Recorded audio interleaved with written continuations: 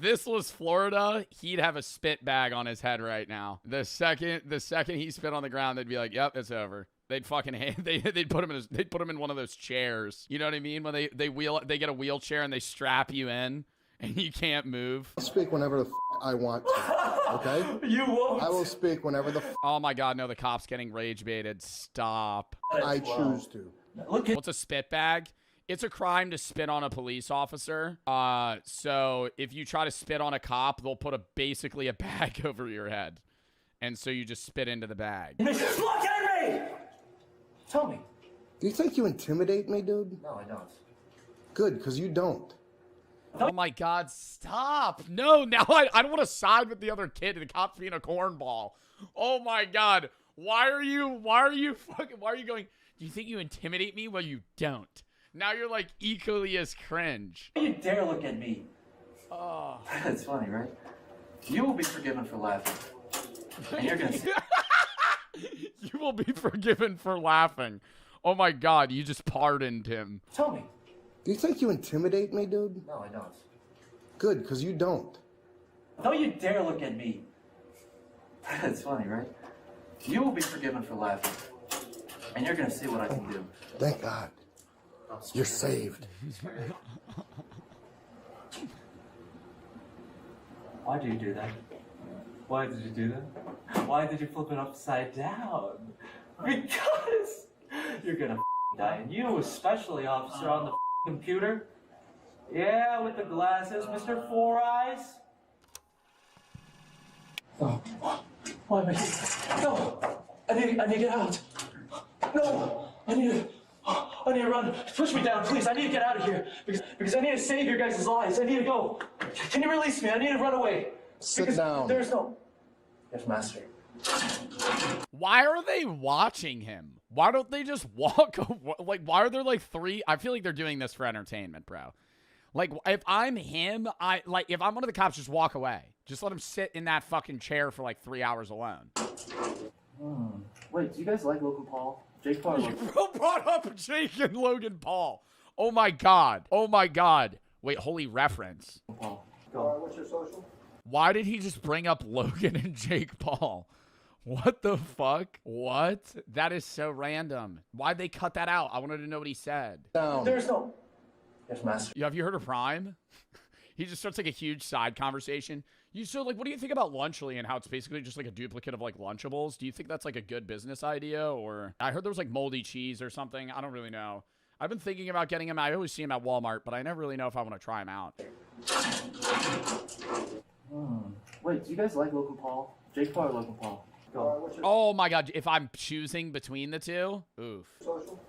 I don't know my That's a hard one. social, you dumb. How many orgies have you guys been in? You four. Dude, Logan's just such a great heel in the WWE. Tell me. He just needs like therapy right now. Although the family believes Shion is harmless, officers still have a duty to... Wait, he said the N-word? No, he didn't. How many orgies have you guys been in? Ooh. Jake Paul or Logan Paul? Go. What's your social? I don't know my social, you dumb. How many orgies have you guys been in? You four. Tell me. He just needs like therapy right now. I would air a 6'7" joke to him right there. See how he feels about that. How many orgies have you been in? Maybe 6. Then you see him go. You snap him out of it. How many orgies have you guys been in? You four. Tell me. He just needs like therapy right now. How did somebody just gigify the emote of Logan Paul in the Japan forest? Although the family believes Shion is harmless, officers still have a duty to determine the credibility of his reported threats. You keep saying March 8th at 12 o'clock. What's the significance? Nothing's gonna happen, guys. It's all act. Look into my eyes and lie like I lie. You're safe. What's your problem with people on marks? Oh, is that the workplace? Is that what you said you want to kill them all? Yeah, but then I'll die. Again, you're supposed to torture me today. And you don't choose to torture me, I'm literally going to kill you all. This is the last chance. If you don't shoot me right now, I'm going to kill you all. And if you don't kill me right now, I'm going to kill you all. Five. No, dude, this is the place where I'll be awakened, you idiots. I need you to take it off with me because I'm not going to do it. Good boy. As the Oh, that no immediate high cortisol.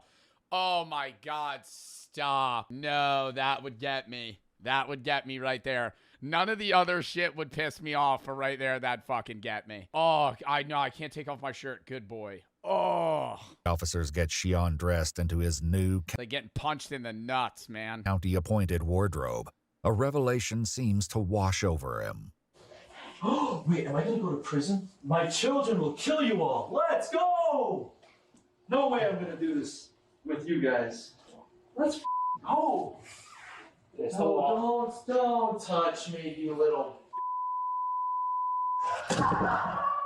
According to police reports, once in his cell, Shion continued his volatile behavior, removing his clothes, piling them in a corner, and urinating on them. He danced What? He took off all of his clothes and started peeing on them. in his cell. I've been there before. Shion continued his volatile I've been there before. behavior, removing his clothes, piling them in a corner, and urinating on them. He danced, screamed, sang, and shadowboxed, and at one point attempted to break Not that crazy. the cell's surveillance camera. Okay. He also stuffed his bedsheet into the toilet, flooding the cell. Wait, what? He took his bedsheet, stuffed it in the toilet, and continually flushed it. To the toilet, flooding the cell. Eventually, as he began to calm down, Shion requested a Bible. A search of the father's car and Shion's bedroom was completed, but no weapon was ever found. A correction officer reported the day after his arrest, Shion admitted to him that he consumed shrooms the day before and had no recollection of the previous night. How many mushrooms? Bro, I've taken mushrooms 10 times. I haven't done like a heroic dose, but never in my life have I tripped and then been like, oh, I'm gonna kill people. That's like a horrible fucking turn of events. Maybe that I could see that, but if he was actively on them. On March 8th, he advised Theo Young that he could consume shrooms on March 7th. Not remember being in the jail the previous night. Oh, so he's saying he was on mushrooms while he was in jail. Maybe? Shrooms do not do that.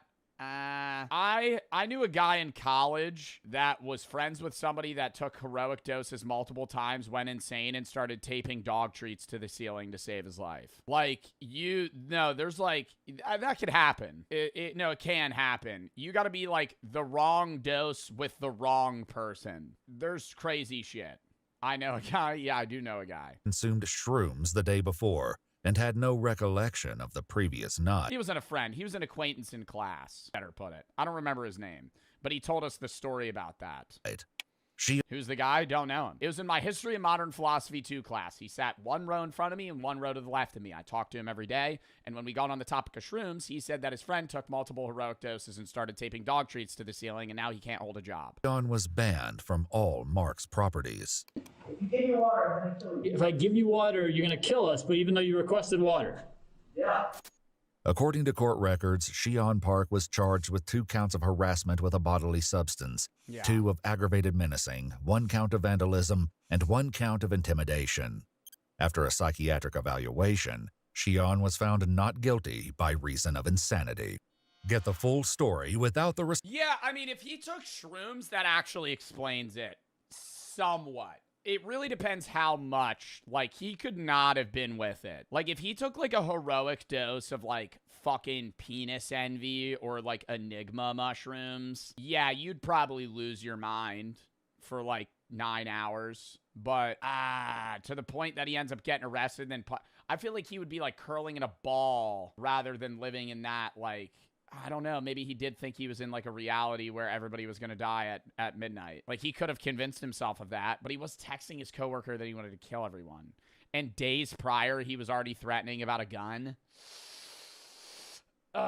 It like half explains it. I hope he's mentally okay, man. Genuinely. That's pretty scary. Somebody said shrooms don't do that. He is undiagnosed, needs intense medical treatment. I think if you have, here's the thing. People that shrooms won't do that in itself. But if this guy is already undiagnosed with like, not saying schizophrenia, but say this guy is undiagnosed with like multiple medical disorders, and then he takes mushrooms, those are going to get amplified so drastically. Like, that's why it's like, if you're like predisposed for like schizophrenia, you're not supposed to ever take hallucinogens because it could bring it out early. Like, say you have a parent that has schizophrenia. If you take mushrooms, that could be like really bad. Like, so he, especially his dad seemed like he didn't really get what was going on. So I'm assuming the dad probably never got him like to a psychiatrist when he was younger. You know, first manic episodes these cops have ever met. Yeah, they did get rage baited pretty quickly. I don't know. Ugh. He seemed so with it, though. Like, with it, but also, like, out of it.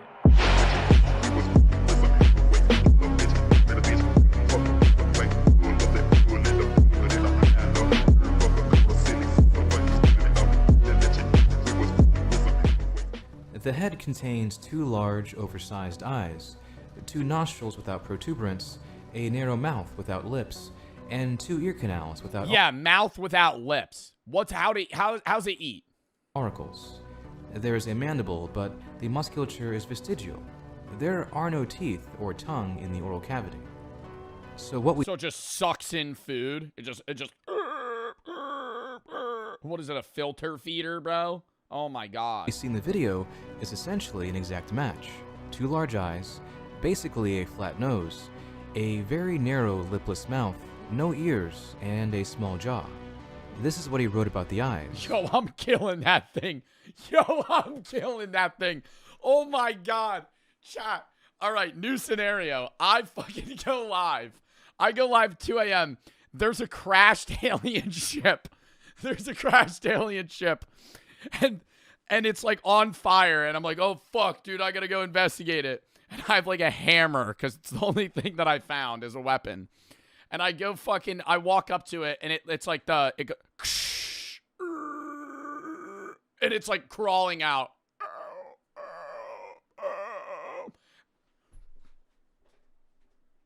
And you just watch me mallet its head in. I just fucking kill it. Just right there, you're like, yo, we could have spoken to it. And I'm just like, it had to go. It was a threat. I just kill it. Just right there and then. Oh my god. I would be upset at you. You would be mad. Would you guys be okay, chat? What if I was like, I was scared though? Like the alien comes crawling out and I just fucking instantly start killing it. It's the only one in the ship. Now it's just dead. We couldn't ask it any questions.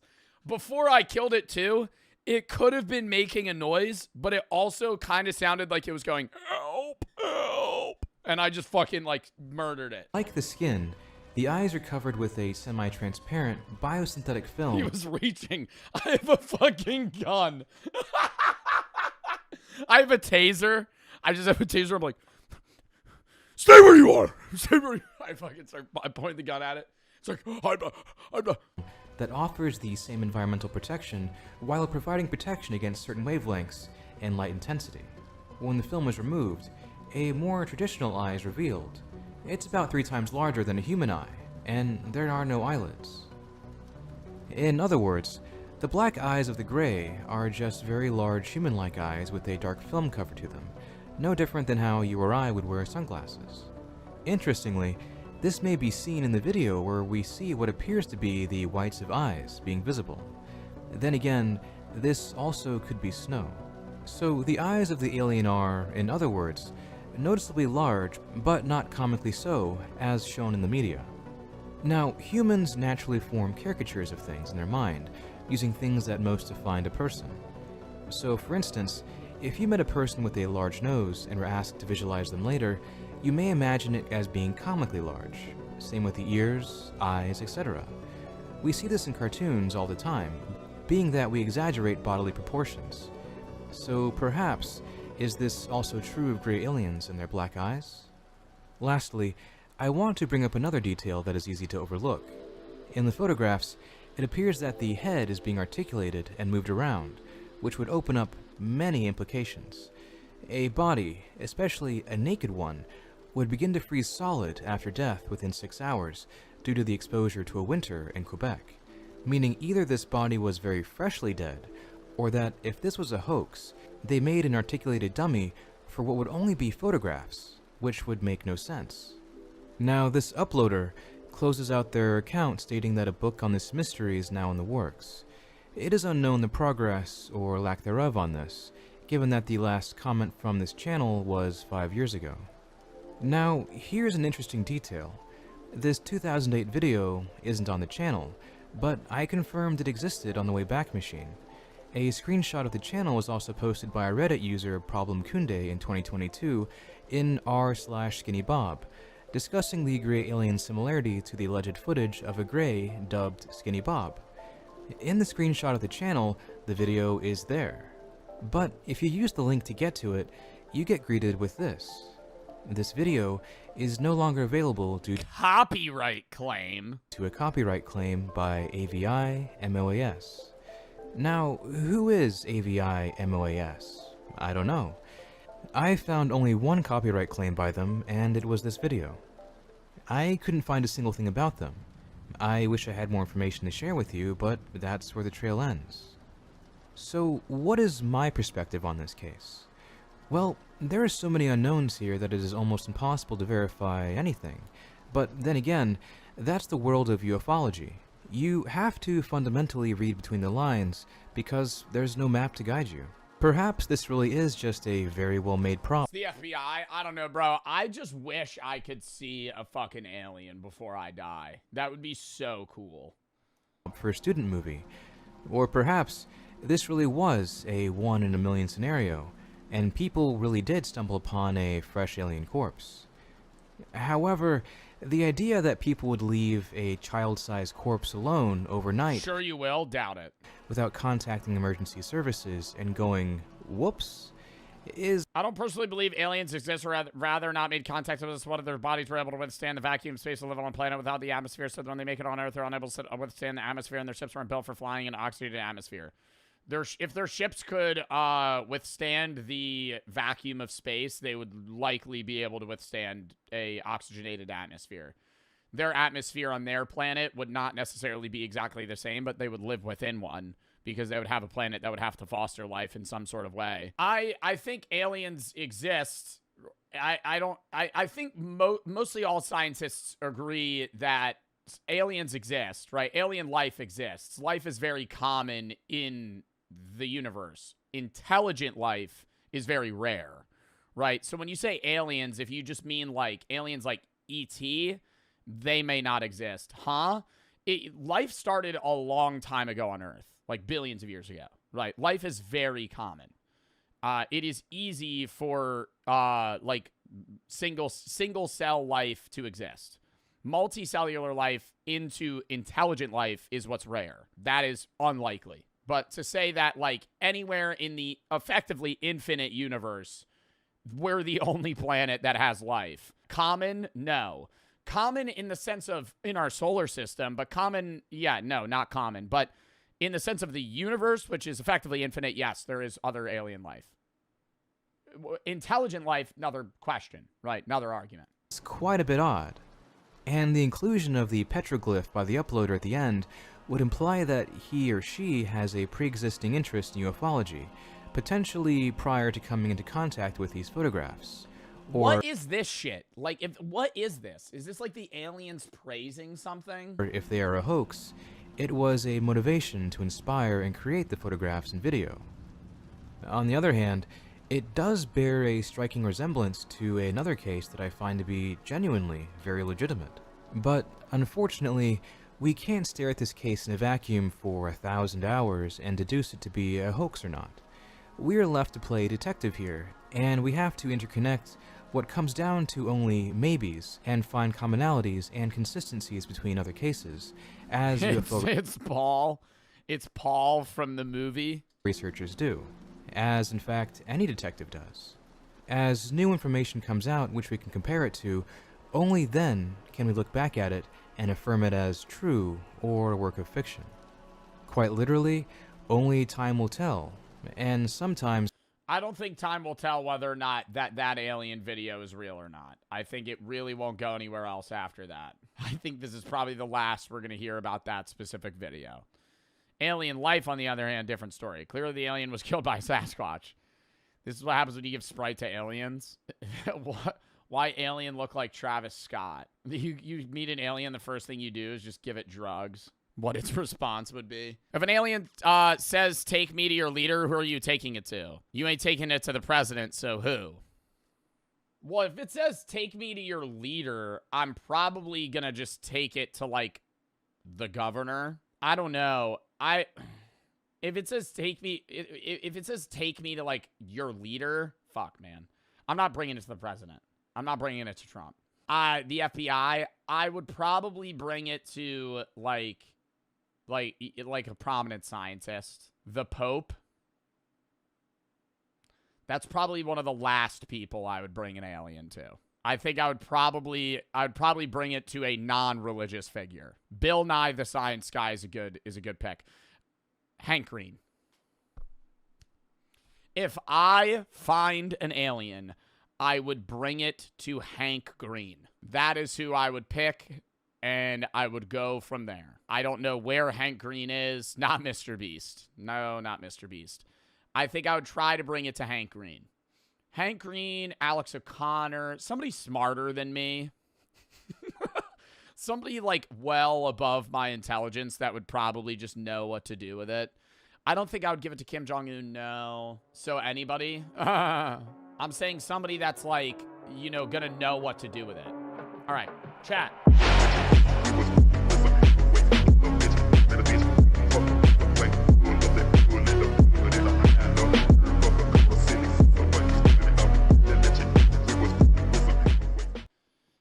For humans, you're running, you see a pack of people as well. Are you more scared of a guy with a machete or a metal bat? Not great for cracking skulls, especially if you're swinging at a bad angle. And the cordless drill is wrong because That's not great for cracking skulls. Hard disagree. Hard disagree. I think I could split a skull with one swing of a steel bat. Yeah, but it's probably going to perform poorly. The reason for this is because it's unnecessarily heavy, it's tiring to swing, and also there's no extra function besides the intimidation.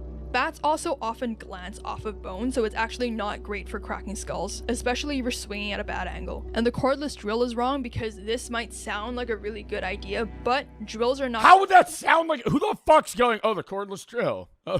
Oh, the cordless drill. I'm definitely going to need that. Going to be lethal unless it's precisely placed. It's also going to require 2 hands, close contact, and also, most importantly, electricity and battery power. And once it's dead, it's useless, and there's no extra utility or intimidation value to it. You now go into your kitchen for a secondary weapon. Which of these gives you the best chance of stopping a zombie in close combat? Option A, a chef's knife. Option B, a wooden rolling pin. Option C, a butcher's cleaver. Or option D, a screwdriver. C. A butcher's cleaver? I feel like that would decapitate somebody. A butcher's cleaver? Maybe the chef's knife if I'm holding it in like a BO2 combat stance. Maybe the chef's knife if I flip around and I'm like, you know, not the screwdriver. The correct answer is B, wooden rolling pin. So the correct answer here is option C, a butcher's cleaver. I was kind of hoping it would be B, wooden rolling pin. So the reason this is the right answer is because a cleaver has the mass and blade thickness. Oh yeah, dude. A cleaver's slicing. I mean, it's made for literally fucking like meat separation. Skull with short range strikes. The chef's knife is most likely going to be too thin and it risks snapping or getting stuck. And the rolling pin, it feels like a bat, but it's probably too light to do real damage, and as I said with the bat, most likely it'll bounce or glance off bone. The screwdriver here could be good because it could puncture— Wooden rolling pin versus steel bat, way different, bro. I think it really depends on the strength. Can we agree that it's the strength of the user that determines the weapon choice? I think for close range, cleaver is obviously the right answer, but I think for the main weapon, a steel bat doesn't make sense if you're like 5'2" and 110 pounds. But if you're like able to fucking dual wield that shit, you got the Elden Ring build for it. You know, I'm taking the bat. But it'll probably only go through soft points and you need perfect aim under pressure. Therefore, it's not the best option. So you've packed our small bag, and a local broadcast says that evacuation teams are moving towards a nearby stadium within the next 48 hours. What time of day do you plan to move? Option A, leave just before dawn. Option B, leave in the middle of the day. Option C, leave after dark. Or option D, leave right away. Middle of the day. B. So the correct answer here is option A, leave just before dawn. So the reason this is the right answer is because leaving right before sunrise gives you both enough light to navigate without drawing too much attention, while Yeah, that's true. most threats, either human or zombie, are less alert. Night travel is not a good idea because it increases the risk of tripping, noise, or panic, and broad daylight also makes you way too visible. So you've exited your apartment and you're making your way towards the stadium. Before seeing any zombies, you spot a group of 3 scavengers near a parked car. One is searching the trunk, another is standing lookout, and the third is carrying a pipe. They haven't noticed you yet. What do you do? Option A, approach calmly and ask Before you see the zombies, you spot a group of 3 scavengers near a parked car. One is searching the trunk, another is standing lookout, the third is carrying a pipe. if they've seen safe zones. Option B, stay low and observe from a distance before deciding. Option C, circle wide and avoid contact entirely. Or option D, follow them quietly to see where they're heading. B or C? I kind of think C's the better answer, but I want to go B.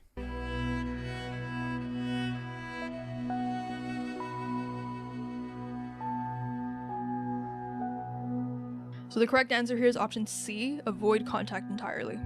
That was my second guess. So the reason this is the right answer is because a wide detour keeps your location, your supplies, and your intentions secret. Early survival states that stealth is more important than alliance building. Option A, approaching calmly, is not the right answer because in early outbreaks, strangers are often scared and hyper-reactive. There's also no trust networks established yet, so it's more likely that they'll escalate or become violent or betray you. Option B, watching from a distance, gives you intel, but it burns time and it also risks you being spotted if they sweep. Bro, they said they're moving there in the next 48 hours. What am I fucking walking 10 miles across like rugged terrain?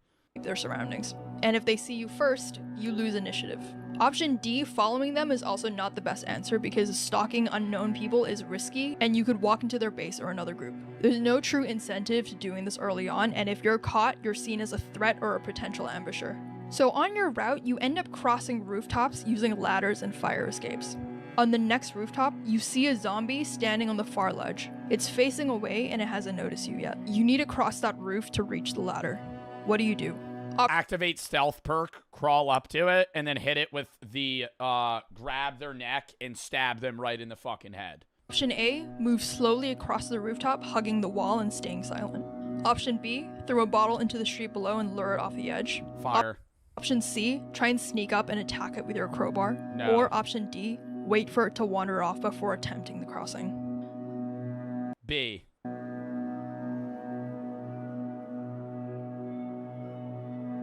So the correct answer here is option A, move silently across. So the reason this is the right answer is because at this point, the zombie hasn't seen you yet. You're not blocked and you don't need to engage. Stealth here minimizes all risk. Option B, throwing a bottle, could work if you were on the ground, infected.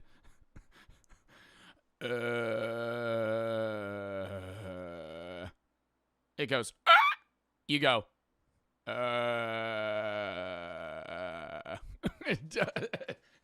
it just mosey on by. Since you're on a rooftop, sound travels unpredictably, and also it could just alert more zombies below. Sneaking up to attack it is also not necessary since it hasn't noticed you yet, and it also puts you in close quarters with no backup plan. Option D is potentially a good idea, but waiting could take forever, and it wastes daylight while giving up control. You're cutting through a narrow alley, and about 30 feet ahead, you see a zombie. It hasn't noticed you yet, but it's directly between you and the exit. There's an open side door to your left, a dumpster you could climb, and also a loose pipe on the ground nearby. What do you do? Option A. Bro, a dumpster would be so fucking loud to jump on top of a dumpster. Pick up the pipe and confront it before it gets closer. Option B. Go into the side door and barricade it behind you to wait for a better— What happened to my fucking crowbar? What happened to my fucking crowbar? Now I gotta use a fucking loose metal pipe that fell off one of the fucking ceilings? For a moment. Option C. Climb the dumpster, toss a small object away, and misdirect the zombie away from the exit. Or option D. Dash past the zombie now while there's— Slip through the side door and barricade it behind you and wait for a better moment. Dash past it now while there's still a chance. B. still distance.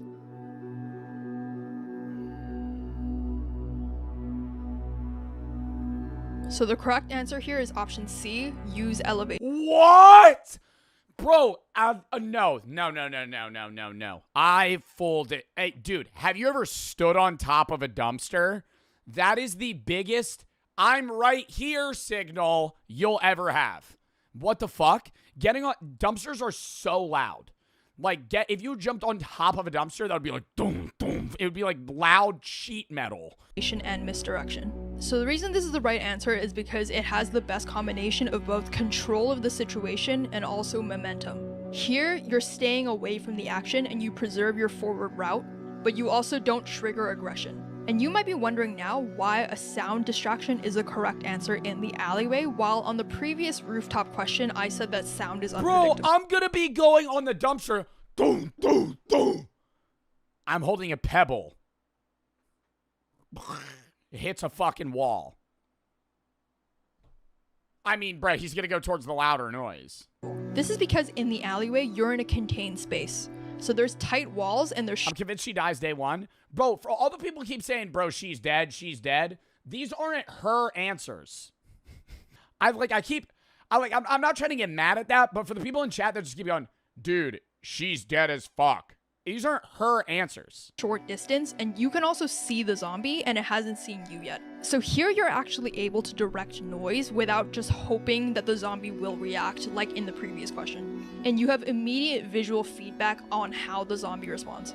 And most importantly, you have escape options, such as a dumpster, side door, or a fallback path. Essentially, sound is a good tool here because it's in a space that's controlled, tight, and you can control. Sound is dangerous on a rooftop in the previous question because that's a high exposure space, because rooftops offer no cover. You can't see what's in surrounding buildings or below you, and a thrown bottle creates echoes, which could travel downward and it could trigger zombies or other people on the street or in nearby buildings. Option A, fighting the zombie, is not the right answer because this is still too risky. You don't know if there are other zombies nearby or what's behind the zombie, and weapon or not, confrontation when you don't need to is high failure rate unless you're cornered. Option B, going to the side door and hiding, is a valid survival option, but you're now stuck in a closed building with its own unknowns inside. There's also no guarantee that the zombie will ever move on. So this option isn't wrong, but it's also not the best option.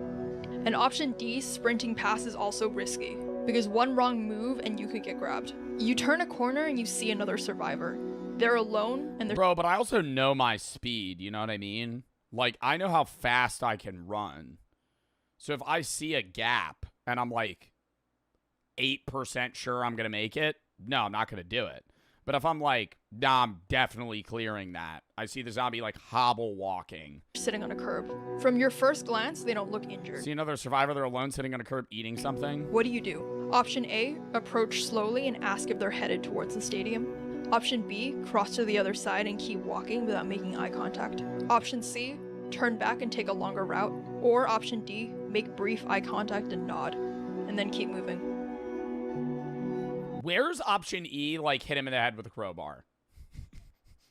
Why are we never getting an extra answer here? Approach slowly as if they're headed towards the stadium. Cross the other side, keep walking without making eye contact. C. You see, you want to avoid contact at all times. I'm going to go D. I'm going to aura check him.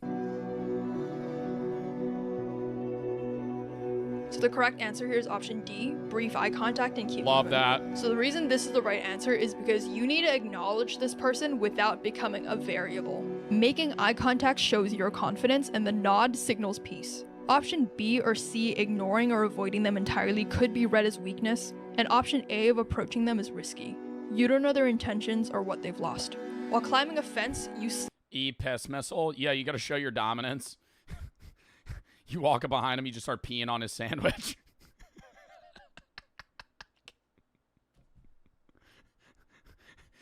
Then you give him the nod and you just keep walking. slice your palm open on exposed metal. It's not deep, but it's bleeding. What do? Option A, cover it quickly with whatever cloth you have. Option B, wash and disinfect it before sealing it up. Option C, ignore it because it's too small Chop off the hand. to matter. Or option D, wrap it in plastic to keep the blood from dripping. B.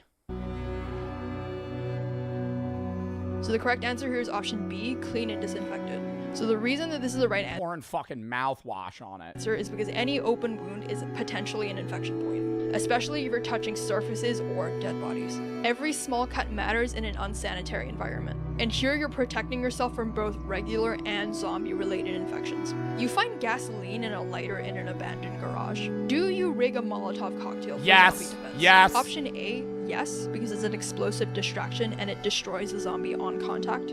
Option B, yes, but only as a last resort. B. Option C, no, because fire spreads unpredictably and it draws attention. Or option D, no, it's better saved for sterilizing tools. Ooh, D. D. What?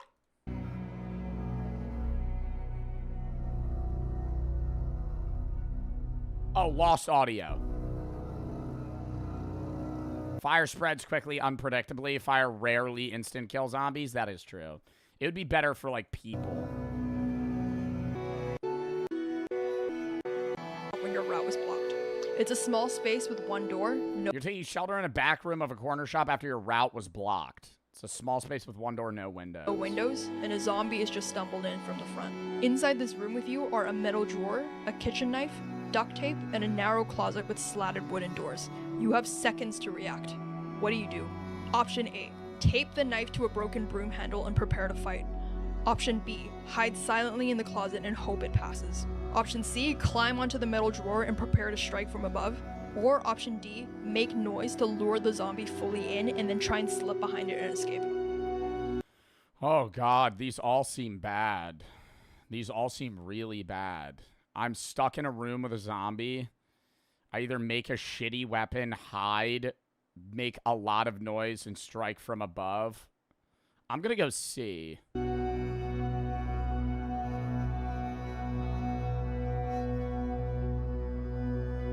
So the correct answer here is option C, use elevation and timing. So the reason this is the right answer is because standing on the drawer gives you both height, force, and also angle to strike the zombie. As established Yeah, because you're going for the head. before, these zombies are slow moving, so if you wait for it to enter and then drive a downward strike where it counts, this is probably your best bet. Option A, making the DIY spear, is not a good idea because makeshift spears often are not going to hold.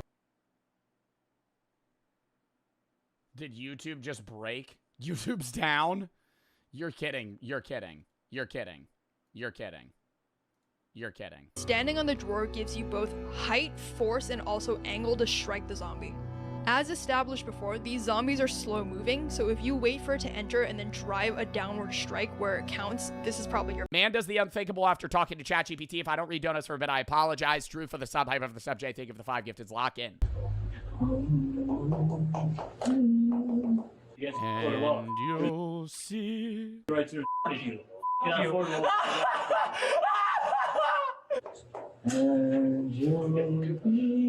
Is he acting like he's like in an anime or something? What was that like evil villain laugh? They're gonna kill you all! Kill you all! Okay, no, there's, no, this has to be rage bait. This has to be rage bait.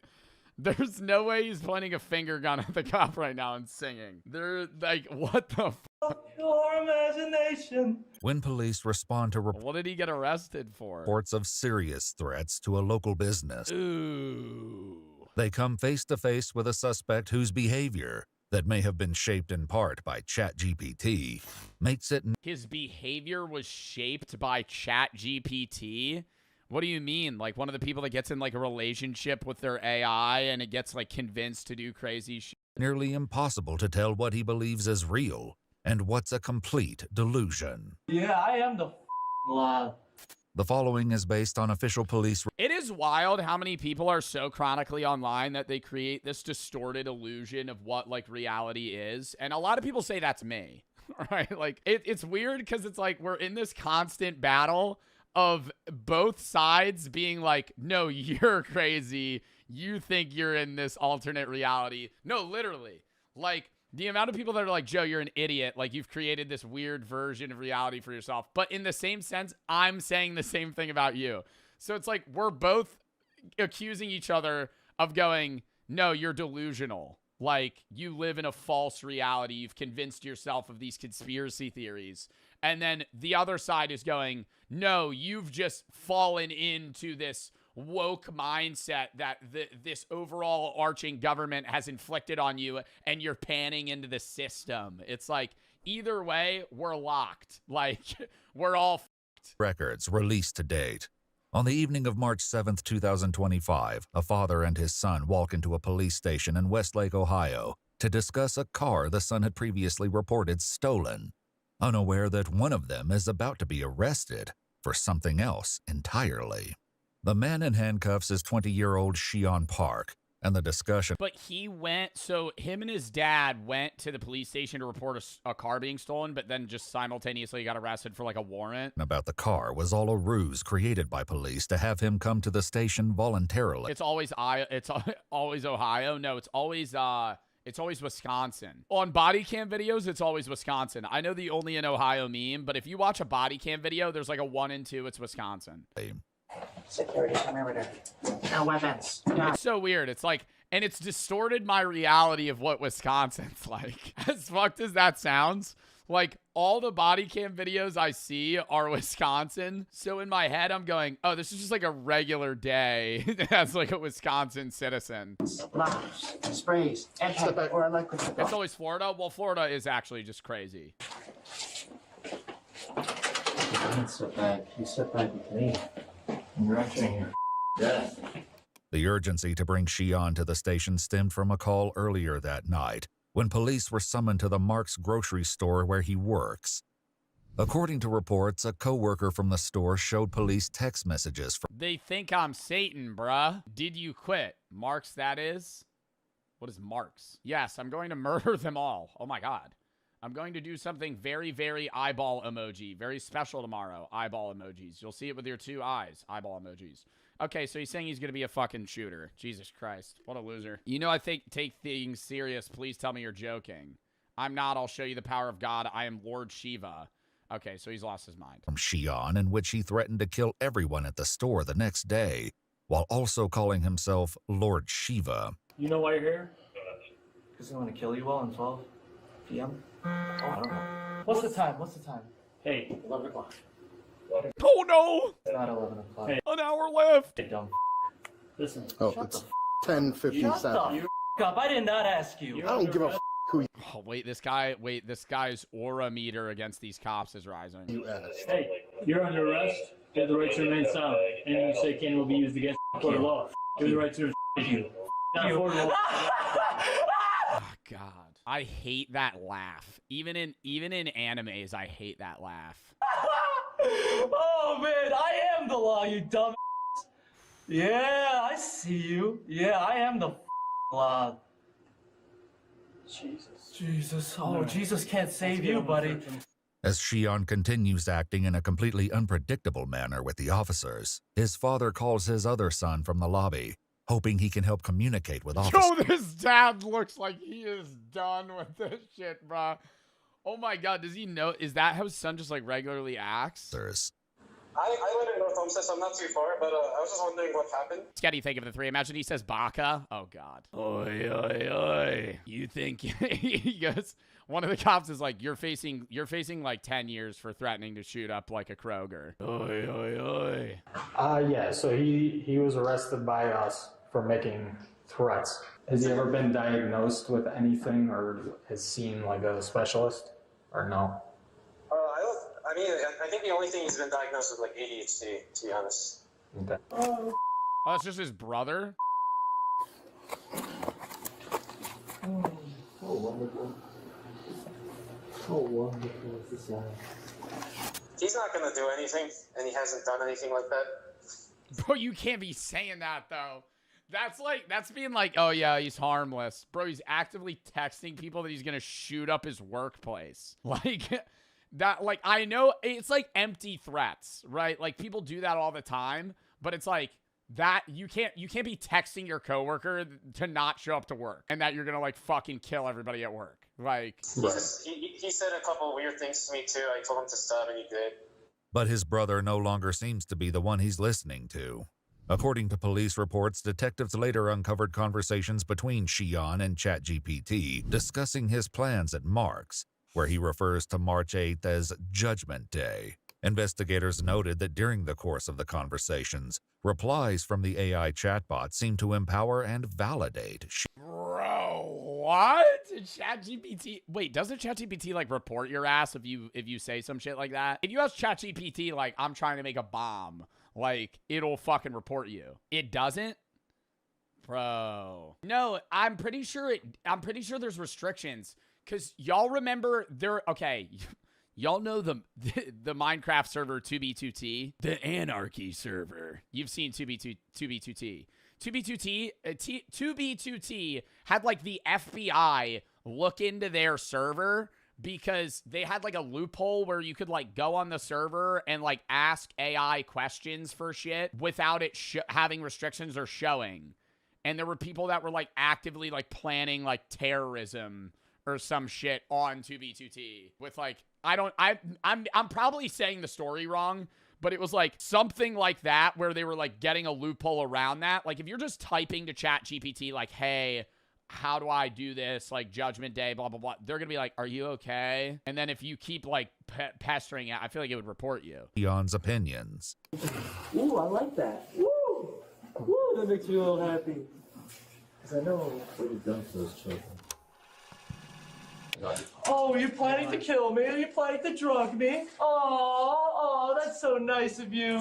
That's so nice. I'm gonna kill you all. Kill you all at 12. I'm never late. Yo, like if he wasn't handcuffed to a bench and he was in a movie, that would be cold. Like if he was like the Joker or some shit. I'm gonna kill you at 12. I'm never late. Ooh. Little less than an hour, about 9 minutes. It's a little less than an hour, and you're supposed to say it's a But little he's handcuffed to a metal bench. less because that's the last time you're ever gonna breathe. No, I think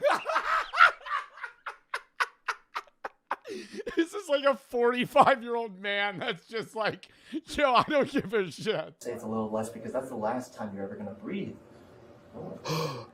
no, I think that was. Oh no, I'm still breathing. Oh, crazy. I thank you so much. If you shake my hand, I will free you from your agony. But I know you won't shake my hand because you... Oh, I thought he was doing a finger pistol. He was putting out his hand. You would never shake someone's hand. I shake plenty of people's hands. Can you shake my hand? I just ain't shaking yours. Your life depends on it. No, it doesn't. I guarantee you have no bearing on Bro, what am I watching? I feel like he's just rage baiting this cop. 2, 1. Thank you. You know, I love you. I love you very much. Good. And you'll be... You know, second chance. Do you know what today? Second chance. One more chance on the handshake. It's still warm. It's still warm. It's getting cold. Do you know what's Shut the Pop it back in the microwave. Oh, God. Shut the up. Do you know what's Shut the up. I was not speaking to you. And you'll be in a world of pure imagination. Please. Forgiveness. Please. Forgiveness. What do you have to do? What do we have to do? What do you have to do? Or what does he have to do? I don't think he knows what his son was typing. I think he just thinks his son got arrested for like an empty threat. I don't think the dad knows. Both. Well, I told you he had to knock this off, and he didn't. According to police records, in the days leading up to the incident, officers were called to the family's home multiple times for a series of troubling reports. Among them were messages Xi'an sent to Complaint on station requesting welfare checked on Xi'an Park. Park sent messages to her son and other boys from their WHS class with weird stuff, pictures of him with 666 drawn on with a marker, pentagram symbols, and messages talking about taking your soul. former classmates, including images of himself with pentagrams and 666 drawn on his body, along I mean, that's weird, but like, that's not illegal. with statements about taking one of their souls. Okay. Probably yeah. Okay. Now Now that's probably a threat. There was also a claim that he had purchased a gun at the time. There we go. Okay. Officers determined His contaminated thought seemed to revolve around politics, specifically Donald Trump, and about the world ending on March 8th. Well, it's May 15th. Park did seem to understand that the way he was communicating with others was not appropriate, but he did not pose any risk of, I'm assuming, like death or something, murder, people. Both Park and his dad were counseled that the disposition of Park would stop sending unwanted messages to others. he didn't pose an immediate threat and warned him to cease This was in 2025. Oh, shit. Well, it's May of next year. contact with the involved parties. A gun? I thought this was March of this year. You know what a gun is? Yeah. Did he buy one? You want to buy? Did he buy one? He bought? I'm asking you, did he buy a gun? No. Are you sure? I mean, you would have to. What state is this? Ohio? In Ohio, you would have to get a gun license now. Park's 20 years old. He's not getting cleared from the background check. You're not getting a gun unless you buy it illegally. Like, I mean, illegally, yeah, sure, he gets a gun. But, like, if he doesn't have a gun, I don't know Ohio's gun laws. No license needed. I'm pretty sure you need a license in Ohio to buy a gun. You have to at least be approved by the state, and they background check you at a gun shop. Do you need a license to buy a gun in Ohio? Because you have a pistol permit, and then you also have a rifle and shotgun license. No state permit or license is required to own a shotgun. Oh my God.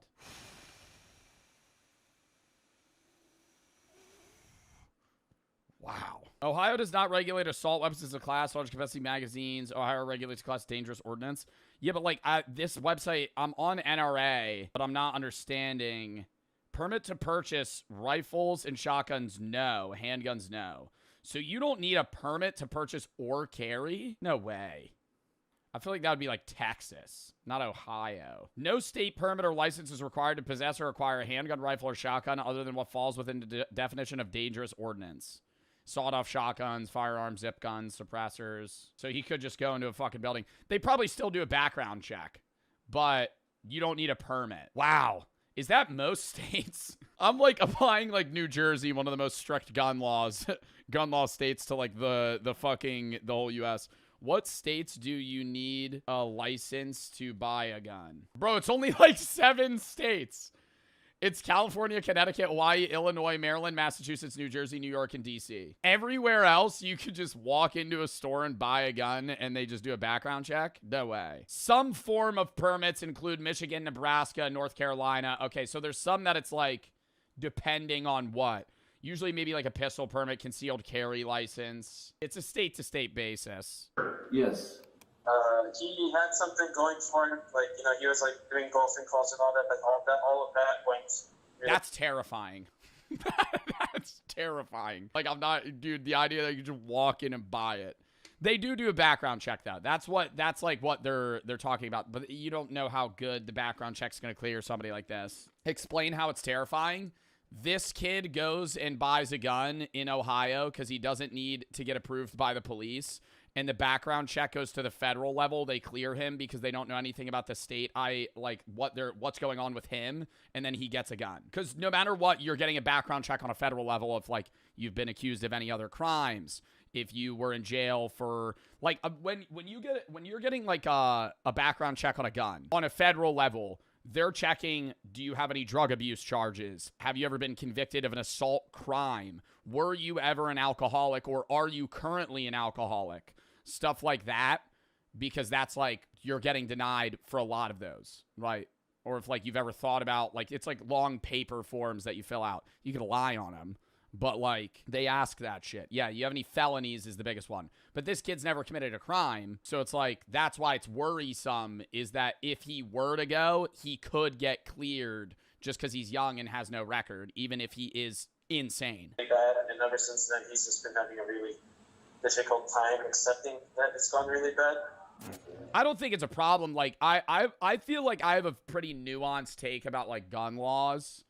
I think it's weird to just like, you know, like ARs or something, but like if you have like a situation where they're walling you off and you have to apply and then you get, you know, approved by like your specific state and then you get approved federally, that's different. You know, you hit 3 mil on what? On what, stream? Did I really?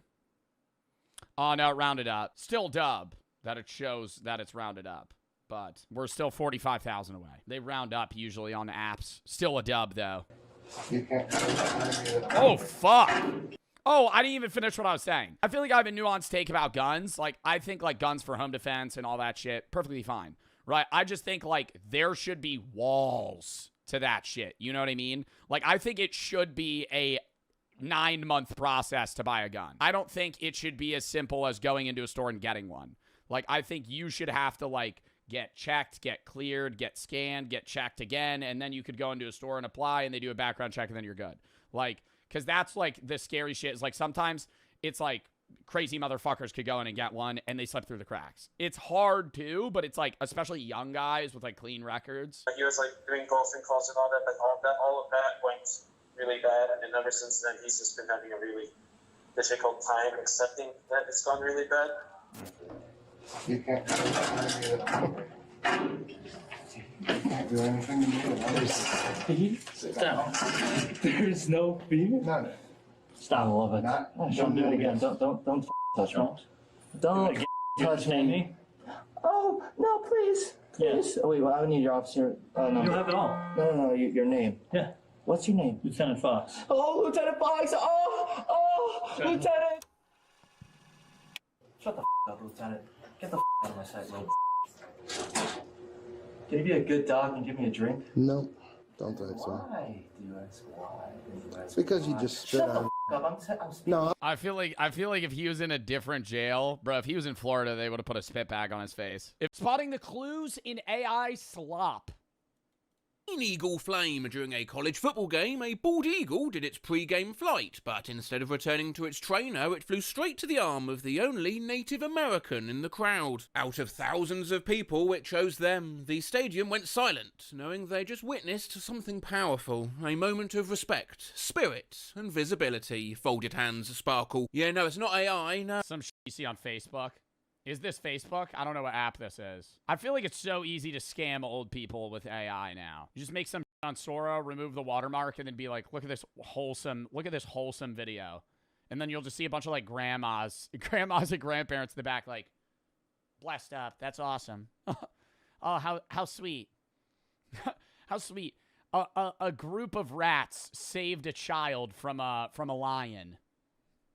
And they'll believe that. And it'll be the rats, like, making a bed, carrying the kid away.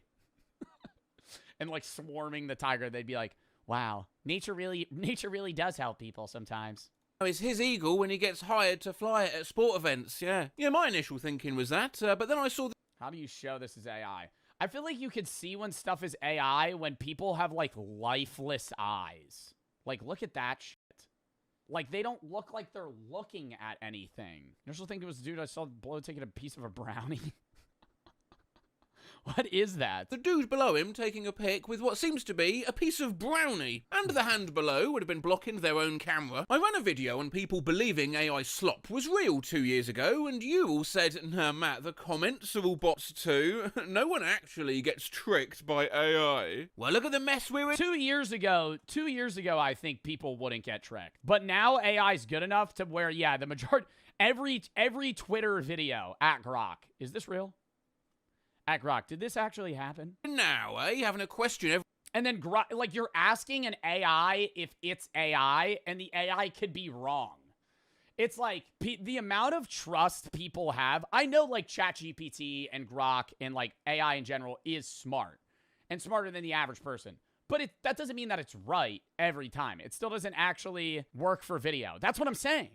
Like, they're not gonna know. Everything we see these days, like some nightmarish version of Is It Cake? AI used to be easy to spot, but now requires more detective work. Like, I still think it's not easy, but after you watch, like, 30 Sora videos, I think you could, with, like, 85% accuracy, pin whether or not something's real. The lobster claws are the same size. That doesn't happen in real life. True legends, one final farewell. Eric Clapton and Paul McCartney braked out. No, he didn't. Paul McCartney's left-handed. There's always some clue from how AI has slipped up, even as small as the fact that nobody ever writes prices $299.00 because it's been studied that when the .00 included, people are less likely to buy. So keep your eyes peeled. Ben & Jerry's milkshakes in all your favourite flavours. Don't know about you, but I want to try fish food, face-savouring food emoji. Will they do any in the dairy-free flavours? Please don't be AI. Ah yes, Bernazzi's Bender's Berries. My Dude,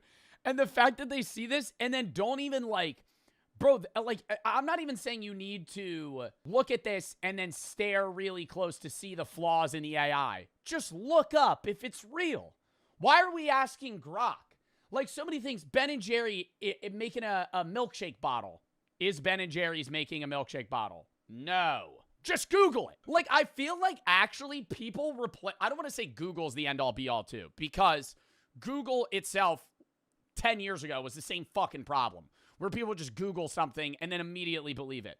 But Google's AI now, not if you fucking scroll down. Not if you scroll down. I use Google AI too, but I'm saying, like, scroll down. The first result's AI, and then just fucking swipe past that shit and look at an actual article or Ben & Jerry's website. You know? Nobody does that anymore. I think people have actually replaced Google with AI. Like, the amount of people that when they have to look up something, they just ChatGPT it instead of Googling it is nuts. They never look at articles. They never do anything. They just immediately go, well, ChatGPT said this, so. Did you know 82% of Americans don't have a high-yield savings account? That is leaving free money on the table that you could have. You just have sitting in a bank account, not accruing interest. That's where Chime, the sponsor of today's video, can help you. Chime's high-yield savings account earns 3% APY. That is 7 times the national average of 0.39%. That is a huge difference. Let's do the math. If you have $7,000 in a regular savings account earning 0.39% APY, that is $27 a year.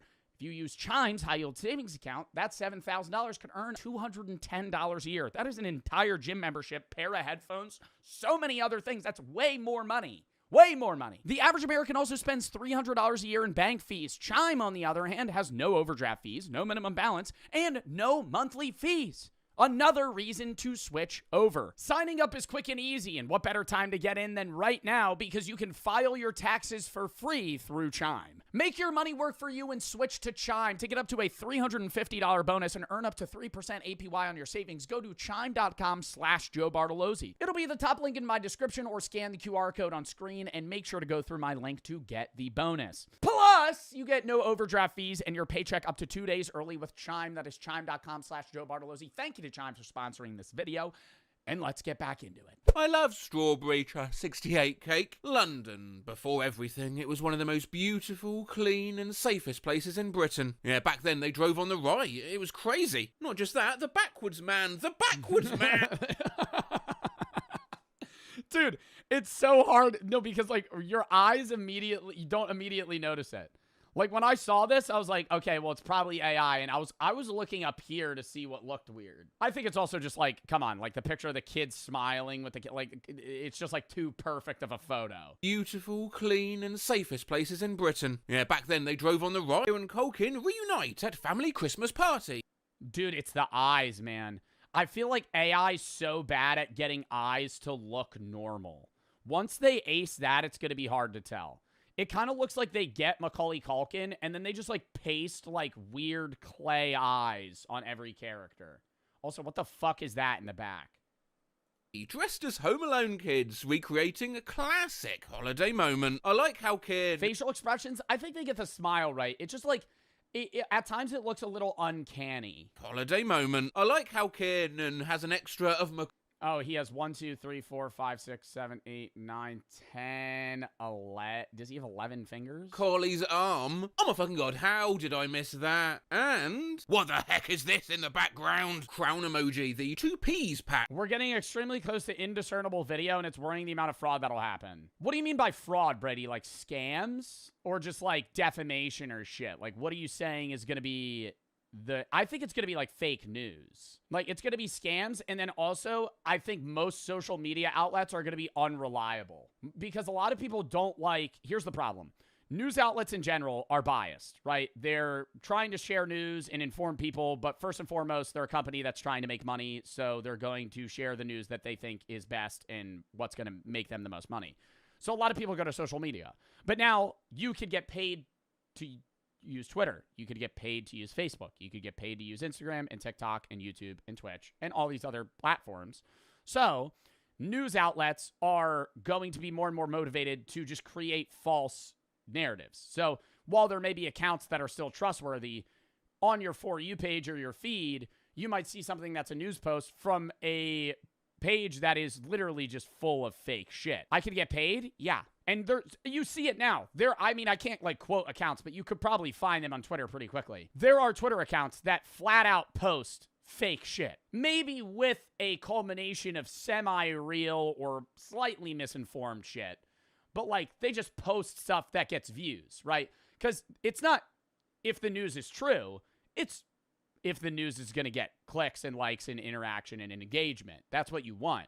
And it's like that's a problem on actual news outlets as well because it's like you're not actually going to inform people of anything good. You're not going to inform people of anything that's not going to gain eyes. But it's even worse on social media when you just give that to just the hands of a random guy that could just do whatever he wants. The amount of people that just believe the first thing they see. And I'm not trying to say that of like you guys in my chat, but some of you guys as well. And even me at times, like the amount of ignorance people have to what's going on in the world where they just see something and immediately go with it. They don't fact check. They don't look for themselves. They don't, actually interact with an individual or anything themselves. They just go, well, somebody said this. This said this. I can't. And then they just move on.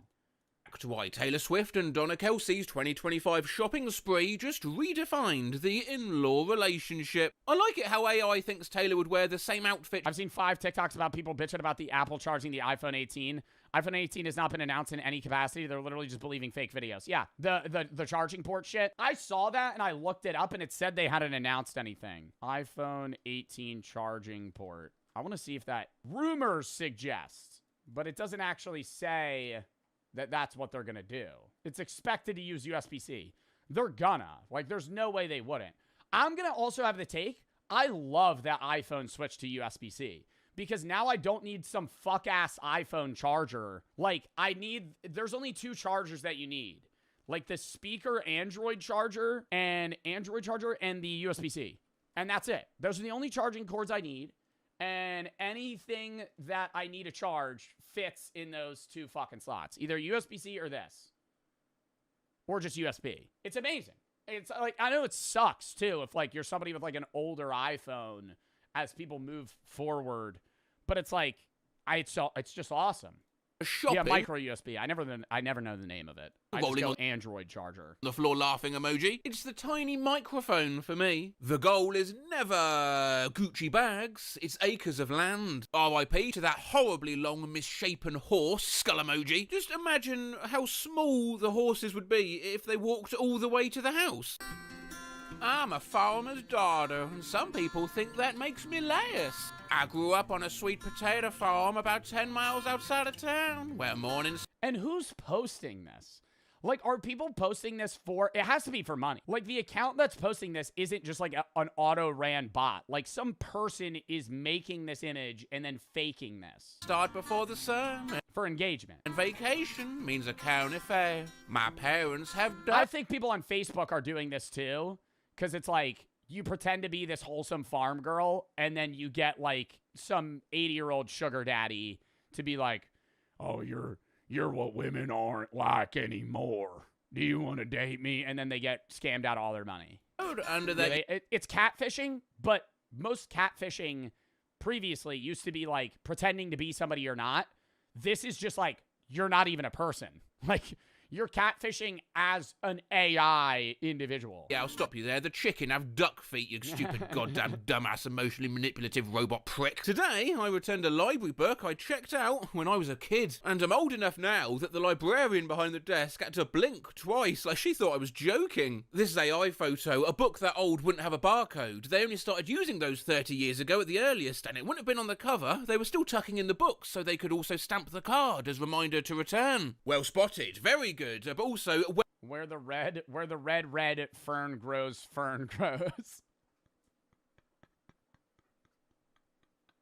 Like, that's what gave away, the barcode gave away its fake, where the red fern grows. Where the red fern grows. Oh, sounds like a good book. AI fucking slop. United passenger posted his first class ticket. What a big ticket. And what language is that?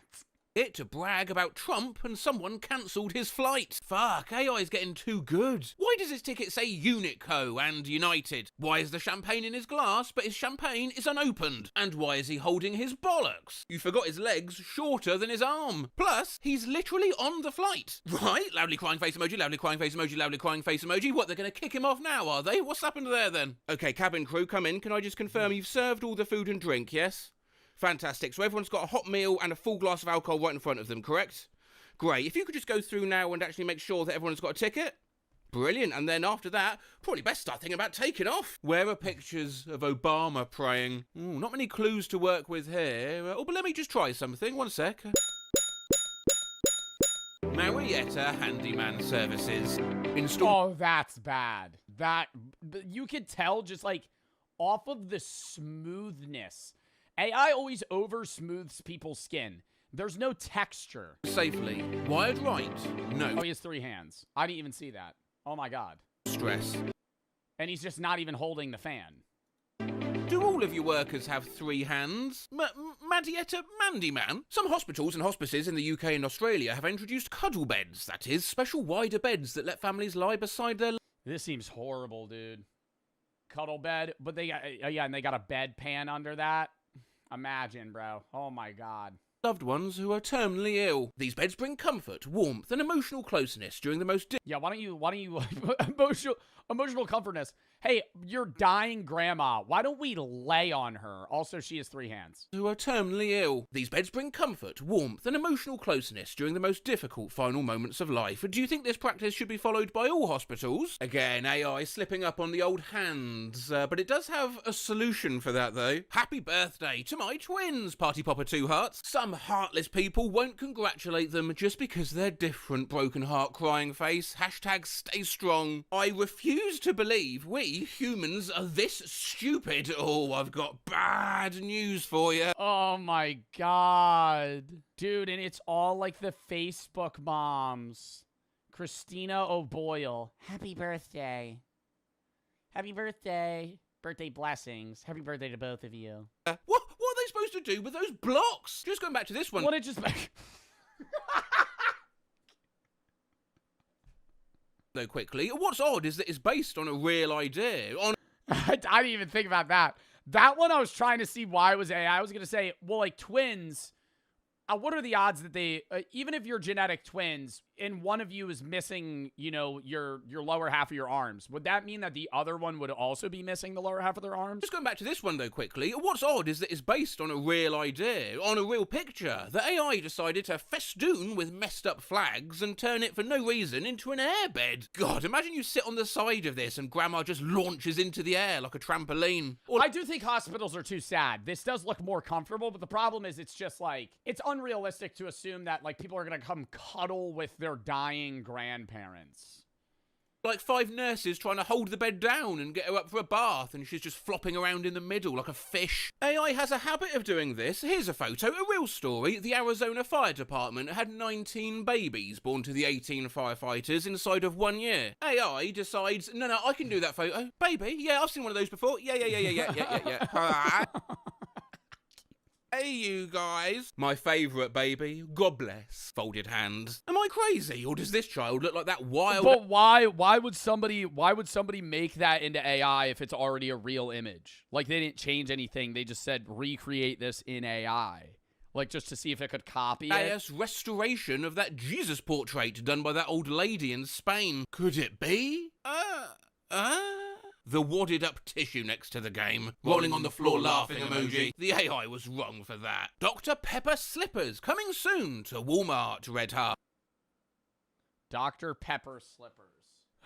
What about this is AI? If upside down, it says Fot Care Set instead of Foot Care. Look at her hand. Yeah, but I mean, it's behind the box. It's upside down. Well, yeah, but oh, well, yeah, that part is upside down. But it also says Fot Care Set instead of foot.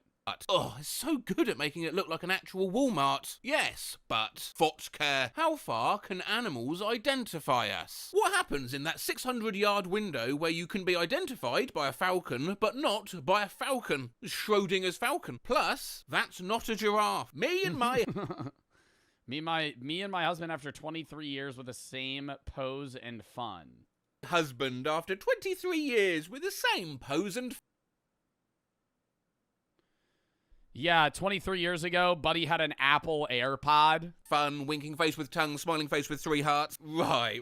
And then now the AirPods, like, merged into his ear. Because AirPods were a thing 23 years ago. They were. Wow, this is fun to try and spot, like, what's wrong. Because honestly, I don't want to say, like, I wouldn't fall for this, right? Like, if I actually stared at it. But if I was scrolling on, like, just any social media and I saw this image, I wouldn't like it. I would just go, meh. Because I just wouldn't give a shit. If this was real or not, I just wouldn't care, right? Wore them so much, they became one with his ear. You're being really insensitive right now. I love how the print. And that is a problem, because then it makes, like, social media full of just, like, bot. Like, not just dead internet theory of, like, you know, the majority of social media interaction is done through bots. But also just, like, what you watch is bot content. But the bot content isn't intriguing enough for you to investigate it. So you just go, and just scroll. I've guaranteed you've seen AI images or modified ones, haven't noticed. It's gotten a lot more prevalent. Oh, no, I agree. There's probably been instances where I've seen AI imagery and just not known or cared to even check. Ingles aged too. Spirit science. Posts. Look at this hidden sugar and common drinks. Every choice we make carries iOS tea, energy juice drink, Red Bull. Weight and awareness is a powerful tool. I like how the bottom of the Coke can bows outwards to fit the curve of the C of Coca-Cola. Red tea, my fave. Who the fuck out here drinking sugar water? Like an ant? Or perhaps a hummingbird? Or... We're already gone everywhere. Oh, God. Are there people that drink sugar water? Oh, God. Oh, my God. Whoa! I was going to say that would be like 100 grams of sugar. Top 10 richest billionaires 2025. Jeff Bezos, Maryville. I don't know some of these people. Mark Zuckerberg. That's not Mark Zuckerberg. I love how this looks like an in memoriam post. Combined wealth. There were trillions of dollars faced with tears of joy emoji. Who we got here then? Jeff. Yes, Tom Cruise, $281 billion. I don't even know if Tom Cruise probably has like one at most. We got here then Jeff Bakes, Mal Gibson, Mark Zuckerberg, and what? Yes, Adam if I find Sandler. Elon Musk is upsetting. Lol. Whilst we're on the topic of Musk, here's his family tree, posted unironically. Oh God, this isn't how you do a family tree. This is a family wreath. Fear the nameless Musk, born 2021. Dolly Parton impersonator meetup in Texas. I believe this. I know, like, looking into it, there's probably something that makes it, yeah, like this. But looking at it, I'd be like, oh, who cares? Scroll. Is that Mr. Poopy Butthole on horseback on the right? Oh, wait. Oh, I missed this event, and I live right up the street from Boris Lufthansa. I have truly never, in all my 75 years, witnessed such a charming little display of determination mixed with cozy desperation. Brilliant. Fabulous idea. I'd have made besties with him and... Who's putting fabulous idea? Bart Denver is a fucking NPC, bro. Oh my God, we're in the pit vipes in the profile picture. What do you mean, brilliant idea? You're gonna set up a tent at a fucking airport? What? That's not a good idea. Held up in there. Yeah, you know how you can never understand the overhead speakers? It's because they're speaking this language. The flight to D1 is late. No, I'm never going to get to Del Rito in time for Thanksgiving. Amarillo reflects a classic American plains city, known for highways, open land, and regional travel. Where the fuck do you get off that roundabout? It's just an infinite traffic circle. You just spawn there and you can never leave. Routes that connect communities across the central United States. Love the big circle road with no off-ramp, lol. We just be driving in circles out here. Hey, I live there. This isn't AI. I once accidentally teleported into the circle. I had to call for help to get out, loudly crying face emoji. This is what Amarillo actually looks like, if anyone was wondering. Where's the circle? I only order the cheeseburger. 0 cheeseburger. $9,000. But the table is saying to split to bill evenly. What are you doing, eyes emoji? That's why when you start ordering, tell the waiter to separate checks, yeah? Problem solved. Josh, mate. Oh yeah, what, that new place over on Pemna-Viventag, ACMV, Weshenheim, DC? Yeah, I was just there last week. Pemna-Viventag is my favourite German holiday. Bro got charged for 0 cheeseburgers. Face with tears, face with tears. And what the fuck is La Flave Mantra Cat? $4,000. Face with tears of joy. AI loves receipt posts for some reason. I broke the #1 rule and took a $285 at a fucking Olive Garden. What would you possibly have bought? Also, everything there is $1, $2, $5, and like $40. Co-worker on a date. We picked Olive Garden because it felt safe, casual, neutral, HR-approved vibes. Everything was cool until the check came. You're talking such shit. What do you mean you're taking her on a date? You've both got wedding rings on, and you're holding a receipt which says you've had a tiramisu, but she's still eating her salad. Let's just have a closer look at that receipt, shall we? 1 tier of Fiddig with 1 Nutella tea and 1 wet towelettes. 2 Nuttig Nutties with Oid Betis. 1 Tisair, nut. 1 Tersarius, and 1 Triscuit. Add $1, $2, and $2.50, and $5, and $5.20, and $3, and it makes the total a $285.50. Duh, face with rolling eyes. And yet, almost every pleb gobbles it up, besides the odd cautious, is this a— Oh my god. Dated a coworker, now married with 2 kids. Is this AI generated? Married my manager. Oh my god, bro. Like, we're entering the new wave of, like, people going to get genuinely scammed. Like, I think AI influencers is going to be even worse, where it's not like, we watched that one video about an openly AI, like, Instagram influencer and how they get sponsors and shit. I think it's going to be, like, so bad that on Instagram, it's going to be before, like, I know Kwebbelkop's trying to fast track this fucking Kwebbelkop AI shit and have, like, YouTube merge with AI, and you're gonna have like AI gamers. I don't think that's gonna happen for a long time. I think more realistically, there's going to be like flat out Instagram influencers that aren't real and you don't know. AI generated? Of course it is. Who would have taken the picture? Both his hands are on the receipt. Are you AI? Yeah. Living that DualShock life, video game growing heart. 1 shoe. That controller is plugged in to potato chips. Fucking poster says scheme. Skull emoji. What happened to Crash? Look what it did to Space Jam. Swamp Jam is an absolute classic. I wore a sneaker on 1 foot and went barefoot on the other, which was the style at the time. Yeah, when your mum barges in your room when you're hanging out with your friend, so your shirt is backwards and you only have 1 shoe on. Collectors! Automobile dash symbol. Cars 4, 2026. Hype! Lightning McQueen. Who the fuck is that? Who the fuck is that? There's another Lightning McQueen in the back with 1 eyeball. Oh my god. No, this is terrible. He's back. Seymour. No, don't Seymour. This is AI. Disney said multiple times they'll never make another movie due to Pixar no longer having the partnership with the animation studio that did the Cars and Planes movies. Nice. I mean, you didn't really need to say that because there's a Cyclops with a 3-eyed one. What is this supposed to be? What the fuck is this? Jesus is still king. Can I get an amen? Amen. No, wait. Aim. His own patch says Jesus. Is he saying he is king? Weight loss salad. Cucumbers, cherry tomatoes, onion. Those are some big fucking cherry tomatoes, lol. Stinky dicks, bagel seasoning, when only the finest will do. And the dressing only has 50 muffle per serving. Jack-o'-lantern emoji, POV, Halloween in the 90s, jack-o'-lantern emoji. More AI, which... What, because there's just like pumpkins in the street?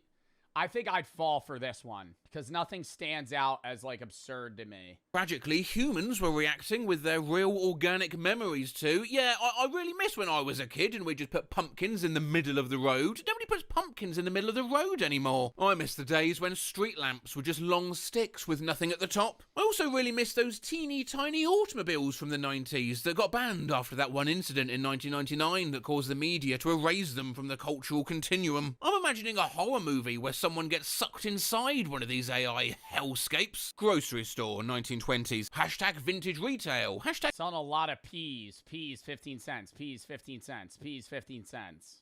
women of the 1920s. Peas and coffee. Is that the only thing that they sell?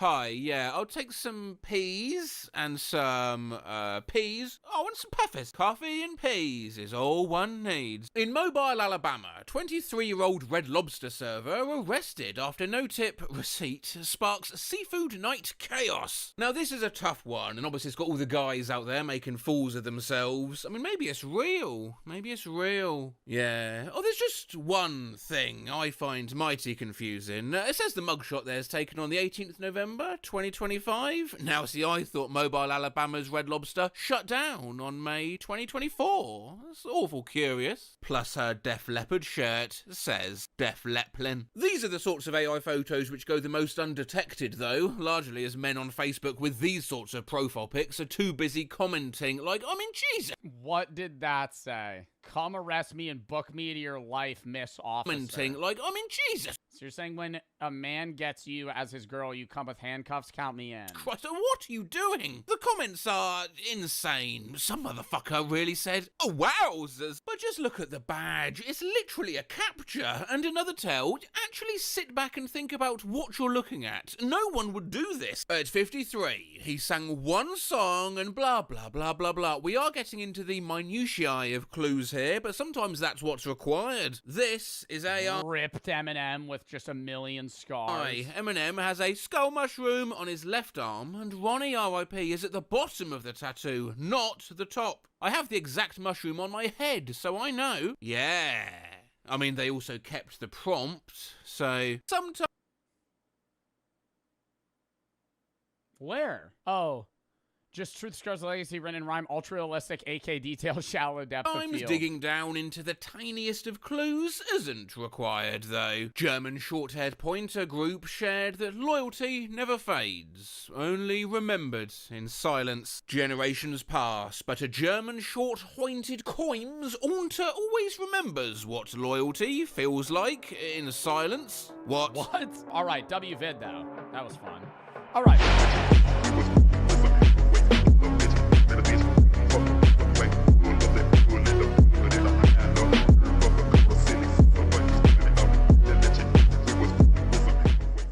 But ultimately it's a liability. This is because it— Option E, meet a guy named Carl and start practicing your Walking Dead voice when he dies. Carl!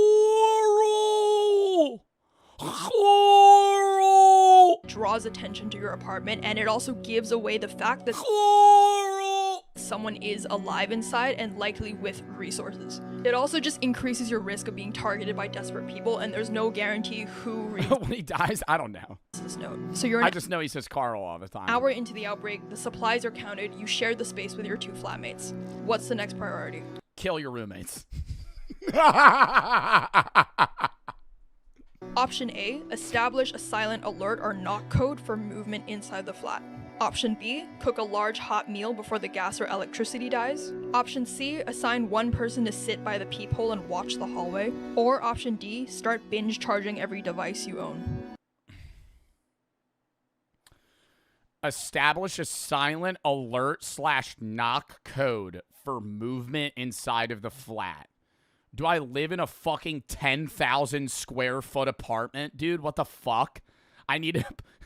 Dude, I'm imagining that I live in like a 2-bedroom apartment where I can see everything at all times. Cook a large hot meal before the gas or electricity dies. No. Assign one person to sit by the people and watch the hallway. No. I feel like D is good to charge your device, but I feel like she's going to say the fucking knock code. So this is the best time where you're going to want to learn Morse code. I'm going to go No, you know, I gotta answer what I would do, not what I. This is what I gotta do. I gotta answer what I would do, not what I think's right. D. I think it's A though. So the correct option is option A, to have a silent alert system. So the reason this is All right, guys, it's hour 6 of the apocalypse. I know all of our phones are on 10%, but let's not waste the time to go plug it in on the wall. Even though while I've been saying this, I could fucking plug in my phone. No. Instead, all right, okay, that means help. That means goat. That means Patrick Mahomes. That means corn. the right answer is because having discipline in how you communicate can stop Like accidental shouting, accidental noise, and door opens later. Hot food and device charging matters, but all of these other things can wait until rules against loud mistakes, which are potentially fatal mistakes, are put in place. Okay, so you're now 2 hours into the outbreak. Communications are set and— 2 hours? This is 2 hours? I thought I was like a day in now. It's still quiet outside. What do you do next? 2 hours in and I go stand on my balcony and that's bad? The apocalypse just started. Let's go loot their apartment.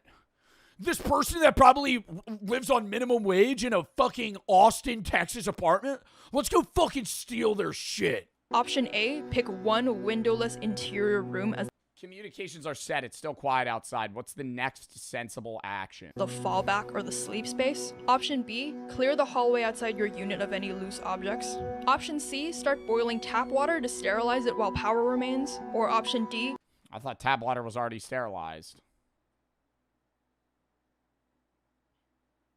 spread your stored water containers across different rooms in case of a breach. Spread your stored water across different rooms in case of a breach?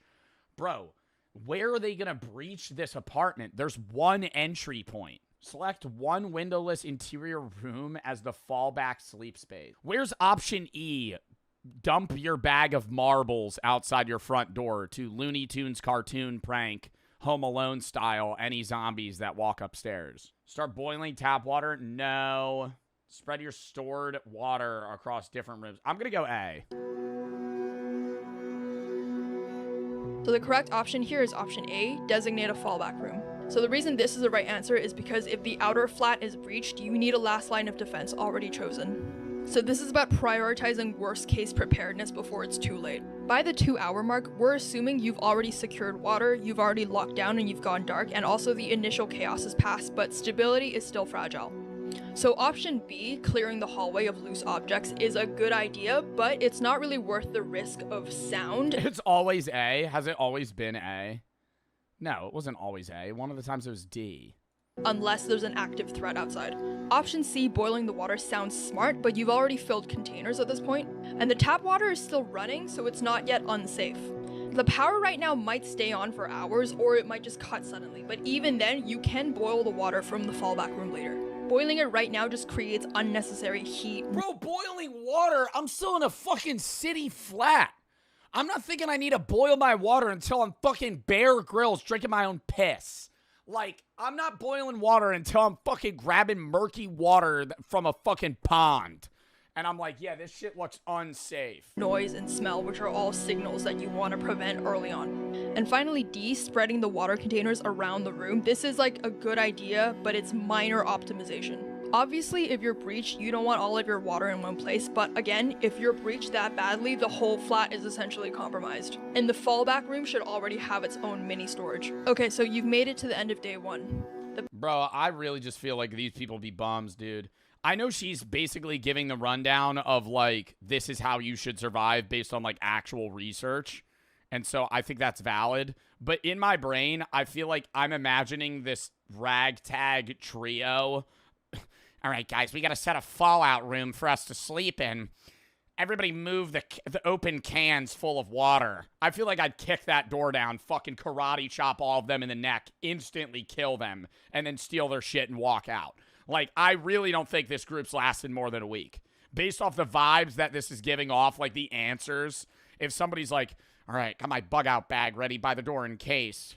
Barricades, water, food, signals, safe room, and hygiene are all handled.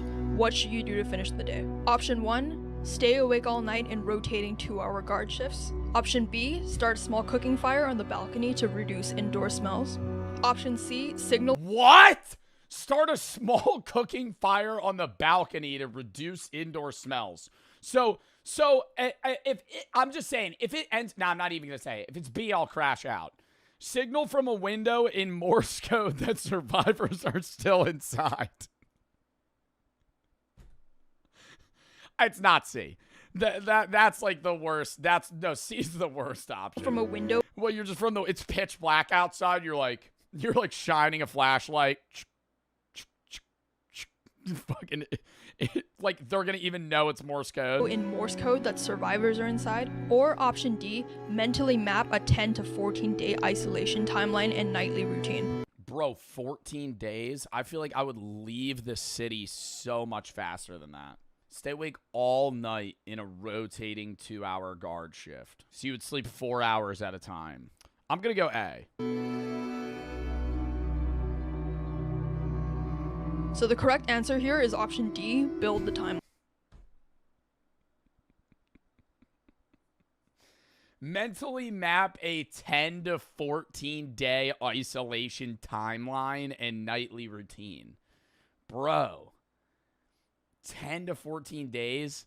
Mentally map that? Yo, I feel like I would write that down with like a pen and paper of like, this is where we should go by this day. This is the right answer is because this sets psychological expectations and also ration discipline. Setting fires, making signals, or having exhausting all-night watches just create risk without adding any immediate survival value. So it's now been 48 hours since the beginning of the outbreak. You've not heard any sirens, no screams, no gunfire, just silence. You crack a window and you listen, and movement sounds faint and far away. What do you do now? Option A. Do out a very big belch to see if anything makes a weird noise.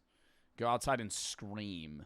Slide open the window a few more inches for ventilation because the air inside is stale. Option B, scan the street from behind the curtain for movement or patterns. Already A. Already A. Option C, step briefly onto your balcony and confirm how many bodies you can see below. Or option D, knock on the ceiling to check— Stepping onto the balcony is really a bad play. There's a sniper. There's a sniper that's been waiting on the roof this entire time. Knock on the ceiling to check if the neighbor's still alive. I do love that play. Are still alive. I'm gonna go A.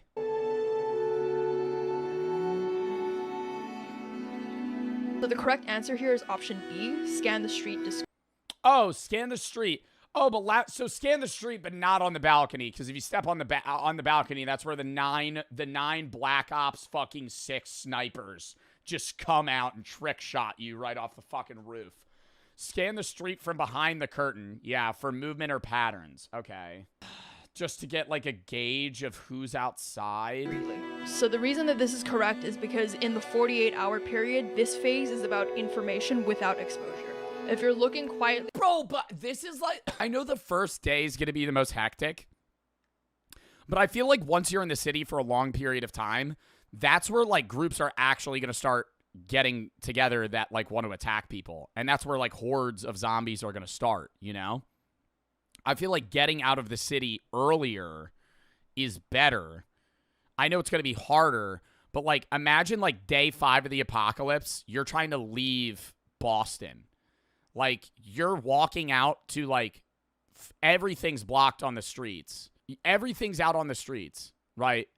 Everything's blocked.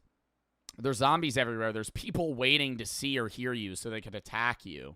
Like, you're kind of hard locking yourself into that city for a long time. Through a covered window, this can give you insight into movement without sound or silhouette. Opening a window or stepping outside creates unnecessary noise and profile. And knocking is an even worse idea because you don't know who's alive or what they'd do if they heard you. You suspect that the apartment across the hall is abandoned. The door is cracked.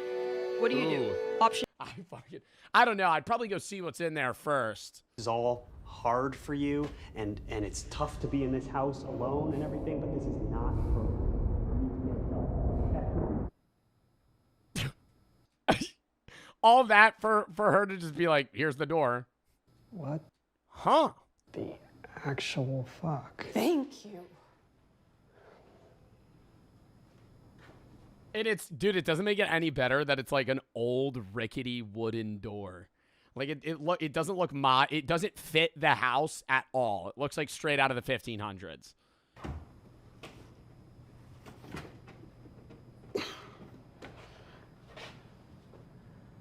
Okay, well maybe it's like one of those things where you see it so often you don't even notice it anymore. Right. Okay, all right. Okay, come on out, whoever's in there. Why are we assuming oh, because she told him somebody in there moved. I have a gun. I have a big... I think we got to be more firm. I have a gun. Like he's not even sure if he has a gun. I have a big, scary gun. Listen to me, load the gun. I'm ready to come in at any second now. I'll fire a warning shot. Fuck off, gun. So you come out of there fast and we'll let you live, okay? I'm gonna give you 5 seconds before I start shooting.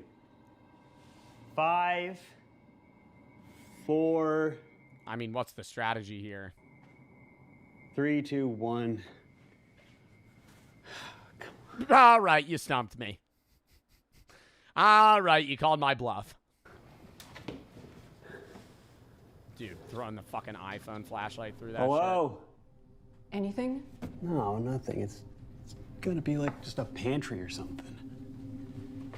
Wait, where are you going? It's just a normal wall. Nothing could fit back there. What do you mean nothing could fit back there? Yo, yeah, actually, why are they breaking in through the door? Why don't they just fucking smash the drywall? Oh, to keep it good. It's shut? probably just a built-in door. Problem is that's not keeping the door shut if it pulls open. The chair method works for push doors. But if that door opens from the inside, it's a pull, not a push. That chair's doing about fuck all. I think it's a pull. I would bet that it's a push. I'd bet that it's a push from this side, which means that if they want to open the door, they just pull it open. Appear out of nowhere. Okay, what do you want me to do? You want me to get an axe and break the thing down? I want you to believe me.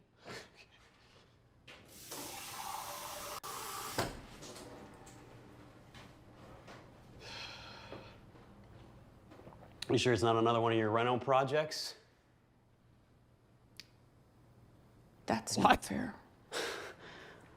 Okay, fine. We'll get someone to... Hey, you want a warm apple? Hey, are you hungry? Do you want a warm gala apple? Oh, yeah, what about a warm Granny Smith? Ugh. Not fair. Ugh. Oh, yeah, why don't I just vomit in my own fucking sink? Okay, fine. We'll get someone to look at it in the morning, right? But I saw something behind it. It's like you're trying to ignore me. Wow. Really? Ignore you like you've been ignoring me for the past year? I'm trying, okay? And I'm tired.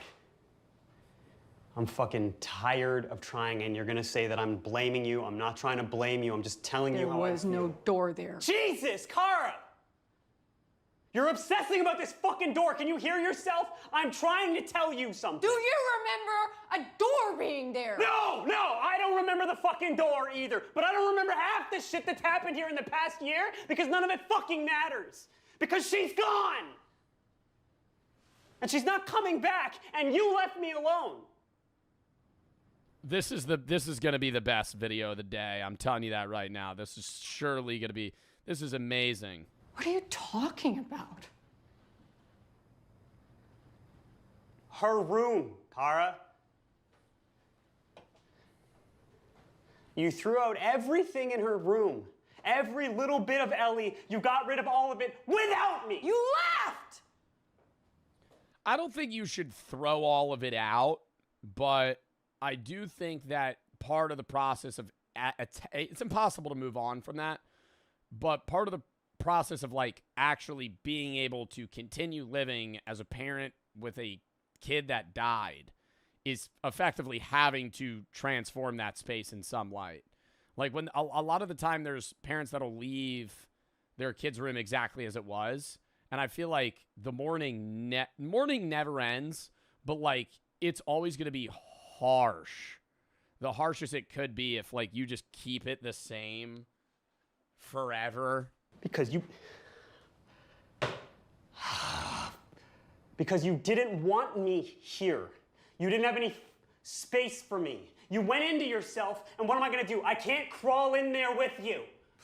Well, I mean, now there's a bit more square footage in this house, seeing that there's a door on the other.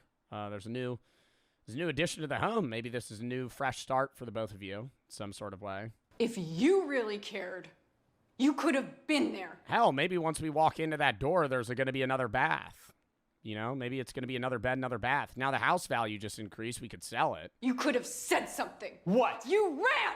What am I gonna say? You could. What am I gonna say? Stop? Hey, Kara, stop! Don't paint her room. Don't paint her room. That doesn't fix the aching in my goddamn chest. What do you want? You want to erase her? You want to pretend that this didn't happen?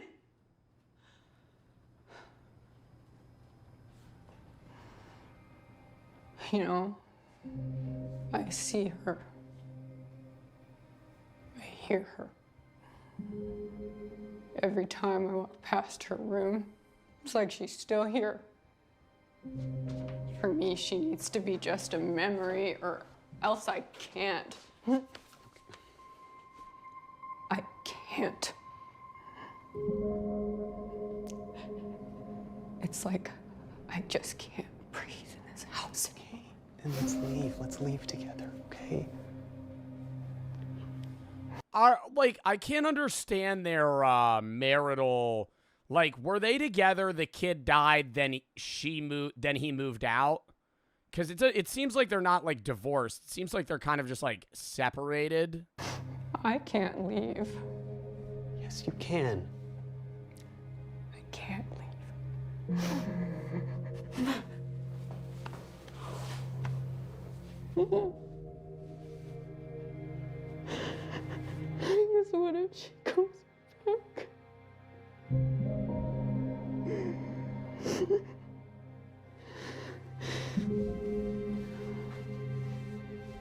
Okay, when was the last time you slept?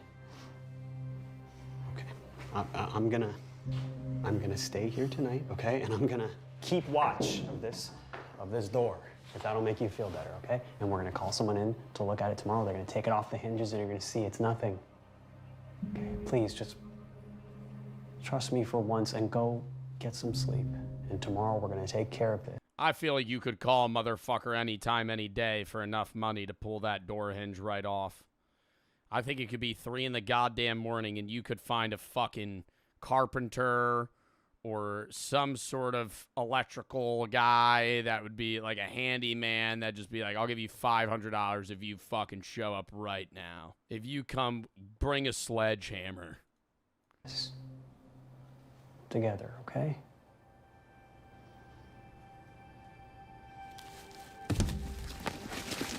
Or you just axe it down. Bro, but they don't know what's on the other side of the door. That's like the scary part. They could, like, I feel like she conveyed it wrong. She said she called the cops. They didn't believe her. She could literally just be like, home intruder, not a door spawned. She could be like, home intruder, he's in there. And then they're going to kick it down.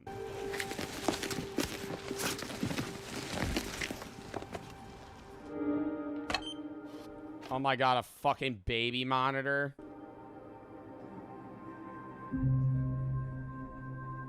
They're gonna like not look at it, and then they're gonna like look at the baby monitor footage, and the door's just gonna be open.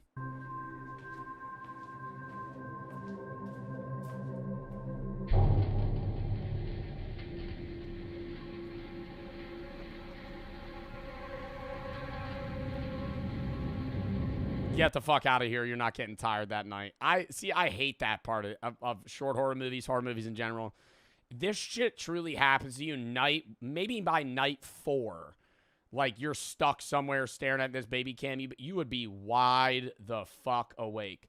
You would not even, no part of you would be able to fall asleep. You're not sleeping. You would just stare right at the door for 8 hours straight, no problem. It would go by, it might take a while, but you would fucking get it done.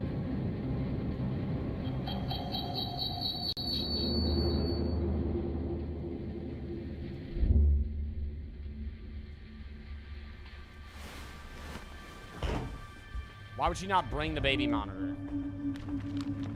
Oh my god, is he gonna be gone?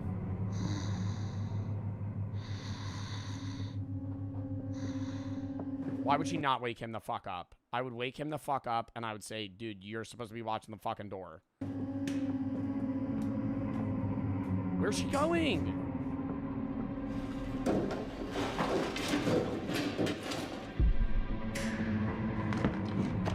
Oh my god, is she gonna try and break it down?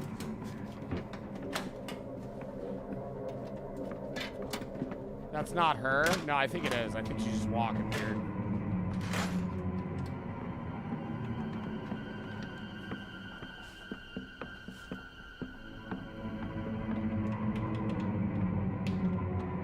She just knows how to pick a lock with a fucking screwdriver.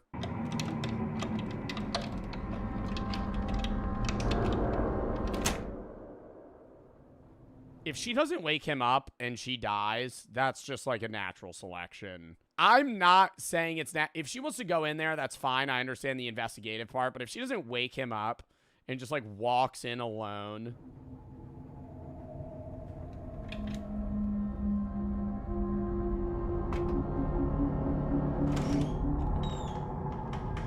What?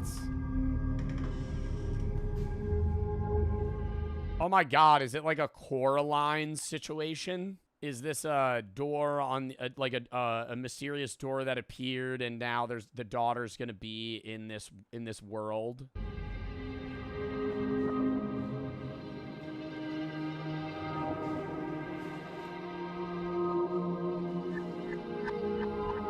Oh, I thought he was a zombie for a second, by the way he was staring.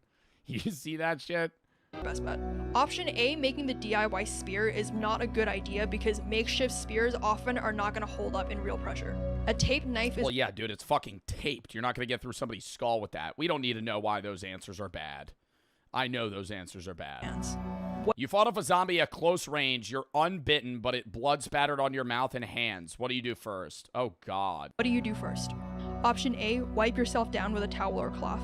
Option B, rinse with soap and water immediately. Option C, disinfect your skin with hand sanitizer. Or option D, wait and see if symptoms appear. C. So the correct answer here is option B, rinse with soap and water. What? I would have thought, dude, like alcohol, like just get rid of it. The reason this is the right answer is because if the virus spreads through blood, then you have to treat it like a biohazard. Soap and water removes infectious material better than alcohol. And sanitizer can't neutralize any contamination in the eyes or the mouth. Speed matters here, so waiting to see if symptoms appear is also a terrible idea. So by this point, all of your clean water is gone. You find a puddle of murky water next to a corpse that's clearly been mauled by zombies. What do? Option A, boil the water because heat kills everything. Option B, filter the water with cloth and then boil it. Option Why is the music getting louder? C, avoid it unless you have proper filtration. Or option D, dilute it with cleaner water and hope it's safe. Boy, like the music's like 200% right now. Boil it, filter it with a cloth, then boil it. Avoid it unless you have proper filtration. Dilute it with cleaner water and hope it's safe. C. So the correct answer here is option C, avoid it. Yeah, bro, the fucking dead zombie. A dead zombie's in the water. Without proper Or filtration. next to it. Oh, fuck no. So the reason this is the right answer is because while boiling is effective against bacteria, it's not effective against all viral agents or chemical contaminants. And you don't know enough about zombie blood to know if it contains persistent infection particles. Option B, filtering with the cloth and then boiling, is also a bad idea because filtering only removes debris but not pathogens. You're inside a store with broken glass on the floor. A group of 4 zombies wanders in from a side entrance. They haven't noticed you yet, and you're crouched behind the checkout counter. What do? Option A, crawl quietly against the back wall to the emergency exit. Option B, stay completely still until they pass, even if it takes hours. Option C, throw a metal object to the far corner and sneak out the front. Or option D, try and separate one from the group and take it down. B. Because there's glass everywhere. Any distraction won't work. So the correct answer here is option C, use noise tactically. The reason this is the right answer is because zombies react to sound, and you don't want them investigating your section of the store. Throwing an object quietly obviously creates false noise distraction, and it also gives you a chance to exit. Yeah, but there's glass everywhere. Why are you saying there's glass on the floor? I'm getting baited. Option B, waiting, was a valid answer, but it's a gamble on your time. And option A is a bad idea because if you can remember from the scenario, there's glass on the floor, and crawling on glass is just risk. Option D, engaging one, is dumb. You should probably know that by now. You should always avoid confrontation if possible, and remember there's a group of zombies. Unless I got a fucking gun with a silencer. Other ones will hear. Dead. So you continue making your way to the stadium. You're almost there. When you're 2 blocks away from your destination, you realize that someone is quietly following you at a distance. They haven't called out yet. What do? Option A, call them out and ask them to identify themselves. Option B, pick up your pace, make several turns to test if they're tracking you. Option C, stop abruptly and wait for them to catch up so you can confront them. Or option D, turn around and start walking towards them to intimidate them. Stop abruptly and wait for them to catch up so you can confront. B. So the correct answer is option B, change your pace and test if they're following you. The reason this is the right answer is because if someone's following you silently, you should never confront them directly. Change your pace and take sharp turns, and if they match you, it's deliberate. Once you establish they are in fact following you, then you can break the line of sight and change direction. Talking to them or walking Break line of sight, bro. I'd be charging their ass at that point. Towards them gives them control, and you need options here that minimize risk. So you've just changed pace and you've made several Bro, I don't know. I feel like the fear factor on humans is so different, bro. Some guy's following you from a distance in a zombie apocalypse. You just turn at him and just fucking run at him like a maniac. Like he's gonna imagine somebody does that to you. Like you're planning on attacking that guy and that's how he reacts. You're now vulnerable. You're running away. Not like he's not getting you. Sharp turns and they match every move. So now you know they're deliberately following you. You're still 2 blocks away from your destination. What do? Like, Option that'd freak A, me out. duck into a building, break the line of sight, and then exit via a back route. Option B, run the final 2 blocks to lose them and reach the evacuation point as fast as you can. Option C, hide in a shadowed spot and ambush them when they pass. Or option D, shout at them that you know they're following and threaten them to back off. A. So the right answer here is option A, break the line of sight and exit from another route. So the reason this is the right answer is because breaking the line of sight is power here. Once this person can't see you, you regain tactical control of the situation. Entering a building also gives you many alternate exits, angles, and barriers.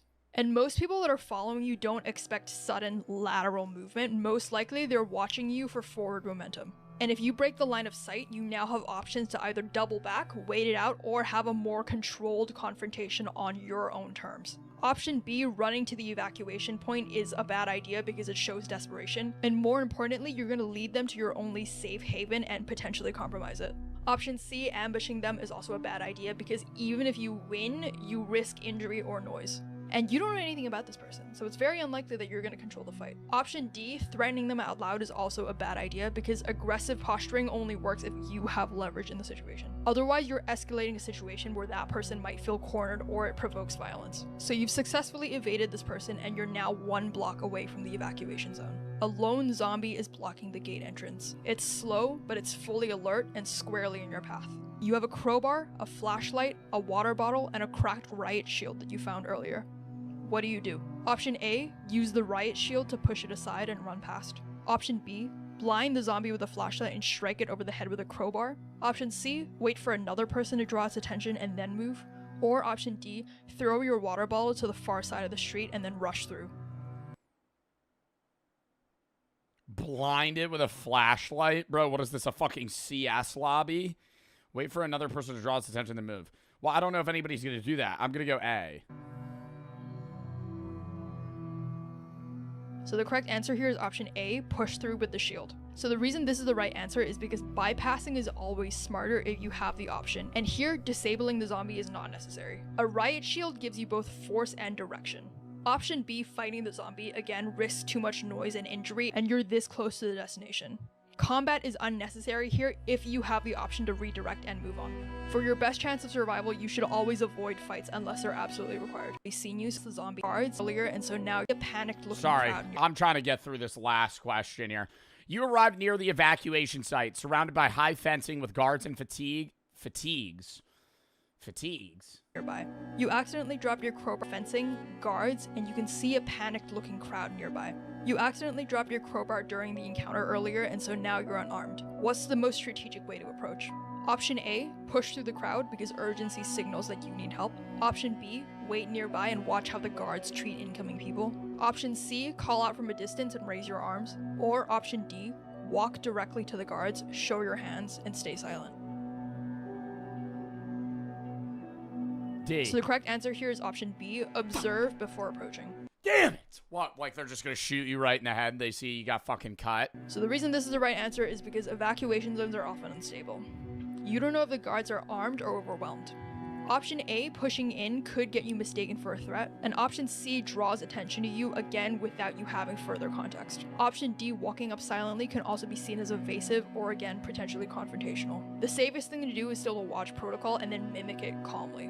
So that wraps up the last of the questions, and hopefully you made it. So count up how many of the answers you got correct. How many did I get right, chat? I feel like I got like 15 right. You should now have a score out of 28. So now I'll tell you what your score means and whether or not you would have survived the zombie apocalypse.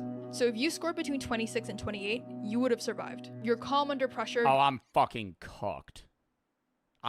Maybe I got 17 to 21. You're tactically sharp, you're rare, and you're adaptable. Most likely, you would have lasted months into this outbreak, maybe even years. And you're the kind of person that other survivors want to follow. If you scored between 22 and 25, then you most likely survived the initial outbreak and you navigated long-term danger pretty well. You made some mistakes here and there, but luckily it was nothing fatal. With a good group, you're likely to survive. If you scored between 17 and 21, you'd likely scrape through the first wave, but stumble very often.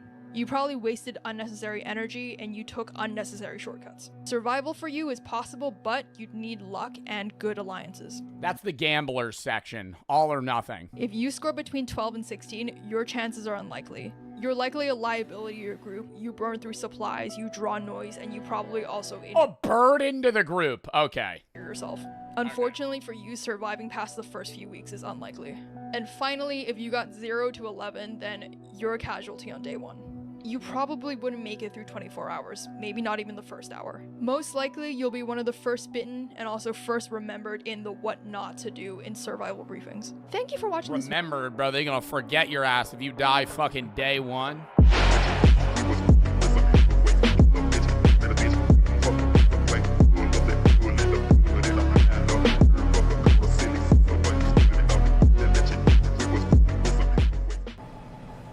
Because she's asleep? Yeah, but you don't have the realization that they're not there unless she's like started like what is it called when you control your dream? Oh my god. Unless she's like in that, what is that called? When you lucid dreaming. Unless she's lucid dreaming, she would have no idea. No idea what's going on right now. I'm just trying not to laugh. I have no idea what's going on right now. Like, she's in a dream, she's not. Okay, so the way that I'm assuming this is working. Yes, she's in Unit 731. They're running psychological experiments on her where she had memory loss from when they tortured her, maybe. And they keep giving her drugs to put her in a dream state to see if she'll remember it. And now she's finally remembering her. Seem more insane than him. Oh my god, and that's why Japanese were trying to develop like a biological warfare way to win while we were developing a nuclear bomb. Like we was there an FMV game that we played about something like this? No. I watched some. They keep showing her pregnant. Are they gonna like forcefully inseminate her or some shit? Like, where is this going? Holy shit. Unit 731 was a dark chapter of history. What's scary is that the U.S. let go to the scientists and doctors in exchange for them sharing their findings. Excellent video portraying the victim's suffering. Nurses lied about cutting down trees could be a reference to the cover story for the Unit 731. They claimed it was a lumber mill. Reference it as logs. How many logs fell out? How many logs did we burn today? Talking about them like humans. Wow. God damn. That was disturbing. All right. Well, that was a fucking fire charity stream, chat. W fucking stream. We raised $6,829.27 for Breast Cancer Research Fund. W fucking breast cancer stream. Thank you to everybody that fucking donated. Chat, that was awesome. And I think it was a fun Halloween stream, too. We had some great fucking reactions.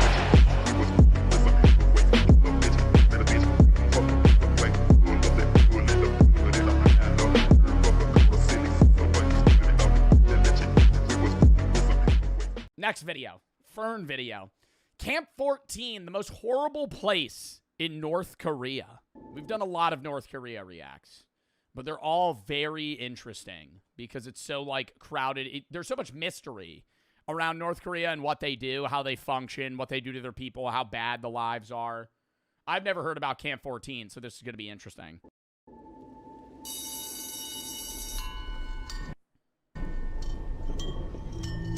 Class is about to start for these 40 school kids. Like every week, the teacher starts searching everyone's pockets. This time, he finds something on a little girl. 5 kernels of grain. The teacher snaps.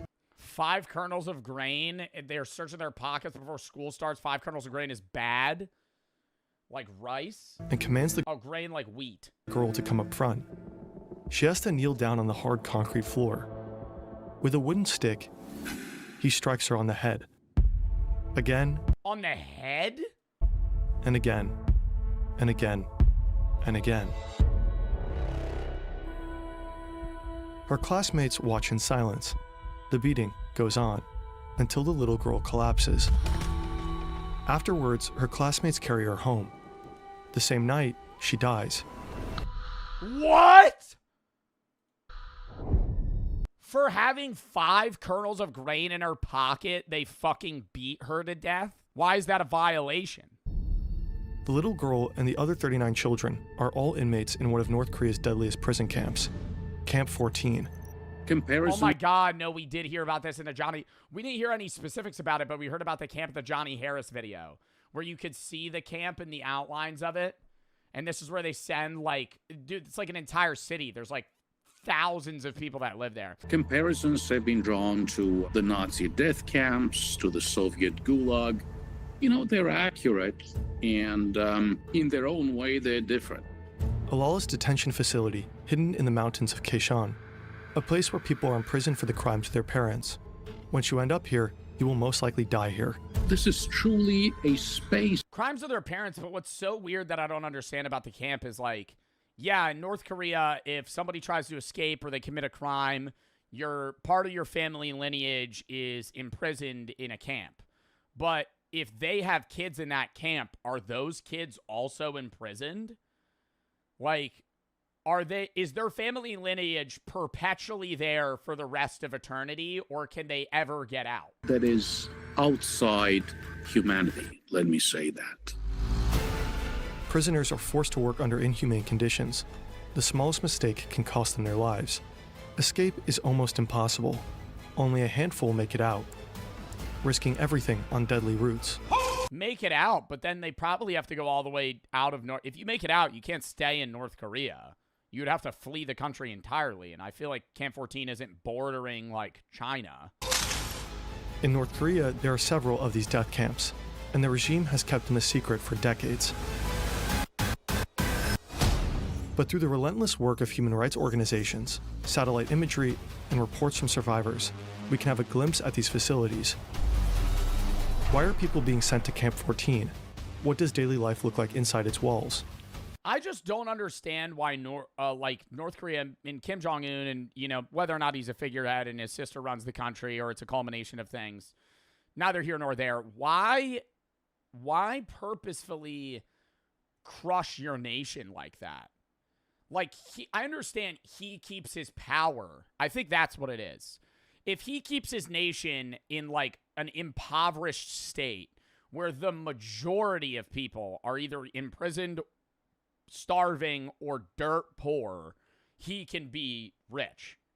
But, like, if he actually tried to even still keep it a dictatorship, not be a genocidal dictator and actually run his country in a normal fashion, wouldn't that benefit his own people and therefore him as well?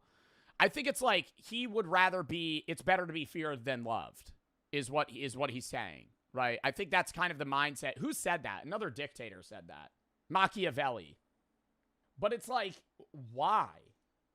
That's the route he's going down because it keeps him in power, but it's like, dude, your nation and you, I feel like he would be more rich. Even if he was less powerful, he would have access to more shit.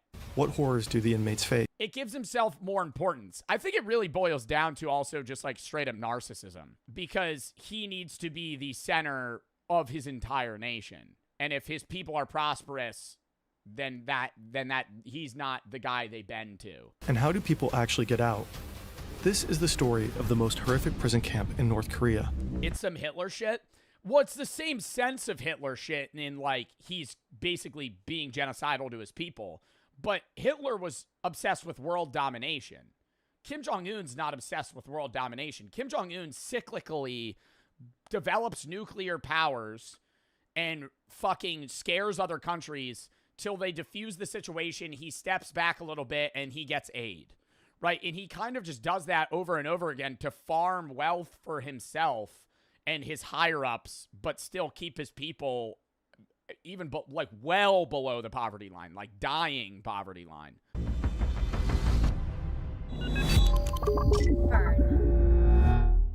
This story is based on Escape from Camp 14 by Blaine Harden. One former prisoner of Camp 14 later changed parts of his story. Every time you see this symbol, it marks those revisions. If you want to know more about the exact changes and the reasons behind them, we recommend reading this article. Since North Korea did... I would just be so worried, even as a North Korea defector. Like, if you left North Korea and you wrote about it, don't you think that Kim Jong-un, at least in part, his insanity, he hires some people to try and track these people down? Like, even if now in modern day you live in, like, Switzerland, or you live in Germany, or even the United States, I could easily foresee, like, Kim Jong-un trying to hire people to come kill you. Like... because he doesn't want you to talk shit about him. Like, that's how tight-knit this is he, like, they hate satellite. I wouldn't be surprised if they have shit underground now, or that's what he's planning to do, because then that keeps shit under wraps. Because he could say all the time, no, we don't have death camps, but, like, you could see them on Google Earth. But now if he puts it underground, you can't tell. Denies the existence of these camps, independent verification is not possible. Shin Dong-hyuk is just a young boy when he witnesses the little girl being punished for having food in her pocket. Shin has no doubt she deserved it. After all, she stole food. And in Camp 14, stealing means... Stole food, bro. 5 fucking grains of wheat? What is that, 2 calories? Or is that just supposed to be indicative that, like, she stole more? He doesn't question it. He knows nothing else. The camp rules are... It is brainwashed. It is. He's grown up in a camp where, in his mind, it makes logical sense that she should die. Because that's all he's known. It's like... I don't want to tune it to, like, being told Santa's real, but it's like, when you're a kid, you tell anybody anything, they're going to believe it. And if you grow up in a genocidal camp, and they teach you, hey, like, stealing is so wrong that you should die for it, he's probably not even going, wow, that's terrible.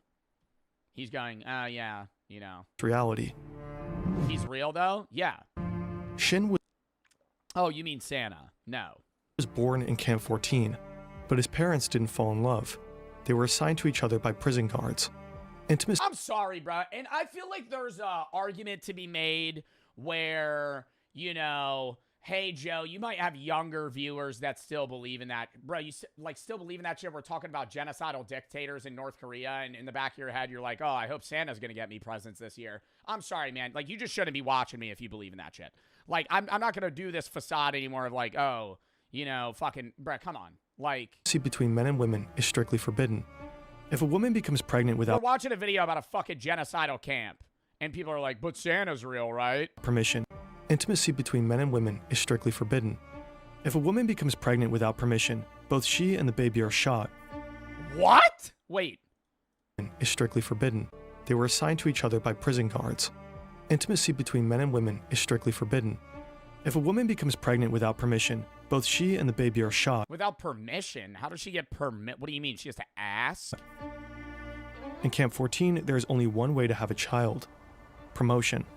Promotion? Those who work hard and, more importantly, snitch on others may be granted a reward marriage. This is how Shin Dong-hyuk and his older brother Shin Hee-gyun come into the world. But they don't grow up as a real family. I do want to question the moral. I think it's a survival in that sense from the parents' perspective. But in that scenario, wouldn't you say, like, why are you having a kid? Maybe in hopes that they get out of it, or like going back to a regular, because they're saying promotion, so I'm assuming maybe you live a better life in the camp and you're able to go to school rather than just do like slave labor over and over again. But it's like now this kid's basically being born into slavery. Their mother never talks about the past. And they probably don't even have the option. It's like you're allowed to have a kid, but I feel like it's also just like, no, you're going to have a kid. Hey, you've been good. We're going to reward you. I don't want it. No, you need to take it. Like, that's probably what it is. Their mother never talks about the past. Shin has no clue why his parents were imprisoned, and it probably wouldn't matter anyway. Oh, but he does know that they're in a prison camp. It's all about suspicion. You know, you don't have to be an anti-regime character. But if you're suspected of being anti-regime, of being a wrongdoer, a wrong thinker, of having engaged in wrong associations, they will send you to the camp. This is Greg Scarlatoiu. He's president and CEO of HRNK, the Washington-based Committee on Human Rights in North Korea. For years, Greg and his team have been investigating human rights abuses at these camps. Like many others, Shin will most likely stay in Camp 14 for the rest of his life, even though he never committed a crime. This is the house Shin and his mother live in. Along with his mother's promotion came slightly better housing. Okay, so that's answering my question. Because I kept saying, why would she have a kid if it's not, it's helping her. She gets a better house, better room, maybe she doesn't have to share. Like, they're able to live, not a normal life by any means, but like, they get their own space. They share it with 3 other families and never mind. Sleep on the floor. Holy fuck, they don't even get a bed? So they just sleep in a bare bones house, no furniture, nothing. So it's just a roof, no AC, no heat. It's just to keep them out of, like, the rain. They share it with 3 other families and sleep on the floor. Oh my god. There's a single light bulb in the kitchen. Electricity works for just 2 hours a day.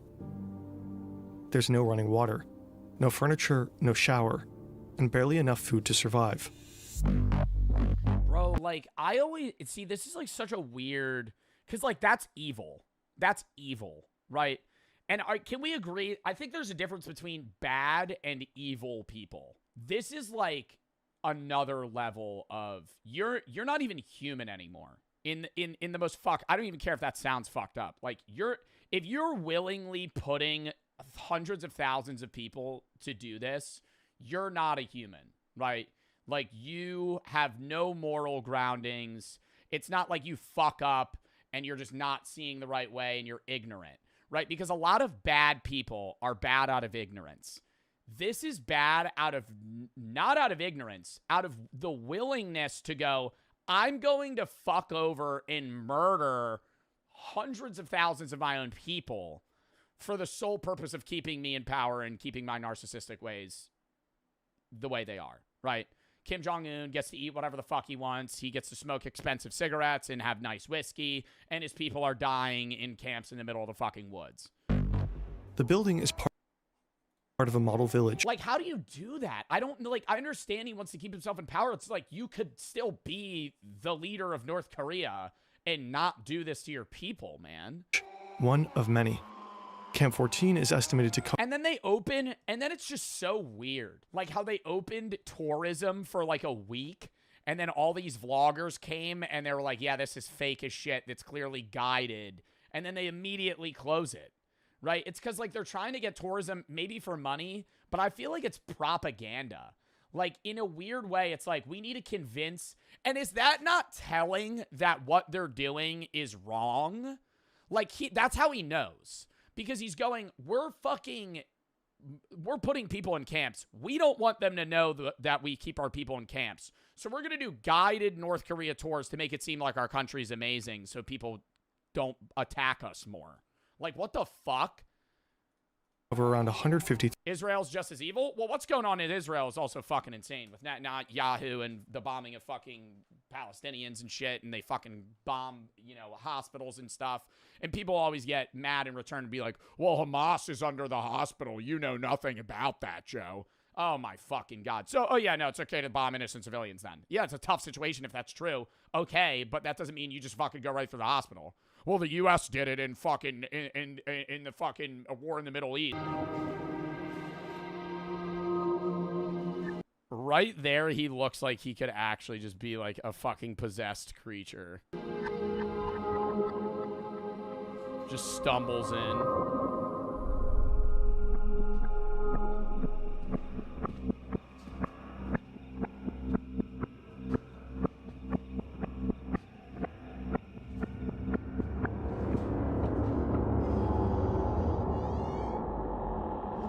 What the fuck?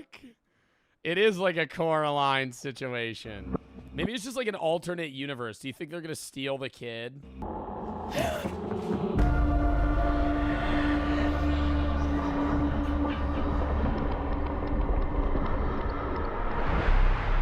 That's so fucking weird if they steal the kid, though. I understand they're mourning parents, but you would so... Bro, all of that would be fully clouded by the fact that you just entered a fucking alternate dimension. Like, if they're like, we gotta take Ellie. We gotta, it's our kid. I'd be like, bro, those are duplicates of you. I feel like let's wake them up and maybe be like, hey, we're the same person. Isn't that a little weird? Why don't we talk about that, you know? Oh, you think it's a time loop? How are you saying it's a fucking loop? But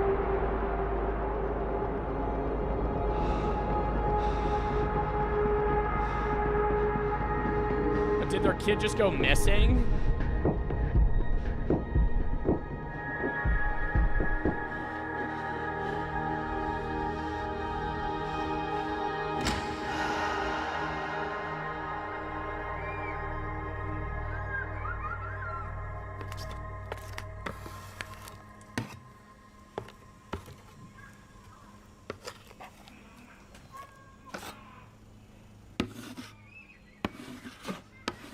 The door's still fucking there. What are we painting? She's painting over the door.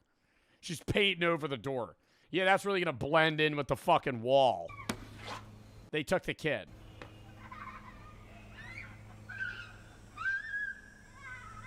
But you wouldn't, that's not your kid. Bro, that's like a Rick and Morty. You know Rick and Morty, how in, fucking spoiler alert, like one of the earlier seasons, they fuck up so bad they kill everybody on their universe, and then they just teleport to another one and take the place of a previous Rick and Morty that just died. That's exactly the same. The entire time, bro, like your siblings, your kids, your family members, your friends, you'd be like, you're not blank and blank. You're not Matt. You're not Frank. You're like another guy in another, like the dude I knew, even if you're exactly the same, it'd be like a clone. It'd be like the dude I knew is dead.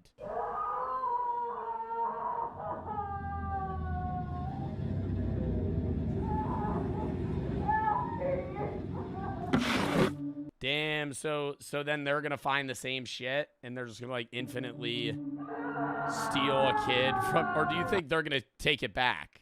Do you think that it's a loop where it's like, okay, so there's a few options. It's a one-time thing, their kid died or got kidnapped, they find a door, steal another dimension's kid, boom, close, done. It's a loop where infinitely the couple steal another couple's kid and then it'll just go like that forever. Or it's a game of cat and mouse, and now this is only 2 dimensions, and like every night they're just going to bounce between each other's. Because if the door's there for them, it's there for the other people, right? So they're just going to bounce between each other. That was a good video, bro. I really liked that. Chat next video. Sleep Talker.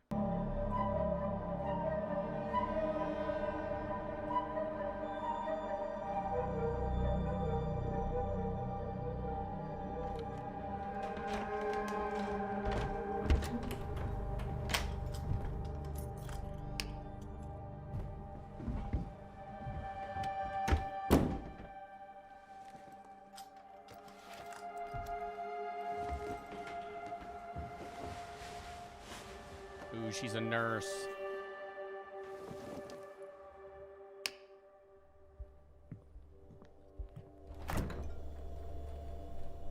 The husband sleep talks, potentially.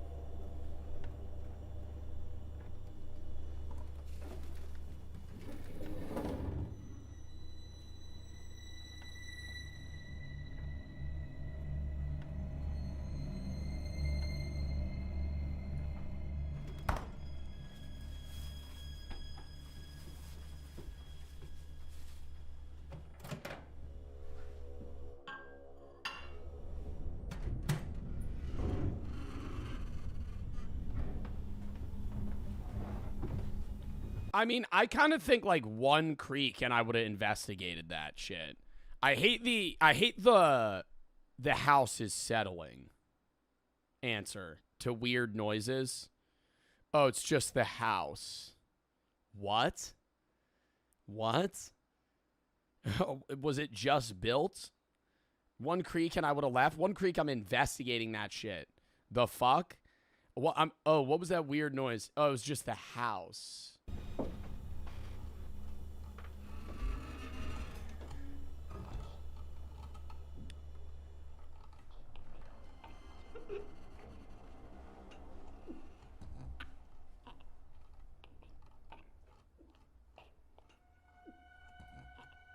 Dude, it sounds like somebody's fucking choking or gagging themselves. Maybe you want to go peep that? Let's turn on the stair light, why don't we?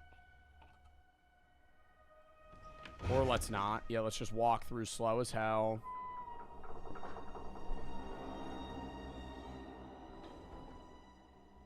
Oh, fuck off. Hey, babe. Is everything okay? You gotta wake his ass up. The fuck you just talking to him? He's asleep. I'm jolting his ass awake. The fuck? I'm gonna go roll him immediately. Wake up! Everything's okay.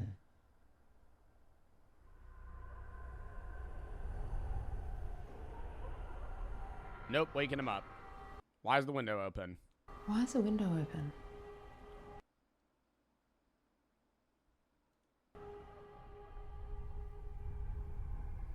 I needed to get in.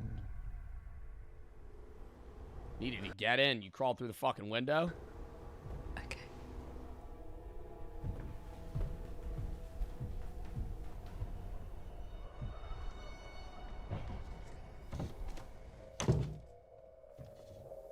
Oh my god, do you think that's something pretending to be him sleep talking and the real him's dead? Like the movie The Thing. You're gonna laugh about this in the morning. I can tell you right now, Brooke is waking my ass up. I feel like she's a little bit crazy for like not waking him the fuck up. Like, bro, you can fall back asleep if you're tired, no problem. Get the hell out of here. Ew. He's bleeding. And now you wake him up because you're a nurse. Oh my god, is he dead? Oh my god. Curtis? Curtis, wake up. Curtis?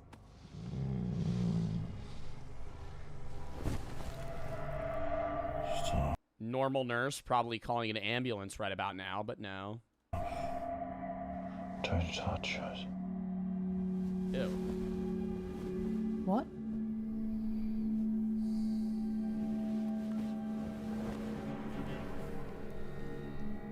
Stop, or I'll have to stop you. Walking out of the room, shutting the door, calling for help. Like, what? Like, what? Oh, I'll have to stop you. Okay, that's all I needed to hear. The light was, the door was open, the window was open. You said you had to crawl in to get here, and you have a weird gash on the back of your neck. And you're saying you're going to stop me if I turn on a fucking light. Oh! Holy shit!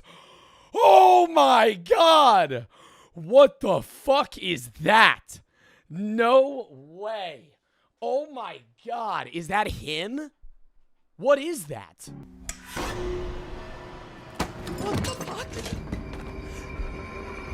Curtis?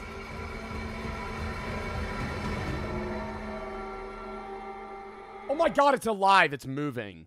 I thought it was like a wax figure. You interrupted us. You weren't supposed to see me.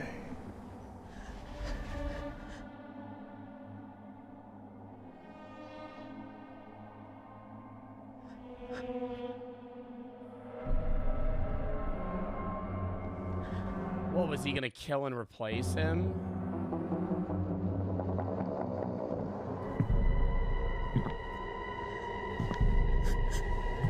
I'm drop kicking his ass, bro. You kidding me? I'm trying. I think I would be slightly frozen in fear, but I think I would do the jump double kick right to the fucking chest. Haul ass out of there. Oh, he's huge. What? Why is he like 8 feet tall? Where's she sitting?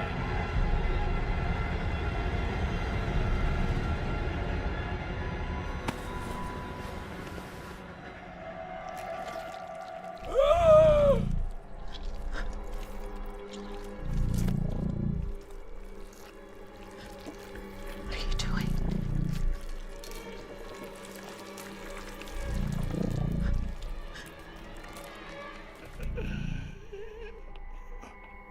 Before we make contact, we needed to know that we can talk. Oh, is he like puppeteering him? What is that?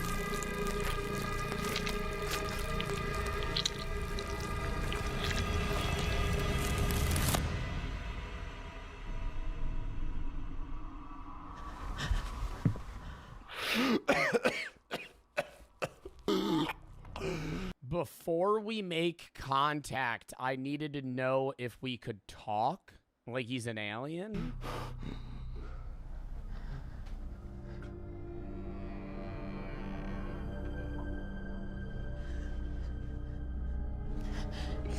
Curtis, can you hear me?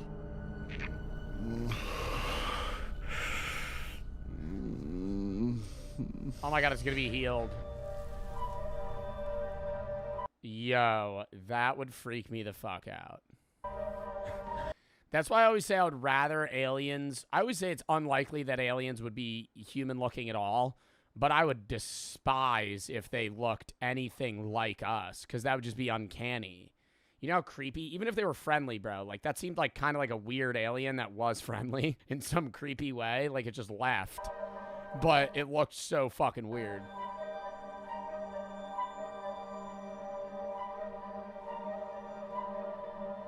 Oh my god, the aliens made that as a disguise? Oh, so you think it's wearing like a weird suit trying to look like a human? See, I hate that idea because it's like, it has the technology to enter somebody else's consciousness, basically, and like learn how to speak and then bring that out and put it into themselves. But they can't make a realistic human suit.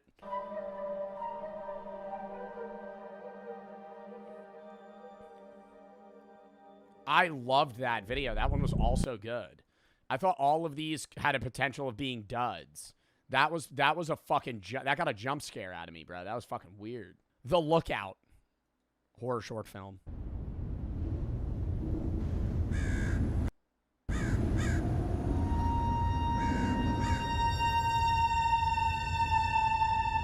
I feel like when the lights are off, I don't really look like a possum. I look like I'd be in, like, God of War, the video game.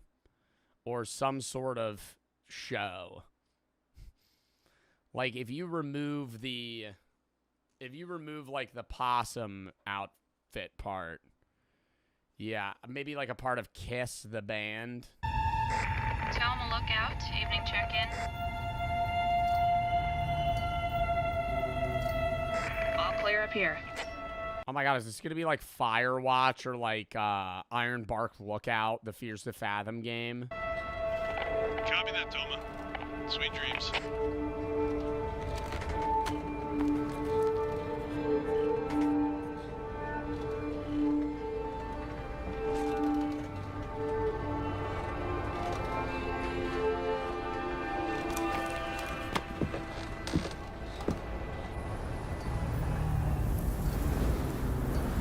What periods of time do they have to do these shifts? Because I know these jobs pay like all right, and you get like everything provided for you, but you're alone. It's the same thing with like lighthouse keepers. Like you're not with anyone all night. Yeah, I know all night, dummy. I'm saying like they have to be in that tower alone, not really contacting anybody for like months.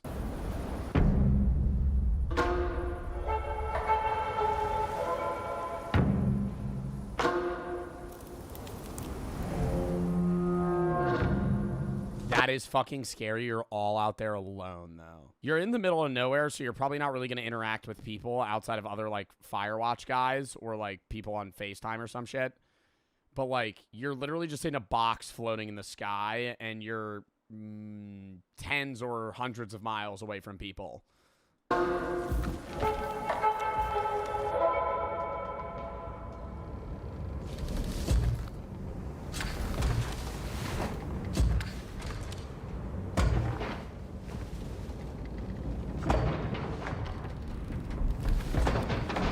Break in. It sounds like they're fucking. It sounds like they're chopping the structure down.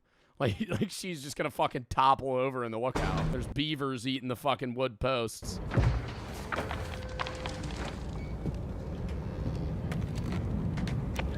Tell me to base. Did you send someone up here? Oh, dude, and she keeps all the windows open at night. Dude, the entire fucking lookout is made of glass. What are we doing? There's no shades. There's no... It's just, bro, everything's glass. They could just stare at her.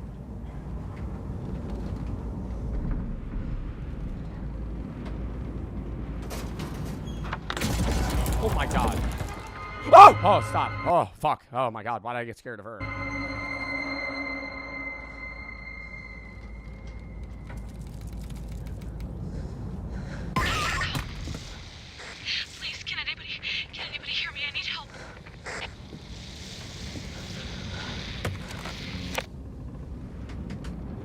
This is Toma Lookout. I'm lost. I can't. I think there's something out here. Hello? Can you hear me?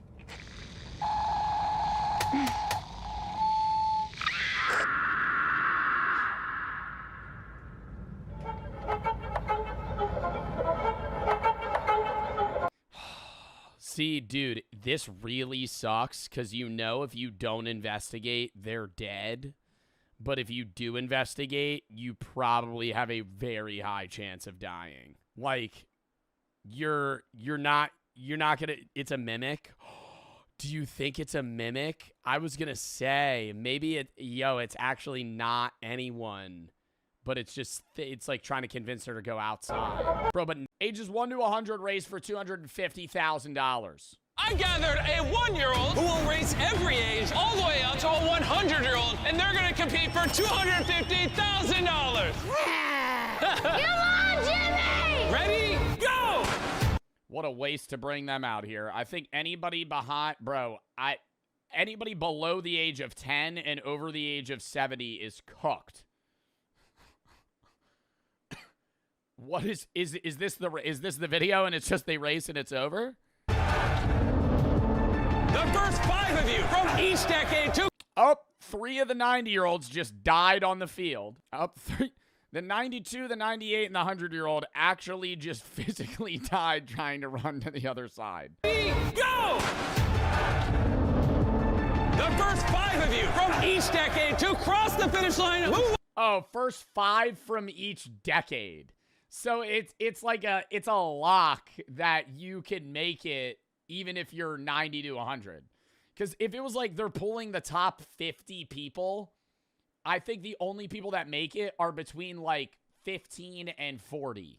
On to the next challenge. Doing good. Come on, 90-year-olds. Oh my God, I'm a team. Let's go. Oh my gosh, your shoe! And this is just the first of 6 brutal challenges. These contestants will compete. Oh, they hit the 88-year-old. In order to... Yo, you put me in a dodgeball match against an 80-year-old, I am throwing an absolute piss missile.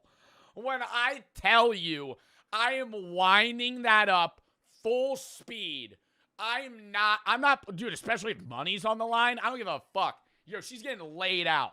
They're bringing out the gurney.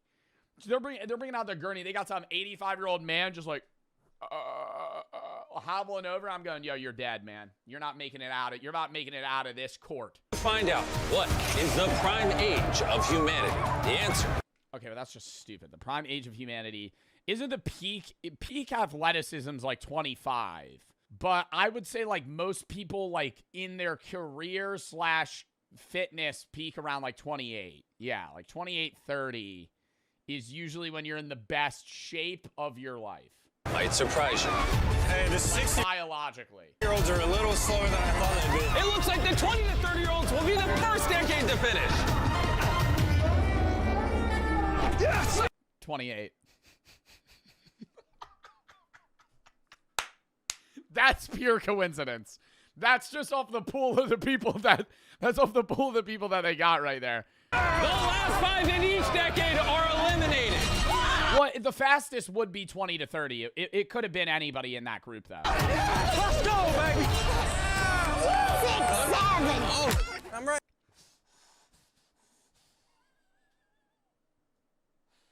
Oh, I'm right here. Oh my God, yo, she didn't even catch herself. She just 6, 7. Oh, I'm right here. I'm right here. Woo! All right, give it up for 92. And with that, all 50 spots have been filled. I think I was the first person out of everybody across that line. Congratulations! Yo, that was a full-on face plant. Head on out. This next game is where things really start to ramp up. For game number 2, we will be playing dodgeball. How do you expect old people to dodge them? Yellow team, you're not gonna hit us. You gotta figure it out, Grandma. You gotta figure it out. Isn't this a little unfair? Hey, you're in the video because you're 93, okay? You're not in the video because you're the peak athlete that's gonna win this, right? This is the whole plot of the video. You gotta work with it, right? You're wise, you got wisdom, you gotta play the game, you know, hold the ball, deflect, because you can't dodge. 6-year-old. Oh, right in the face. Right in the face. Yeah, no, I'm not playing nice at all, dude. Like, I don't care if the kid starts crying. Like, $250,000 is on the line, dude. I am throwing straight gas. I'm hitting anybody that could get out. 3, 2, 1, go! We're off. Oh, look at the little ones. The kids are bringing the balls back to the teenagers. Grab the ball! Hey, get it! Oh! Remember that if you get... That looked fucking fake as shit. Oh! That looked like that was like a ball of helium. Oh! Remember that if you get hit by a ball or step on the red line, you are out for the round. We're going until everyone on one team's out. 76 is gonna go for. Yo, I kind of like the movement from 65-year-old though. Yo, this guy's in shape. You peeping that? Ball or step on the red line. He had that stance. You are out for the round. We're going until everyone on one team's out. 76 is gonna go for him. Oh, he's 98. He's 98 years old. Most people die by 75. This guy is a walking body, right? Literally just lob it at him. Just lob. How do you miss that? You missed him! You missed him! No, 98! The seniors are down 3 already. I would feel bad about throwing a piss missile at the 98-year-old. I would feel less bad about nailing, like, somebody that cries versus, like, breaking somebody's bones, you know? Like, if you hit a 6-year-old in the face with a dodgeball, they're gonna live. Like, I might kill the 98-year-old. Like, if I hit him in the head and then he falls, like, he's gonna break his arms. What about the kid? The kid will be fine. The kid's just gonna cry. You know, like, bro, to put it in perspective, my now dead grandpa slipped and fell on the floor and broke his back. Like, old people over 80 are, like, literally just, like, sand that's, like, waiting to dissolve. Get on me! Oh, I'm out. This is pure chaos. Oh, 95. Oh, sorry, Ann. That was ridiculous. Oh, it. Throw the ball. Oh, 44 is out. Yellow team is taking out orange team. 29, throw it. I need a ball. Yeah! Oh, 54 is out. Wait, but I don't understand this. Did he explain how this is like, are full decades getting eliminated, or is it like that guy's out now, he's fully out? Like, are you playing for the team or are you playing for yourself? Oh, 46! Did you see that 46 kill? Oh! There's only 2 orange ones left! And 59 gets hit, they're done!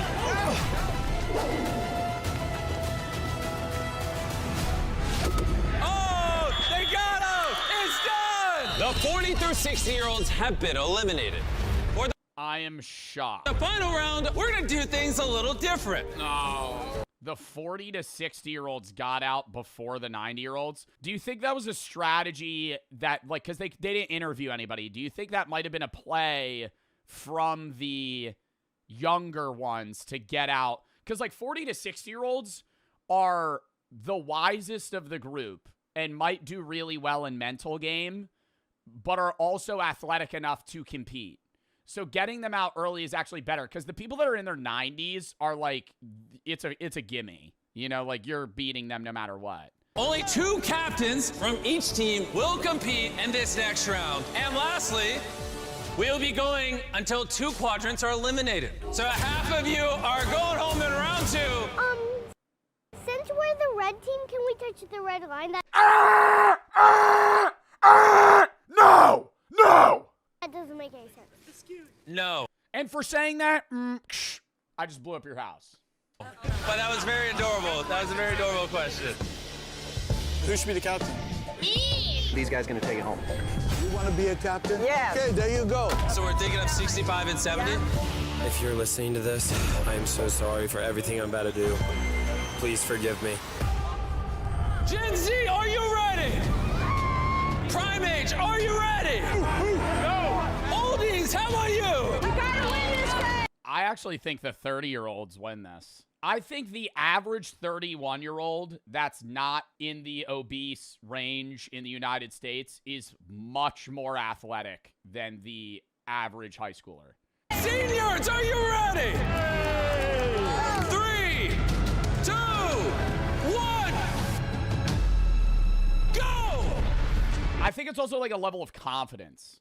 That's cap. I really don't think it is. I think in like raw racing ability, I think teenagers are better, right? Like, I ran track. I would be faster than a 30-year-old when I was in high school. But if you put me in a dodgeball match against 30-year-olds, I would be nervous, right? Like, they're more confident. Not that they've played dodgeball more, but it's like there's like a mental game in you going against somebody. Because if you're 30, you're not like, yes, you're not in the prime years of your life, but you're still athletic, right? Like 35-year-olds, like, bro, LeBron James is like 40 in the NBA. You know, like, they're not getting fried by a high schooler.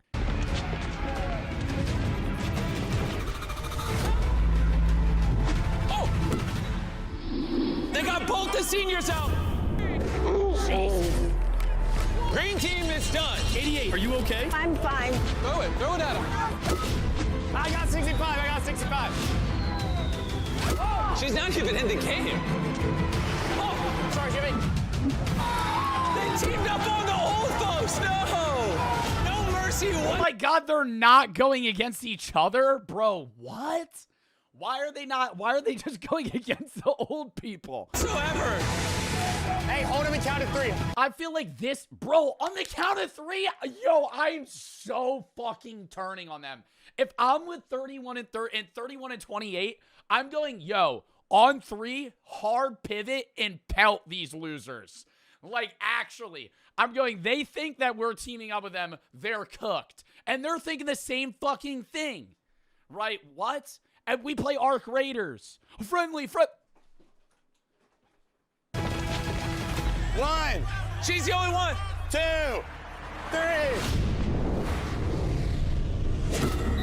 Oh! They show no mercy for the old people. That pissed me off. Everyone above the age of 40 has now been eliminated. Look, it's your fault. You took it like a champ. Are you all right? Yeah, You're all I'm right? fine. I'm going to college. I'm going to help my family out. I hope you forgive me. This is gonna be a day that I'll always remember. Let's go eliminate some more people. Follow me. What is this? Is that water? What the heck? Welcome to Dunk Tank Relay. As you can see by their jersey colors, we split all the ages into 5 new teams. Who do you want on your team? That were chosen by the 5 youngest competitors. Oh, hell no!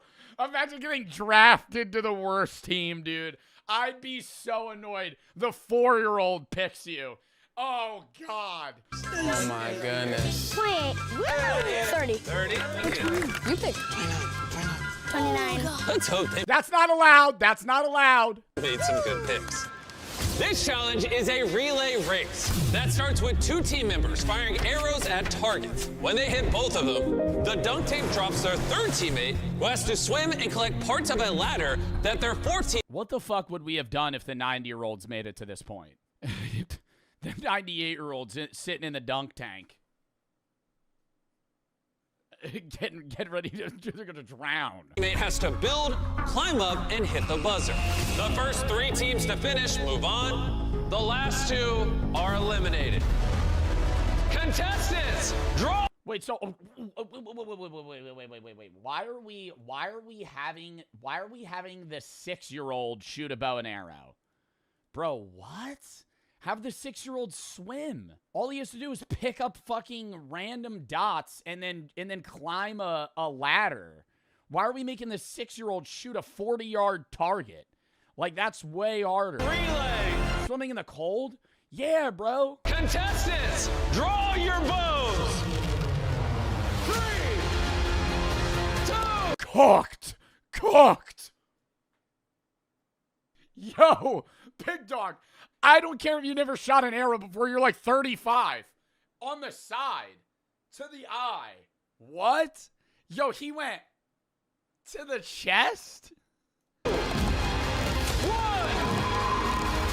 Go! Everybody missed their first shot, except wait, purple hasn't fired yet. Oh, he hit it! The purple team got a hit! Oh my God. Take your time, take your time. Come on, Tuna.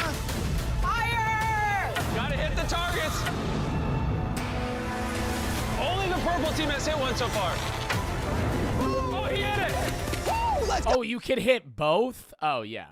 Oh, dunk him. Let's go. Only the first 3 teams move on. Hurry up and shoot your targets. Lock in! Purple's gonna be the first one up. Purple might build their ladder before anyone hits a target. Hey, that's it. That's a hit. On top. Do we really need On top. Come on. What the fuck are we doing? Oh, no. Are you kidding me?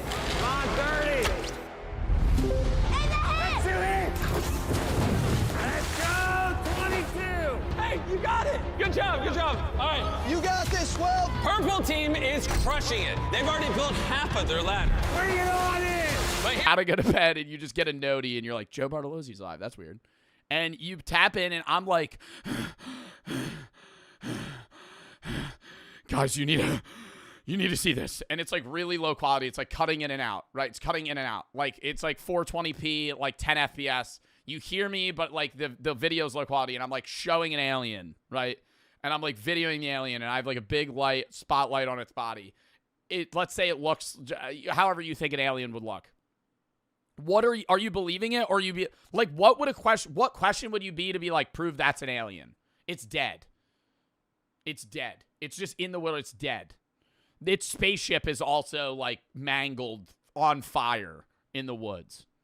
Pick it up. You'd say pick it up. Open its mouth. Ooh, that'd be scary though. Because what if it was still alive, like a deer? You think it's dead, it starts kicking. Cut it open, lick it, bro. Eat it? What?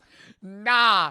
I feel like actually, dude, there would be some cornball that would send me 300 bits and be like, how much for you to eat its finger? And compiled eyewitness testimonies and accounts from the early 1970s. How much for you to take a bite of it? However, Macduff informed this friend to not go public or attempt to make any money with the evidence. How much? There's no amount of money. There's no amount of money for me to be like, okay, yeah, sure, I'd bite the... Dude, what? You're getting a disease. Because, as he saw it, it would almost guarantee being discredited and humiliated, possibly in a public way. In any case, we were very surprised by the former ufologist's conclusion. Not wanting to be taken for kooks or crackpots, we simply decided to keep it to ourselves, as a sort of secret. We showed the video privately to close friends with open minds, but not to the public. Like many witnesses of unexplained phenomena, I also feared that if I showed the video to the public, people would end up mocking us. And so the tape was kept as a secret. If my friend that I've known for years randomly goes, I saw an alien a few years ago, here's some photos, I would be annoyed that they didn't take the alien's body. Like, I would be mad at them. I'd be like, why would you not put it in a box and cover it in salt and try and preserve it in some way? Like, you left it outside. In this friend group, and shown only occasionally to people who they trusted. However, That's actually TOS. You know, if I got banned on Twitch for showing a dead alien, I think I'd be okay with that. I don't think I would be upset. I don't think Dan Clancy would be mad at me as well. If in this actual scenario, I think if I showed a dead alien and then I got banned, I would be like, you know, this is for the greater good. Fast forward 17 years later to 2008. In October 2008, around 17 years after the photos came into my life, I finally decided to try my luck at solving the mystery. Lacking the equipment to convert the VHS of the EB... Yo, how do you live a regular life? Like that, bro, that's like the worst thing that could happen to you. That's like... I always talk about how I would love to see an alien, and I still stand on that. But, like, logically thinking, you seeing Bigfoot, a Yeti, an alien, any mythical creature or scientific creature, if you saw that and then no one believed you, you would be the crazy guy that saw an alien. Like, you wouldn't be able to, like, just go to work the next day. Photos into a digital file. I had to film the VHS footage with my digital camera by recording it off the screen of my tube TV. I then uploaded the video online through the video sharing site YouTube. Thanks to this format, anyone can remain anonymous, and by avoiding judgment, share their stories or discoveries in peace. Lame. From there, the video was briefly lame. Bro, I feel like I would just be like, this is an alien I saw. Picked up within ufology circles, but not to the degree that the uploader had. Them being anonymous makes me think it's fake. They write, to help witnesses come forward or encourage investigators to take an interest, I included the email address etrangevideos@yahoo.ca at the bottom of the video description on YouTube. Strangely, at first, only one Quebecois investigator came forward, a certain Mr. Morin from Avni, Quebec. He published the details of the case on his website, where I used the pseudonym Mr. R. In December 2008, a journalist from a local newspaper in Riviera Rouge wrote an article about the video. We stayed in touch by email, in case any witnesses pictured in the photos eventually came forward. In January 2009, I reached out to another investigator. However, he declined to investigate, mainly because the only proof I had was the VHS. That's why you cut off its dick. Cut its dick off. They got whole museums about penises, bro. If you had its dick, they would be like, this isn't a dick of an animal I've seen before. Must be another creature. 2013, I received an email from a Mr. Garcia in Mexico who worked for a TV show called Tercer Milenio, or Third Millennium. He wanted a Skype interview. You know they had a penis museum in Iceland and I didn't go? And I didn't know about that until recently, and I'm really upset about it. I'm really upset about it. Because I would have so gone to that. A museum where I just walk around, there's just a bunch of penises in jars from, like, varying animals. How interesting that would be. I think I need to go back just for that. I go back for 6 hours, go to the museum, leave. Why would you want to do that? Dude, I love weird museums. I love a museum where it's like, this is a man's colon that was enlarged so much that it ended up killing him. This is a random artifact. I love, like, weird museums. Stuff like that. Like, when we went to Salem and it was the torture museum, bro, that was sick. Being able to see all that, anonymous. By January of 2016, the 2008 upload had amassed well over 400,000 views. That same month, a YouTuber named NewBeat2012 uploaded a detailed breakdown of the tape called Authentic Alien Grey EBE Footage Analyzed, Quebec, 1992, which was specifically mentioned by the uploader. I looked into NewBeat2012, and thanks to the Wayback Machine, I found that NewBeat did indeed exist, as did his video, which was also available. In the video, he explicitly talks about the anatomy of the being and how much detail it had, a bit more than what would have been expected from an amateur prop maker in 1992, especially for a hoax. In his video, NewBeat looks at 5 distinct areas: the neck, the legs, pectorals, arms, and torso, and shows Why are we using these images on a fucking alien video, bro? that these areas have a great deal more of detail than what Elon Musk? otherwise a simple hoax may require. Now, naturally, this is difficult to fully claim given the low quality of the original video, but you do seem to be able to make out distinct details of the neck, as he shows here, along with the shoulder area. I don't know, bro. I refuse to believe that weak-ass neck would fucking hold his bowling ball of a head up. Along with the shoulder area. And a clear view of the sternomastoid, more commonly recognized as the V-shaped muscles you see connecting from behind the ear down to your collarbone, and what may be a coracobrachialis, pectorals, and abdominals. But what I found most interesting was his analysis of the legs, which genuinely do seem to have a lot of muscle definition. No deck! When props of aliens are made, there is usually some basic musculature included, some of which would be the same areas that NewBeat2012 highlighted, but this one stood out the most. You can see what appears to be fairly recognizable muscles comparable to a human leg, and that begs the question, would a prop for a hoax in the early days of YouTube require this? And why is every alien, bro, do you really think aliens would be that scrawny? Like, the more intelligent they get, the weaker they get? Because every, like, fake alien image I've ever seen looks like some 3-foot alien I could throw against the wall and it would shatter. Like red mist. Like, I'd just punch it and it would just die. Like, just fucking, they have the structural integrity of an infant. Like, you just throw them and they die. Here, he inverts a close-up of the body, and you can see what looks like, at first, wrapping.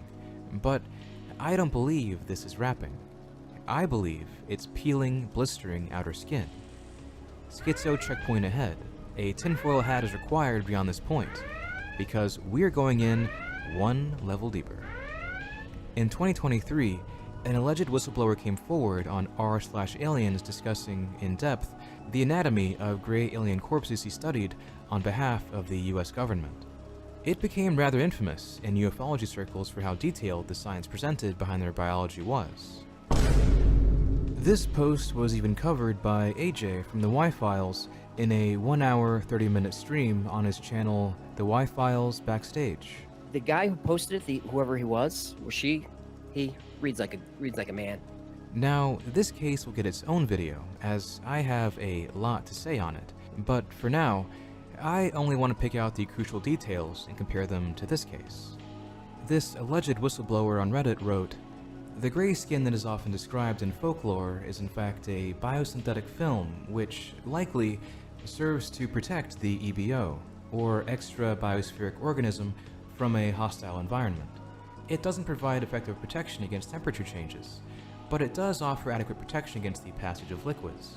What, so their skin's good for fucking, protecting them from getting wrinkled in the water? Like, what the fuck does that mean? It's possible that this film confers other advantages, but my knowledge on the subject is limited. Under the gray film, the epidermis is rather white, and the texture is very regular and without any hair. So, from my perspective, it may be possible that this wrapping we see is the outer skin coming apart. In fact, a lot of the physical details of this corpse match this man's account. For instance, he also wrote, "Not leaving would feel so bad. You'd be like, I still might die and I'm not helping." Would y'all go investigate it if you just heard that on the radio comm?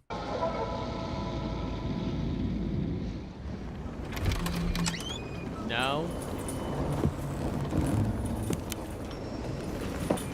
Dude, it's pitch black. What is she looking at?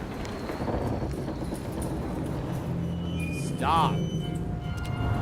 What the fuck? What, did one of the panels break? Oh, no, it's just the staircase.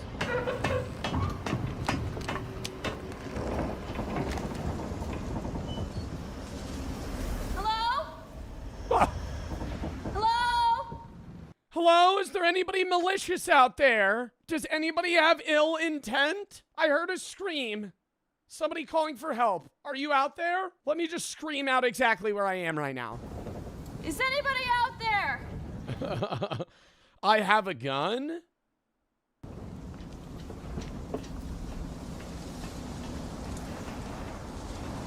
They surely would give these people guns, though, right? If you're working at a fucking fire tower, bro, you probably have a gun. You gotta have a gun. You get, like, a rifle.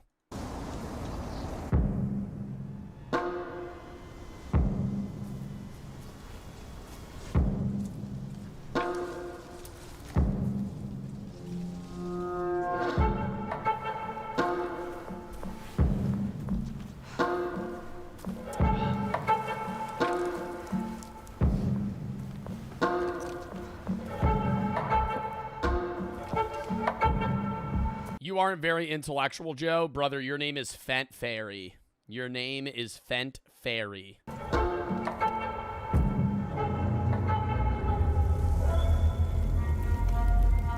Yeah, it's gonna be so lame if it's a spider. It better be a skinwalker.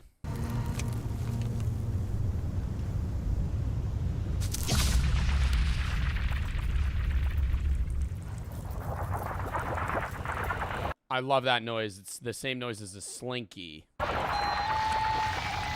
Or like an antenna that you flick. Like a slinky, if you hold it and go, it goes.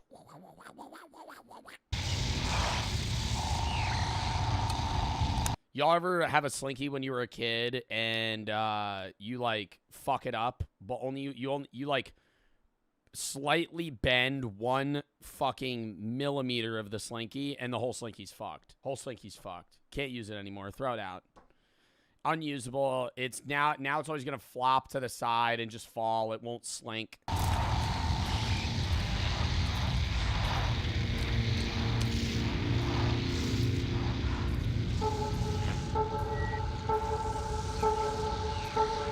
Oh my god, it's like a rope.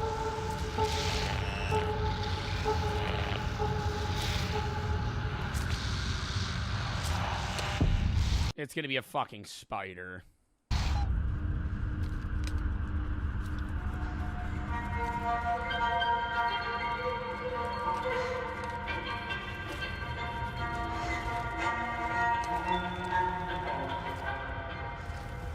And her friend's gonna be like taped to the wall, like, and it's gonna do a dun, and she'll be like, and then she'll turn, it'll be just like a really bad CGI spider. Hello? Can anybody hear me?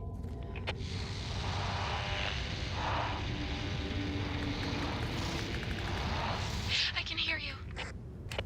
What's your location? Where are you? Like she's gonna be able to fucking determine where the fuck she is. She just stumbled into the woods for fucking half a mile. What the hell? Oh, she could just follow the rope back. Never mind, I'm stupid. Because the rope was near her area. I don't know where. I'm so lost. Please help.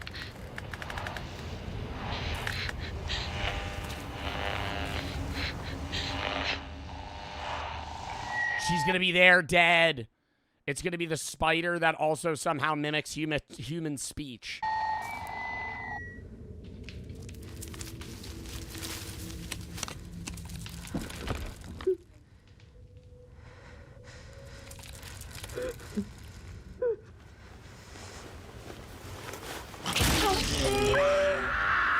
Oh, it's not a spider. What the fuck was that?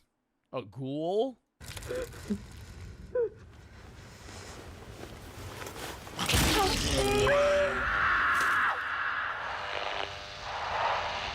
Oh, it's a rake? What is a rake? I feel like I've heard that in Phasmophobia. Horror short film Room 7. Unit 731 was a covert biological and chemical warfare research and development unit of the Imperial Japanese Army that undertook lethal human experimentation during World War II.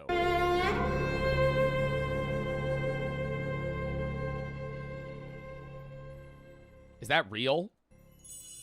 Oh, it says content warning. Oh, God. For you to feel what all of your victims felt. Oh, no.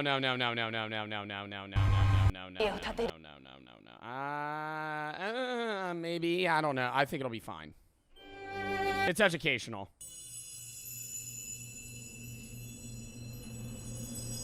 Let me read the description. Why is the Chinese girl has no memory of where she is or who she is? She encounters Dr. Ken and a ghostly young woman who both seem to want to help her. Okay, so it's not based off a true story. 731's real. Yeah, but I think this is like a different rendition of a story from that. Like it says she has forcing her to just constantly be asleep to see if she'll remember things from dreams. Like just a psychological experiment that they're running on people. What is Unit 7031 though? People in asylums or something? It said it was in World War II. Ages 1 to 100 race for $250,000. I gathered a 1-year-old who will race every age all the way up to a 100-year-old, and they're going to compete for $250,000. Come on, Jimmy! Ready? Go! What a waste to bring them out here. I think anybody behind, anybody below the age of 10 and over the age of 70 is cooked. What is this the video and it's just they race and it's over? The first 5 of you from each decade to... Oh, 3 of the 90-year-olds just died on the field. The 92, the 98, and the 100-year-old actually just physically died trying to run to the other side. Go! The first 5 of you from each decade to cross the finish line. Oh, first 5 from each decade. So it's a lock that you can make it even if you're 90 to 100. Because if it was like they're pulling the top 50 people, I think the only people that make it are between like 15 and 40. On to the next challenge. Doing good. I ain't going. Come on, 90-year-olds. Oh my God, I'm a team. Let's go. Oh my gosh, you're shooting. And this is just the first of 6 brutal challenges. These contestants will compete. Oh, they hit the 88-year-old. In order to... Yo, you put me in a dodgeball match against an 80-year-old, I am throwing an absolute piss missile. When I tell you, I am winding that up full speed.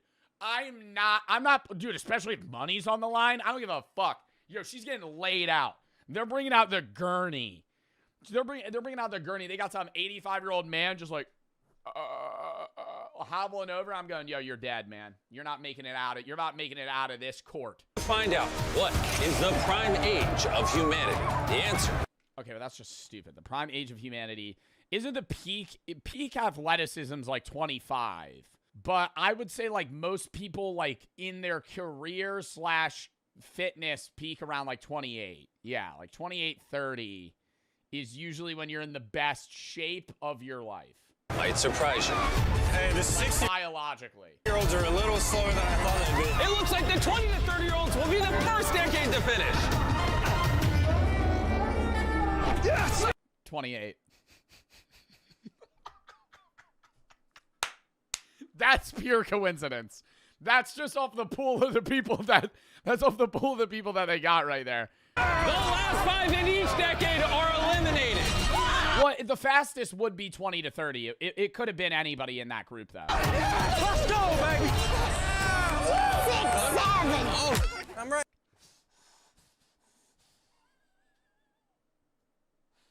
Oh, I'm right here. Oh my God, yo, she didn't even catch herself. She just... 6, 7. Oh, I'm right here. I'm right here. Woo! All right, give it up for 92. And with that, all 50 spots have been filled. I think I was the first person out of everybody across that line. Congratulations! Yo, that was a full-on face plant. Head on out. This next game is where things really start to ramp up. For game number 2, we will be playing dodgeball. How do you expect old people to dodge them?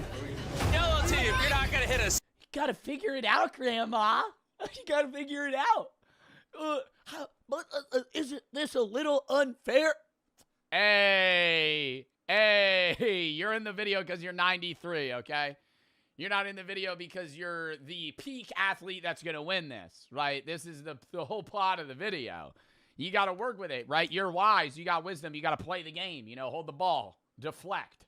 Because you can't dodge. 6-year-old. Oh, right in the face. Right in the face. Yeah, no, I'm not playing nice at all, dude. Like, I don't care if the kid starts crying. Like, $250,000 is on the line, dude. I am throwing straight gas. I'm hitting anybody that could get out. 3, 2, 1, go!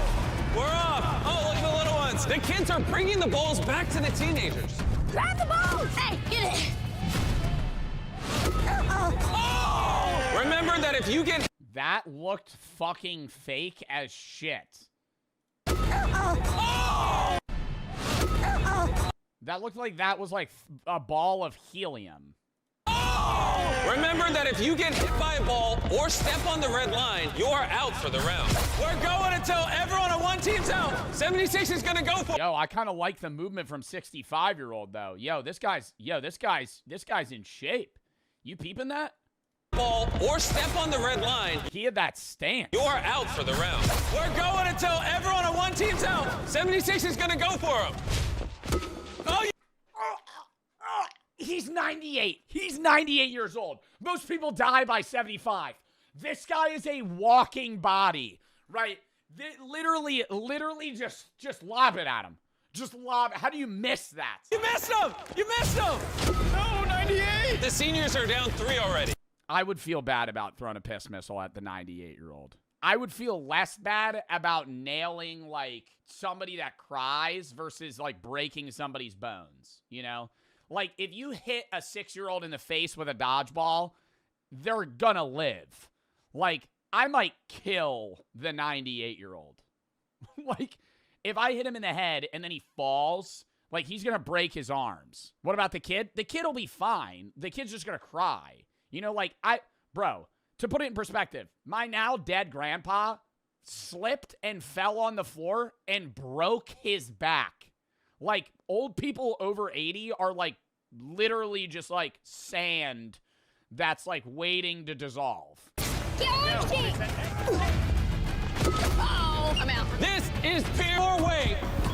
Whenever you guys are ready to drop, just drop it, okay? This is so bad. My fingers already hurt. 10% of your body weight has been added. Are you allowed to wrap it around your wrist? I would just do that. Or do they have to grip strength that shit? My hands sweat like crazy. That'd be my worry. How's it feel? This is a little harder. 10% makes a big difference. 19, are you struggling? My fingers hurt. Go, let it go then. It's been 5 minutes. Guards, come on up. No! All right, clip them all in, guards. This is now 30% of your body weight. Can you just sit on the ground? I feel like I would sit down. 12 is struggling. You really got to dig deep right here. This is why you shouldn't be eating that junk food, 12. Shots fired. 12, what do you want to see? Oh! Oh my gosh. Oh, wait, is she about to get out as well? 19. Go ahead, 19, go, let it go, let it go. 19, you joining him? Let it go, let it go. Are you joining him, 19? Are you joining him? Let it go, let it go. Let it go. Oh! Yes. We lost another What? Drop him. I'm sorry, 12. Drop me. Oh, all right, we're going until 2 more of you are eliminated. I'm a 7-year-old and I'm against 3 grown men. He's on his villain. Yeah, you're also holding 10 pounds, you chud. He's over here holding fucking 90. Well, I'm sorry, that was rude. I want the 7-year-old to win. before we add any more bags to your mannequins, I have something fun I want to show all of you. You guys want to see something cool? Okay.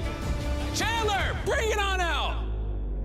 You said he'd lose? Well, I said I would give him a switchblade and then he would cut the legs of the other contestants because I thought it would be like a running race. This is a very fair athletic competition because it's 10% of body weight. Let's spice things up a little bit. Hopefully I don't drop mine on that. Wait, hold it. You might not want to drop. This is not a good time to lose because of what I'm about to say. Oh, no. 40. It's unfortunate 40 dropped. As I was about to say, whoever gets out next will go home with this brand new Tesla wrapped with the Whatnot branding. Man, when the Tesla rolled out, I was like... The Tesla is still up for grabs for the next person who drops. Please, someone let go. Just someone let go. But remember, dropping will eliminate you, and you will not move on to the finale. Yo, that car's actually useless for the 7-year-old. Because what the fuck is he going to do with that? Day after this video goes live, right before the big game, we are going to be giving away over $1 million in free stuff on a Whatnot live stream. Whatnot is one of my favorite places to shop. It's basically a live shopping app where you buy, and tomorrow, anywhere else in the world, you can $50,000 Lamborghini, a jet ski, as well as everything you see here. This 50. You guys want to know the craziest part about all these prizes, the cars, everything? What? We're giving it away for free. Please, just someone let go. That's all you, man. Go ahead, go. Follow me on Whatnot, and while you're waiting for the stream, I have some exclusive Beast Games merch available on my profile. Don't miss this internet-breaking $1 million live stream February 8th at 10 a.m. Pacific Time, 1 p.m. Eastern. I'm the final two! You're in the final two? Yes! Yeah, you can drop it if you want. Yo, if the 28-year-old wins, this is literally like, this feels like a science experiment. Where we were like, the prime age athletically and mentally is 28. That was brutal. It just slipped the drop. At least you won a brand new Tesla. It's all me, though. May the best man win. Drop one! All right, yeah, now that, yeah, somebody said wins in basketball. They 1v1 in basketball. All right, you guys are going to have street rules. Street rules 1st to 11. You two ready for the final game? Yeah. And now that we've narrowed it down to the final two contestants, here Oh my God, they're actually doing basketball. we are in a stadium full of people. Who is going to win this quarter of $1 million? Our first competitor has dominated every challenge this video. Everyone give it up for 28. Wait, why do you think they're booing you? I think they're booing me because they know I'm competing against a 7-year-old. Yeah. And 28 here. Yeah, this is pretty. Yo, like he can't win and not seem like an asshole. Like, Mr. Beast at a UNC game is going, all right, we're gonna match this 28-year-old against a 7-year-old. It's going to be going up against a 7-year-old.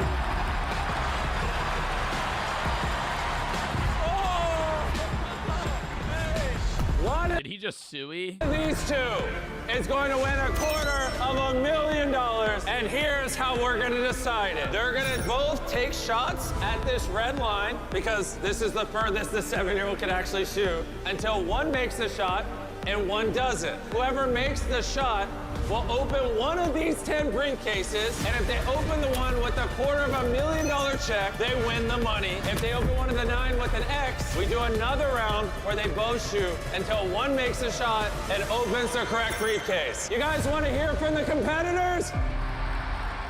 Yo, this is like a death sentence for me. I'm so bad at basketball. Like, I genuinely think I like watching basketball. I hate playing basketball. I'm so bad at basketball. Out of every, like, basketball and baseball, my 2 worst sports. It's not even close. Like, I'm so much more confident in anything. If Mr. Beast hands me a basketball and goes, all right, we're doing free throws, I'm cooked. Like, I would actually be nervous. I would lose against the 7-year-old. So I know some of you don't like me. Hey, that's all right. My wife is currently walking across the stage for her PA program. This is all for her. And now, let's hear from the 7-year-old. I'm probably gonna buy some Robux after this. I'm winning this money. Let's get this show underway. Mess. All right, a lot of pressure. Dig deep. If 7 misses, 28 gets to open a briefcase. It's now time. I'm picking case 3. Time to pick a briefcase. You have 10 options here. You think you got it? I don't think he got the briefcase. We gotta go with lucky number 7. All right, he's going with number 7. Let's see if he won. Let's do another round. 7-year-olds, go first. So let's let 28 shoot. Okay. What number are we feeling? Gotta do it. He has chosen a number. Obviously, somebody would think Mr. Beast would put $1 million or the $250,000 into 6-7 because of the meme. That's exactly why he didn't. Go! All right, here you go.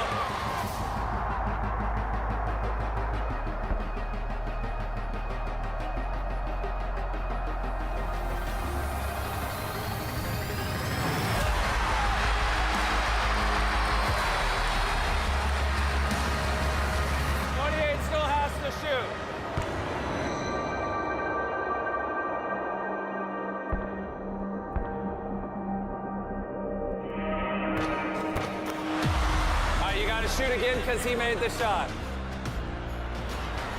All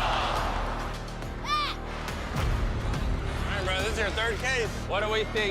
Number three. I heard some kids say 3. We're going 3. It's official. Did he win?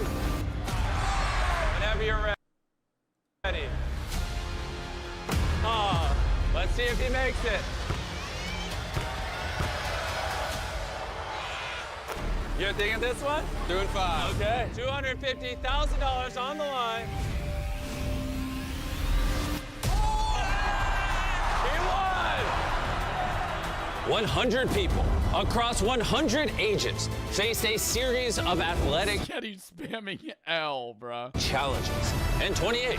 I know all the UNC people were like cheering for the kid, but if they were in the position, they would be like, I'm winning this. Like, Came out on top as the peak of athleticism. what sucks, and I'm not trying to make this feel even worse, is $250K for a 7-year-old is definitively life-changing money. Like, if that 7-year-old won $250,000 and they put that in like an investment portfolio, even like low interest, like that would be millions of dollars by the time he was in his 30s. What are you going to use the money on? My wife, student loans. This was just insane. So much fun. The adrenaline rush. Now, even though the 7-year-old didn't Yeah, but he didn't win. Yo, McChunky. Yo.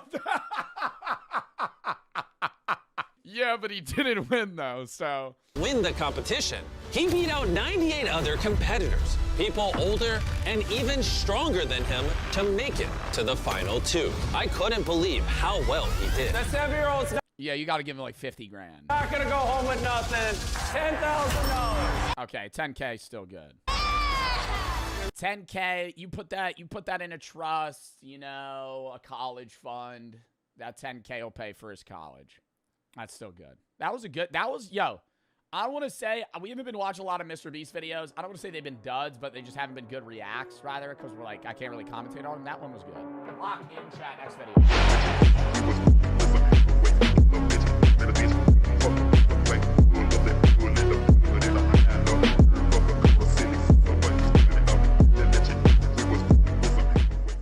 Casually explained, the global military superpowers.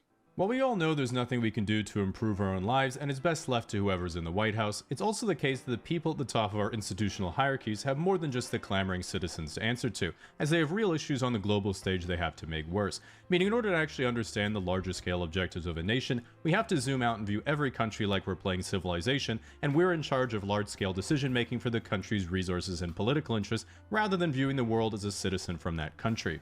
A good example of this is that in economics and politics, everyone says that America is the most powerful country in history, as they have the best technology and are the richest civilization of all time. Then immediately everyone in the comments... But we're the richest civilization by GDP. We're not the richest civilization by individual. I feel like that's such a gross inaccuracy. People always go, the US is the richest country in the world. Yeah, but the majority of that wealth is held by the people that are at the top, right? The average income of somebody in the United States, we're not even like top 10. Like, actually, I gotta look that up. Luxembourg, Switzerland, Iceland, Ireland. Average annual wages in the U.S. 2000 to 2024. 2024 average annual wage is $82,000 in the U.S. That is just not true. Monaco, Bermuda, Liechtenstein, Norway, Switzerland, Luxembourg, U.S., Iceland, Ireland, Isle of Man, Qatar. What's the lowest? Burundi, $260. How do you even live on that? It says, well, I'm American and I'm not rich. And I'm sure that's correct, but observe how zoomed out I am on the map. I can't see you at all, meaning you are a trifling statistic to me. Similarly, what's clear both in real life and in video games is that the most significant threat to your empire is other nations enacting military force toward you while you're just trying to get your supply chain together to make light bulbs. For this reason, I wanted to look at the most powerful nations on Earth in terms of military might, which means looking at all 7 nuclear powers in the world, starting with the weakest and moving up to the Who's Winnie the Pooh? Oh, Xi Jinping. Strongest. To preface, I'm not going to be mentioning any countries in Africa or South America. This is because they don't have any nukes, meaning they don't matter or exist, so we can just delete those. This is how they do it in the Pentagon, by the way. First, we have our honorable mentions, which are countries that have no nuclear weapons but are still extremely formidable. Iran. Iran currently does not possess any nuclear weapons, but recently was enriching uranium to levels above 60% in a facility 90 meters. How do we know if a country doesn't have nuclear weapons? Is that like, are we able to know that? Like, couldn't a country have nuclear weapons and hide it? Even if you are spying on these countries, I'm not saying Iran has nuclear weapons, but I'm saying like countries could just have nuclear weapons and just not say it. But I think it's better to say it because that's the idea of mutually assured destruction.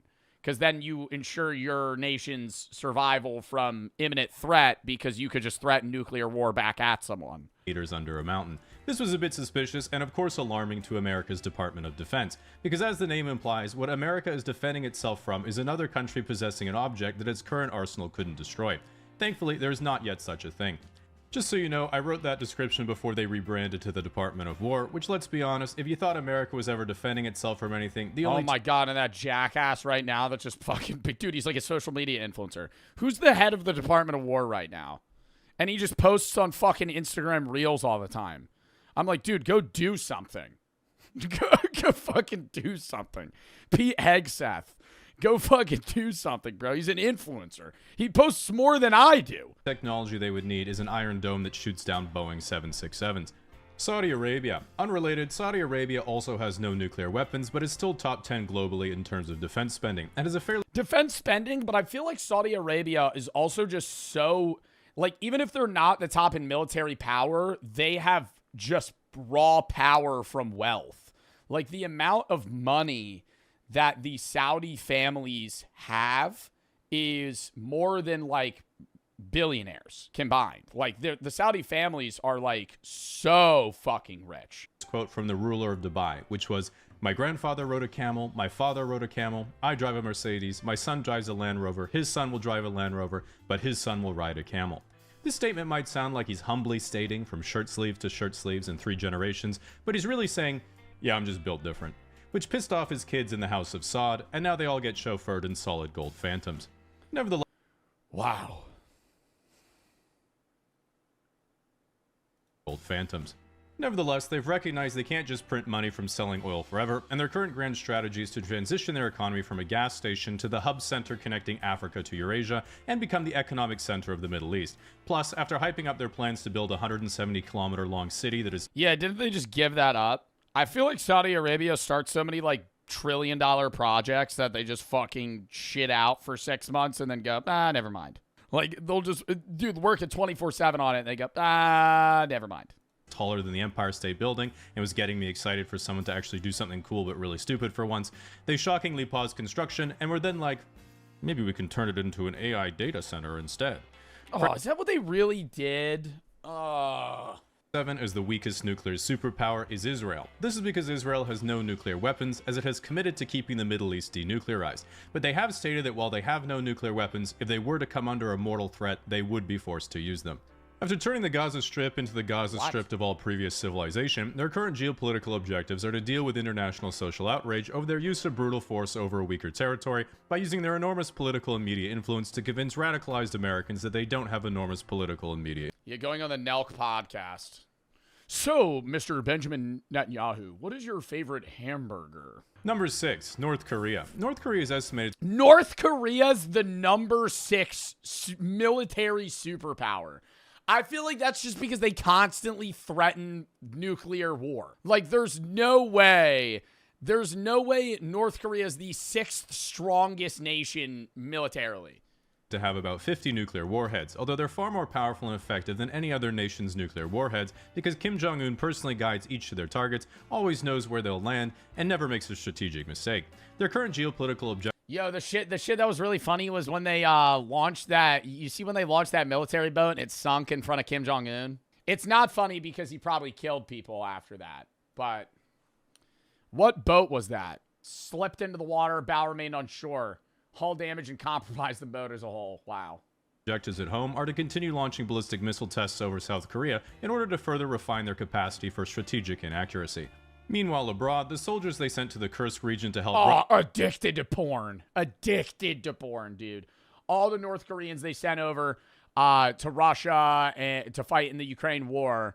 Oh my God, they got immediately addicted to entertainment and corn. Russia wouldn't stop peacefully gooning to dancing girls after seeing the internet for the first time. And TikTok.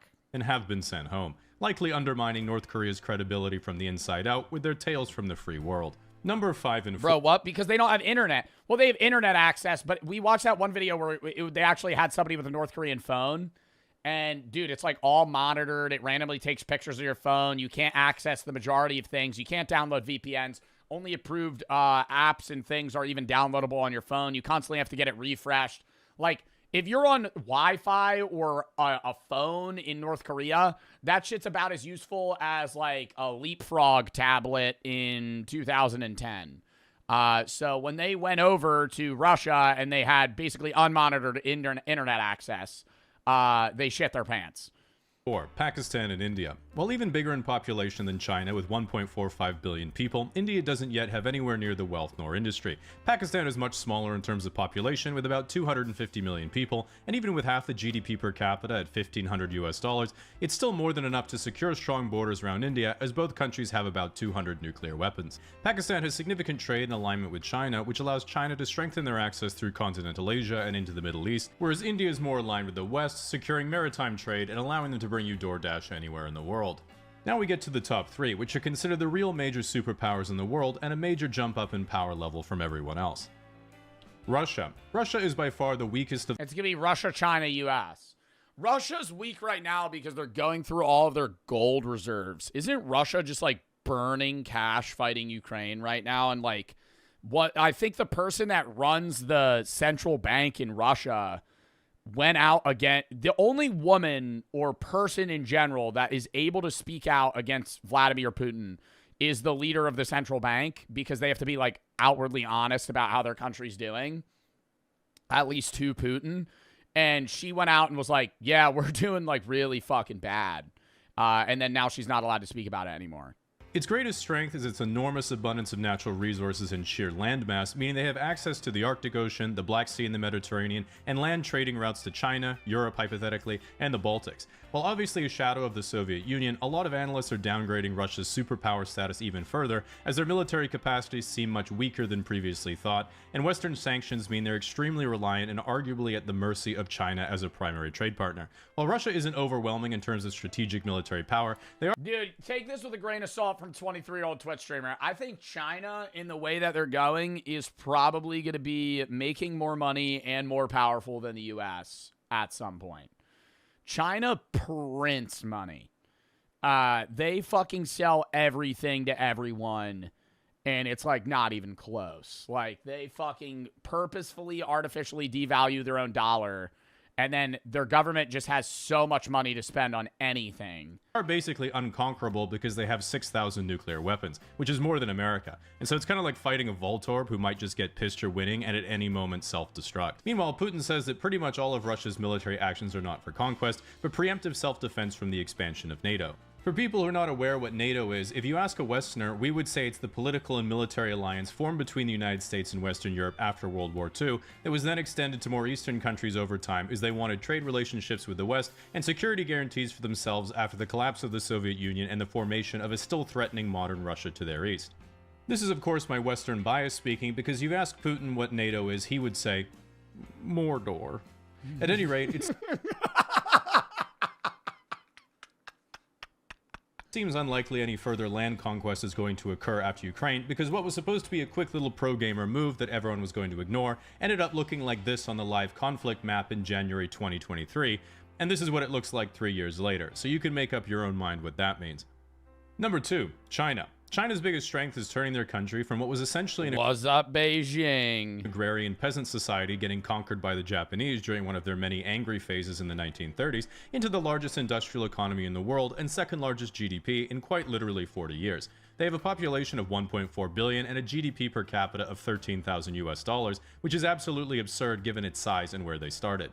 A common sentiment you'll hear online is that China actually only has a population of 800 million, but then you ask for evidence and they're like, well, some Japanese scientists measured their annual salt consumption and it was lower than expected, which is complete. Their annual salt consumption? Wait, there's people that think China's lying about how many people live in their country.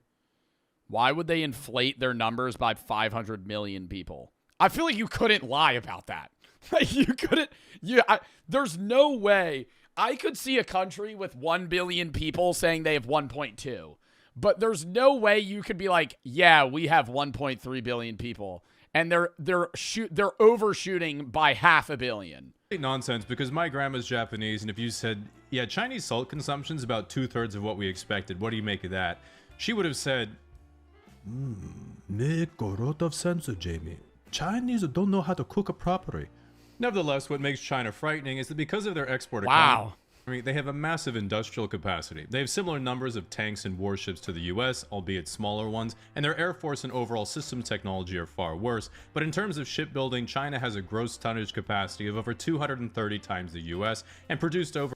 You can lie easily now? Yeah, but I mean, dude, lying about 500 million people is kind of hard. Yeah, we do have the same amount of stuff as them, outside of nuclear weapons. Building and aircraft. China has a gross tonnage capacity of over 230 times the US and produced over 1,000 commercial ships last year, and America made about 8.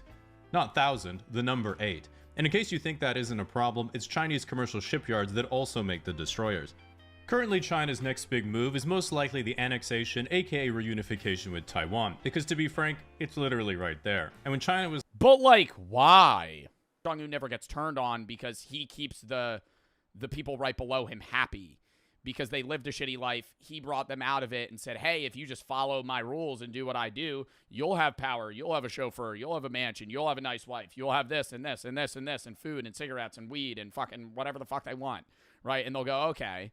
And so they'll just do whatever he says. Kim didn't break any laws to get here. His parents did.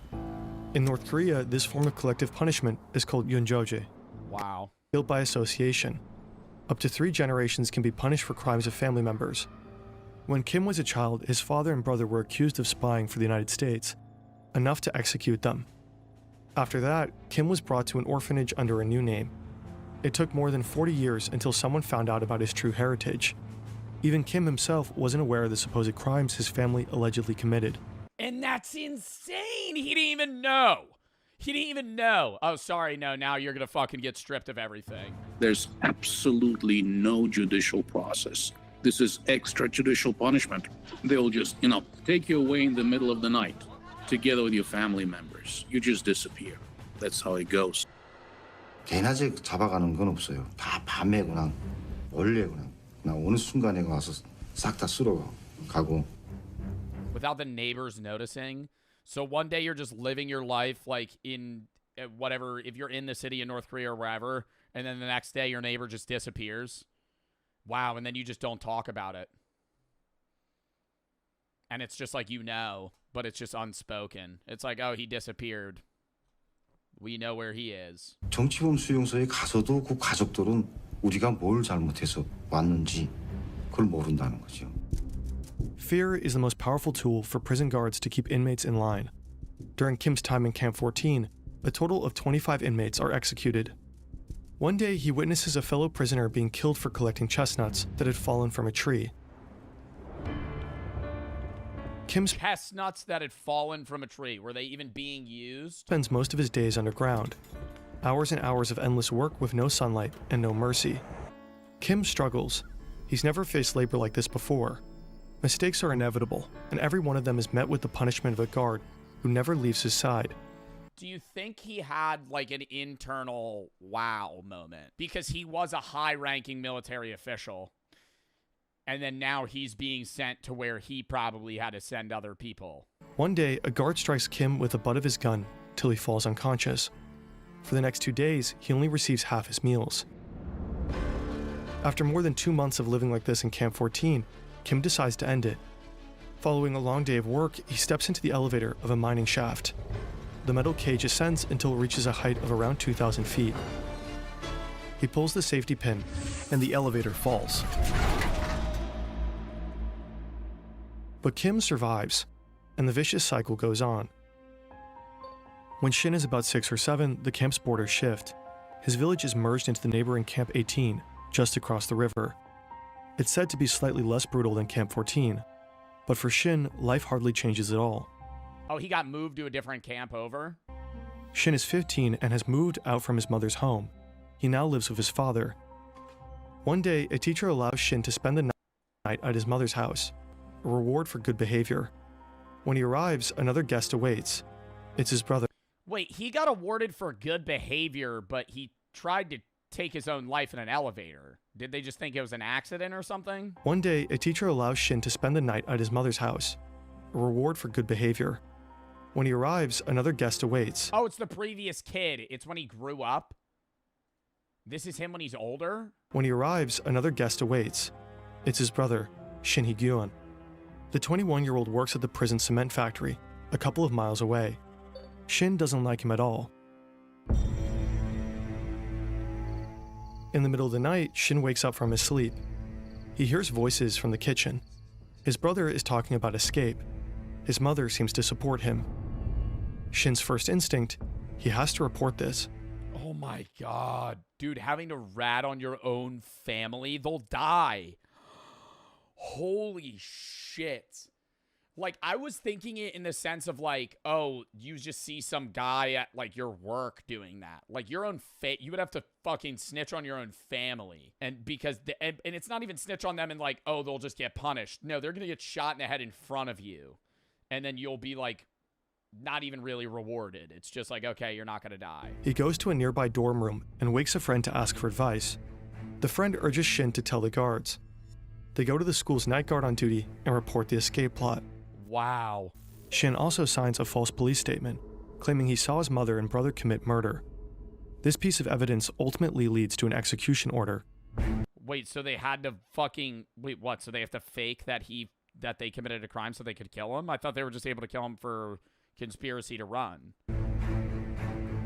The guards take Shin to an execution site next to the Taedong River. Why are they taking him there? I wouldn't want to go see that. A crowd has gathered to watch. They drag out his mother and his brother. They're killed in front of Shin's eyes.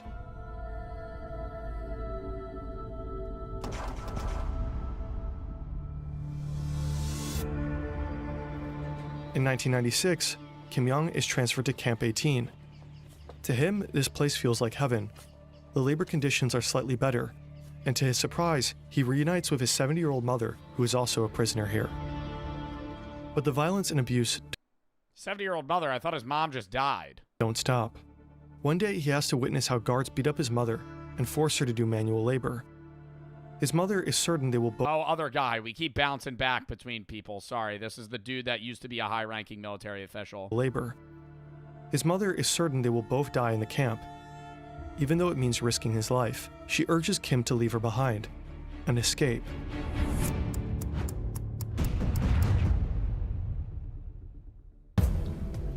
Escaping from a North Korean death camp is almost impossible. You know, these are highly protected facilities. You're talking barbed wire, walls, armed guards, intersecting lines of fire. Well, it's not even just that. You're also extremely you're experiencing extreme malnutrition. And so you're weak. You know, you can't run. You can't you're not going to be able to scale a fence very easily. You have no muscle. We're talking machine guns, very, very difficult to escape. I mean, it's, difficult to escape a detention facility in any civilized country, imagine North Korea. King Young quietly studies his surroundings. He observes, waits, and starts thinking. He lays out multiple escape plans, but none of them seem doable to him. Another hard day of work. The prisoners are loading coal onto a train. Suddenly, they spot something. Grain scattered across the bottom of a train car. It must have transported food before. The scene explodes into chaos. Prisoners drop everything, desperately looking for the tiniest speck of food. What, are they going to eat it right there? The guards start shouting, but no one listens. Kim discovers a narrow space beneath a metal panel in the floor of a coal wagon. He squeezes inside, and as the train rumbles out of Camp 18, he rides with it. No way. Hours later, he got out because people were staring at grain so he didn't even plan this escape. He just on a whim just tried to get out. Is this based off a true story? This is a true story. This is basically the video version of an actual man's account that escaped North Korea and wrote a book about it. Later, the train reaches Goan Station at around 4 a.m. We don't know exactly how, but Kim manages to crawl out of his hideout and disappears into the night. But then what the fuck do you do? You know what I mean? I wouldn't know if I got out and now say you're in China. What do you do? Do you just go? You gotta go. You get a job. You have no ID. You're not a citizen, right? It's not even just it's not even oh, you're an illegal immigrant. It's you're not even on a record. No one knows who you are. I would have to find, you know what I would do? I would go to another, say I was in this scenario, I feel like I would try to go to a country I knew was enemies with North Korea, and I would go to I would try my hardest to find what is it called, where they have their own setup in different countries? What is it called? You know what I'm talking about. Embassy. I would go to the U.S. Embassy, and I would be I'm a North Korea escapee. I would go to some embassy because he was a soldier too, so he knows the countries that are enemies. I would go to the enemy of North Korea and be I escaped. Please, you don't speak English? I think they're going to put two and two together. If you are at a U.S. embassy in China and some dude runs in speaking Korean, clearly malnourished, beat to shit, you're probably going to be okay, calm down. I'm going to get a translator, right? Even if you don't speak, say you don't speak the language. I feel like there's something that you'd be able to do. Kim successfully escaped I'm not even Camp just saying 18. U.S. embassy, just any embassy that's not in association or partnered with North Korea. But his path to freedom is still very long. After finding a worker's uniform, he changes clothes. You want to know what an embassy is? Ooh, that's true. But you can't just walk up to a random guy in China and be I'm from North Korea, help me. You're not going to be able to speak to them, and it's what the fuck? They're just going to rat on you. And starts a treacherous journey that will take him many months through China and oh my god, he had to go all the way to Mongolia to South Korea, where he'll eventually... What? He had to make his way all the way to Mongolia so he could catch a flight to South Korea? Seek asylum. Escaping a prison is one thing. Escaping the country is another. We made a whole video on how to escape North Korea.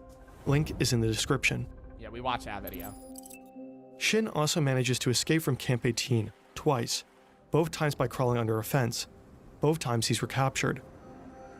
After a I'm wondering why he wasn't killed if he was recaptured. Second attempt, Shin is sent back to Camp 14 and is thrown into a special detention center, a place with only one purpose: torture.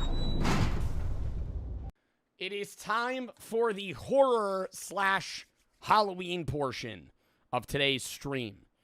We're going to be watching a bunch of short horror films and one Chilling Scares story video. We have 5 short horror films we're going to watch and a Chilling Scares video. I'm very excited.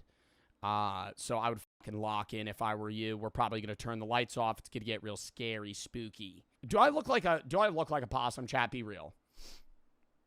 I feel like I look like a clown. Does that help? If I had the hood up, but I can't wear the hood with the headset on. Maintenance report, chat. Lock in.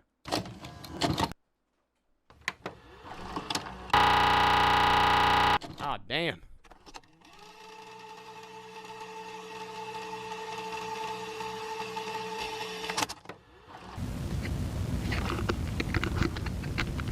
All right. So I've managed to finally roll this thing in here, so I guess let's go ahead and get started now. Boss wants me to run through this maintenance report, so hopefully. Do they have an actual Five Nights at Freddy's pizzeria? They should make a if they don't, they should have a location that is that.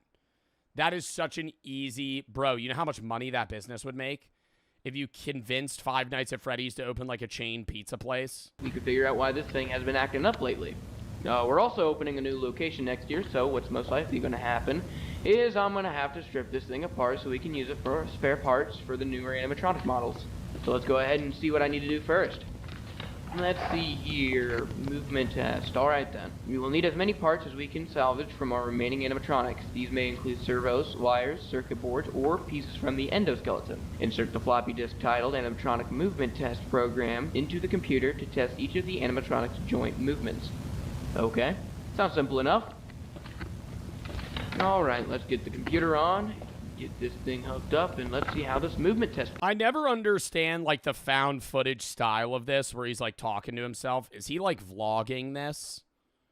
Is that what we're under the impression of?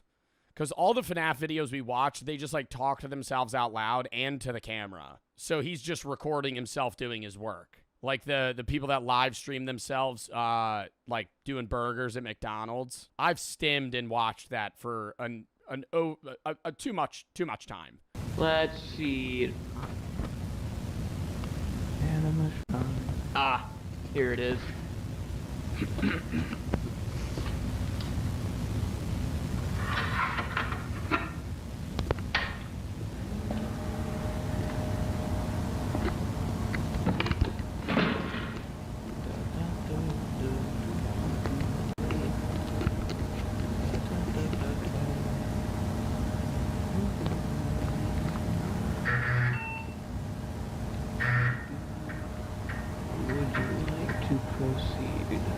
Yes.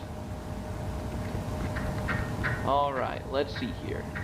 Let's go ahead and start with the head movement. I mean, bro, what fucking year is this? Goddamn, dude. What is this, the 1970s? We're at fucking Five Nights at Freddy's Pizzeria. We're opening a new location because the business is so successful. And we got this dinosaur-ass fucking computer screen sitting on the PC. That's how you know this is a piece of shit, when they put the monitor on top of the computer. I think I would actually shrivel like a raisin if I ever saw somebody today put their fucking monitor on top of their computer. I would freak out. That is insane. Why would anyone do that? Let's go ahead and start with the head movements first. HPAE. And then we'll just go down the rest of the... PC on carpet? I had my PC on carpet at my last setup.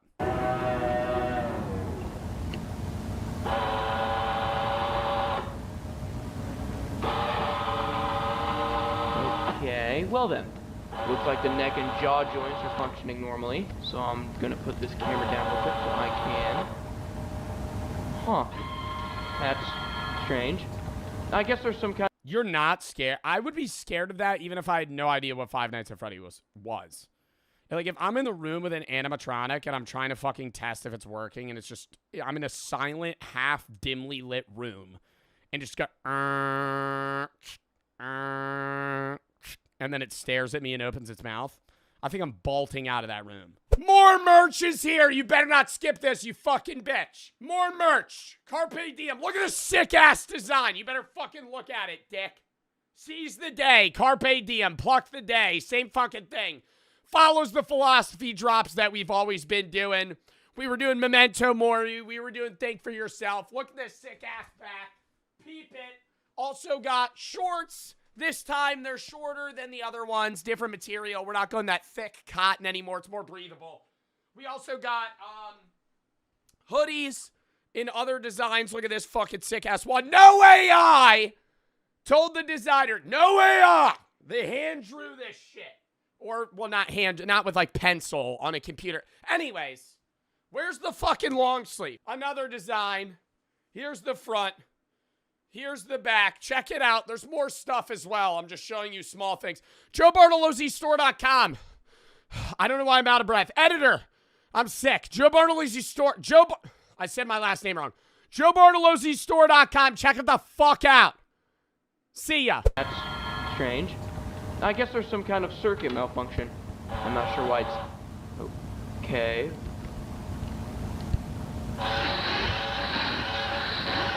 What'll happen if... Alright. Okay, so let me just go ahead and make sure everything is connected right, get it all rebooted, and then we'll pick up where we left off. Okay, so just checking the circuits now on the back of the head here. They might be shorted. These control the neck and jaw servos, and yeah, they seem to have been shorted. So that means the head won't move unless all of the electronics are completely gutted and replaced. Thanks. I hate this guy. I kind of hope that Bonnie fucking kills him, bro. This guy's talking. Yeah, so this servo's fried, which means that the servos are fried. He can't move. And obviously we need to fix that by... Yo, dickhead, you had to read 3 pages of instructions to understand what the fuck you're doing. And now you're trying to explain this to the camera as if you've known this all along and you got a fucking master's degree in fucking Five Nights at Freddy's animatronic support. So obviously these servos are fried, which means the servos are fried. So I guess I'll just leave everything how it is and move on to the next one. Alright, so let's do the ears. E-A-R-S. Huh. Why aren't they moving? E-A-R-S.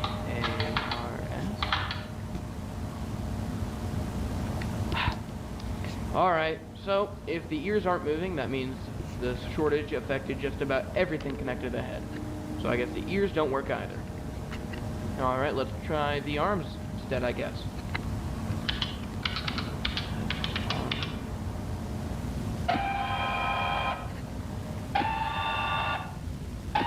He just hurls the guitar at this guy at fucking lightning speed. It just fucking shatters the wall right next to him. Okay, that seems to be working fine. Great, at least we can salvage something from the endoskeleton. So let's try the other one now.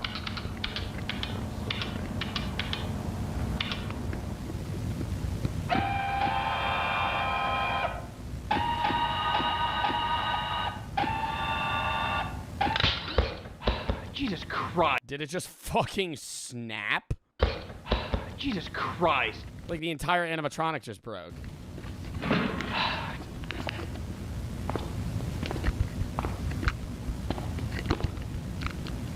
Damn. Okay. Why does that look like human bone? And like, fuck, bro, it's like, that is like creepily looking like a rib cage. Okay. So the entire shoulder joint just completely snapped. All of these parts are so grimy and full of rust that these constant failures don't exactly surprise me. So, I mean, I might be able to salvage the forearm and hand, but I don't know how. Looks like I'll only be able to entirely salvage the left arm, though. Which, I guess, is better than nothing. Damn, this thing stinks. Okay. Oh my god, it's because there's a dead kid in it. Oh my god, I forgot the fucking one. I'm sitting here watching Five Nights at Freddy's. I'm like, oh, why does that look like human bone? Because it is. So let's go ahead and take off this left arm now before something kills it too, so I can at least salvage something from this thing. You didn't know? I did. I forgot.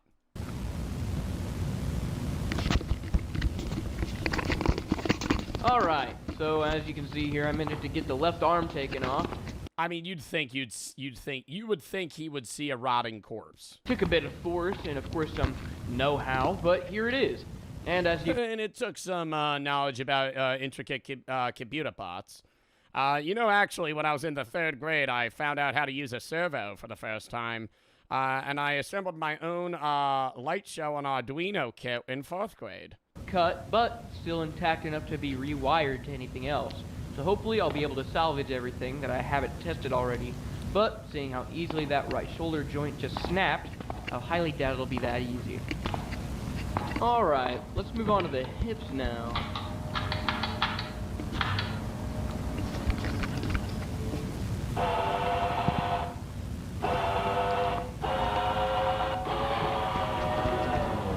Man, I mean, this thing might as well just collapse right in front of me. I'm surprised they want me to salvage anything from it at all. Alright, let's move on to the legs. Left leg.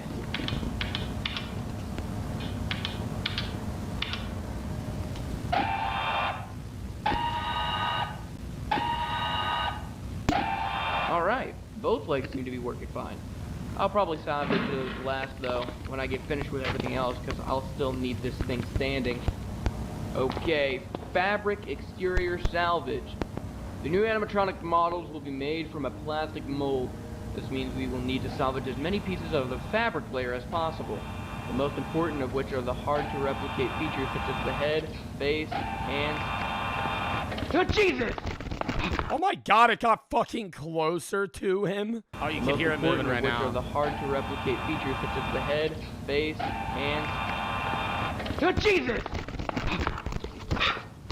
Bro, like, I'm leaving the room there and then it just starts walking towards you.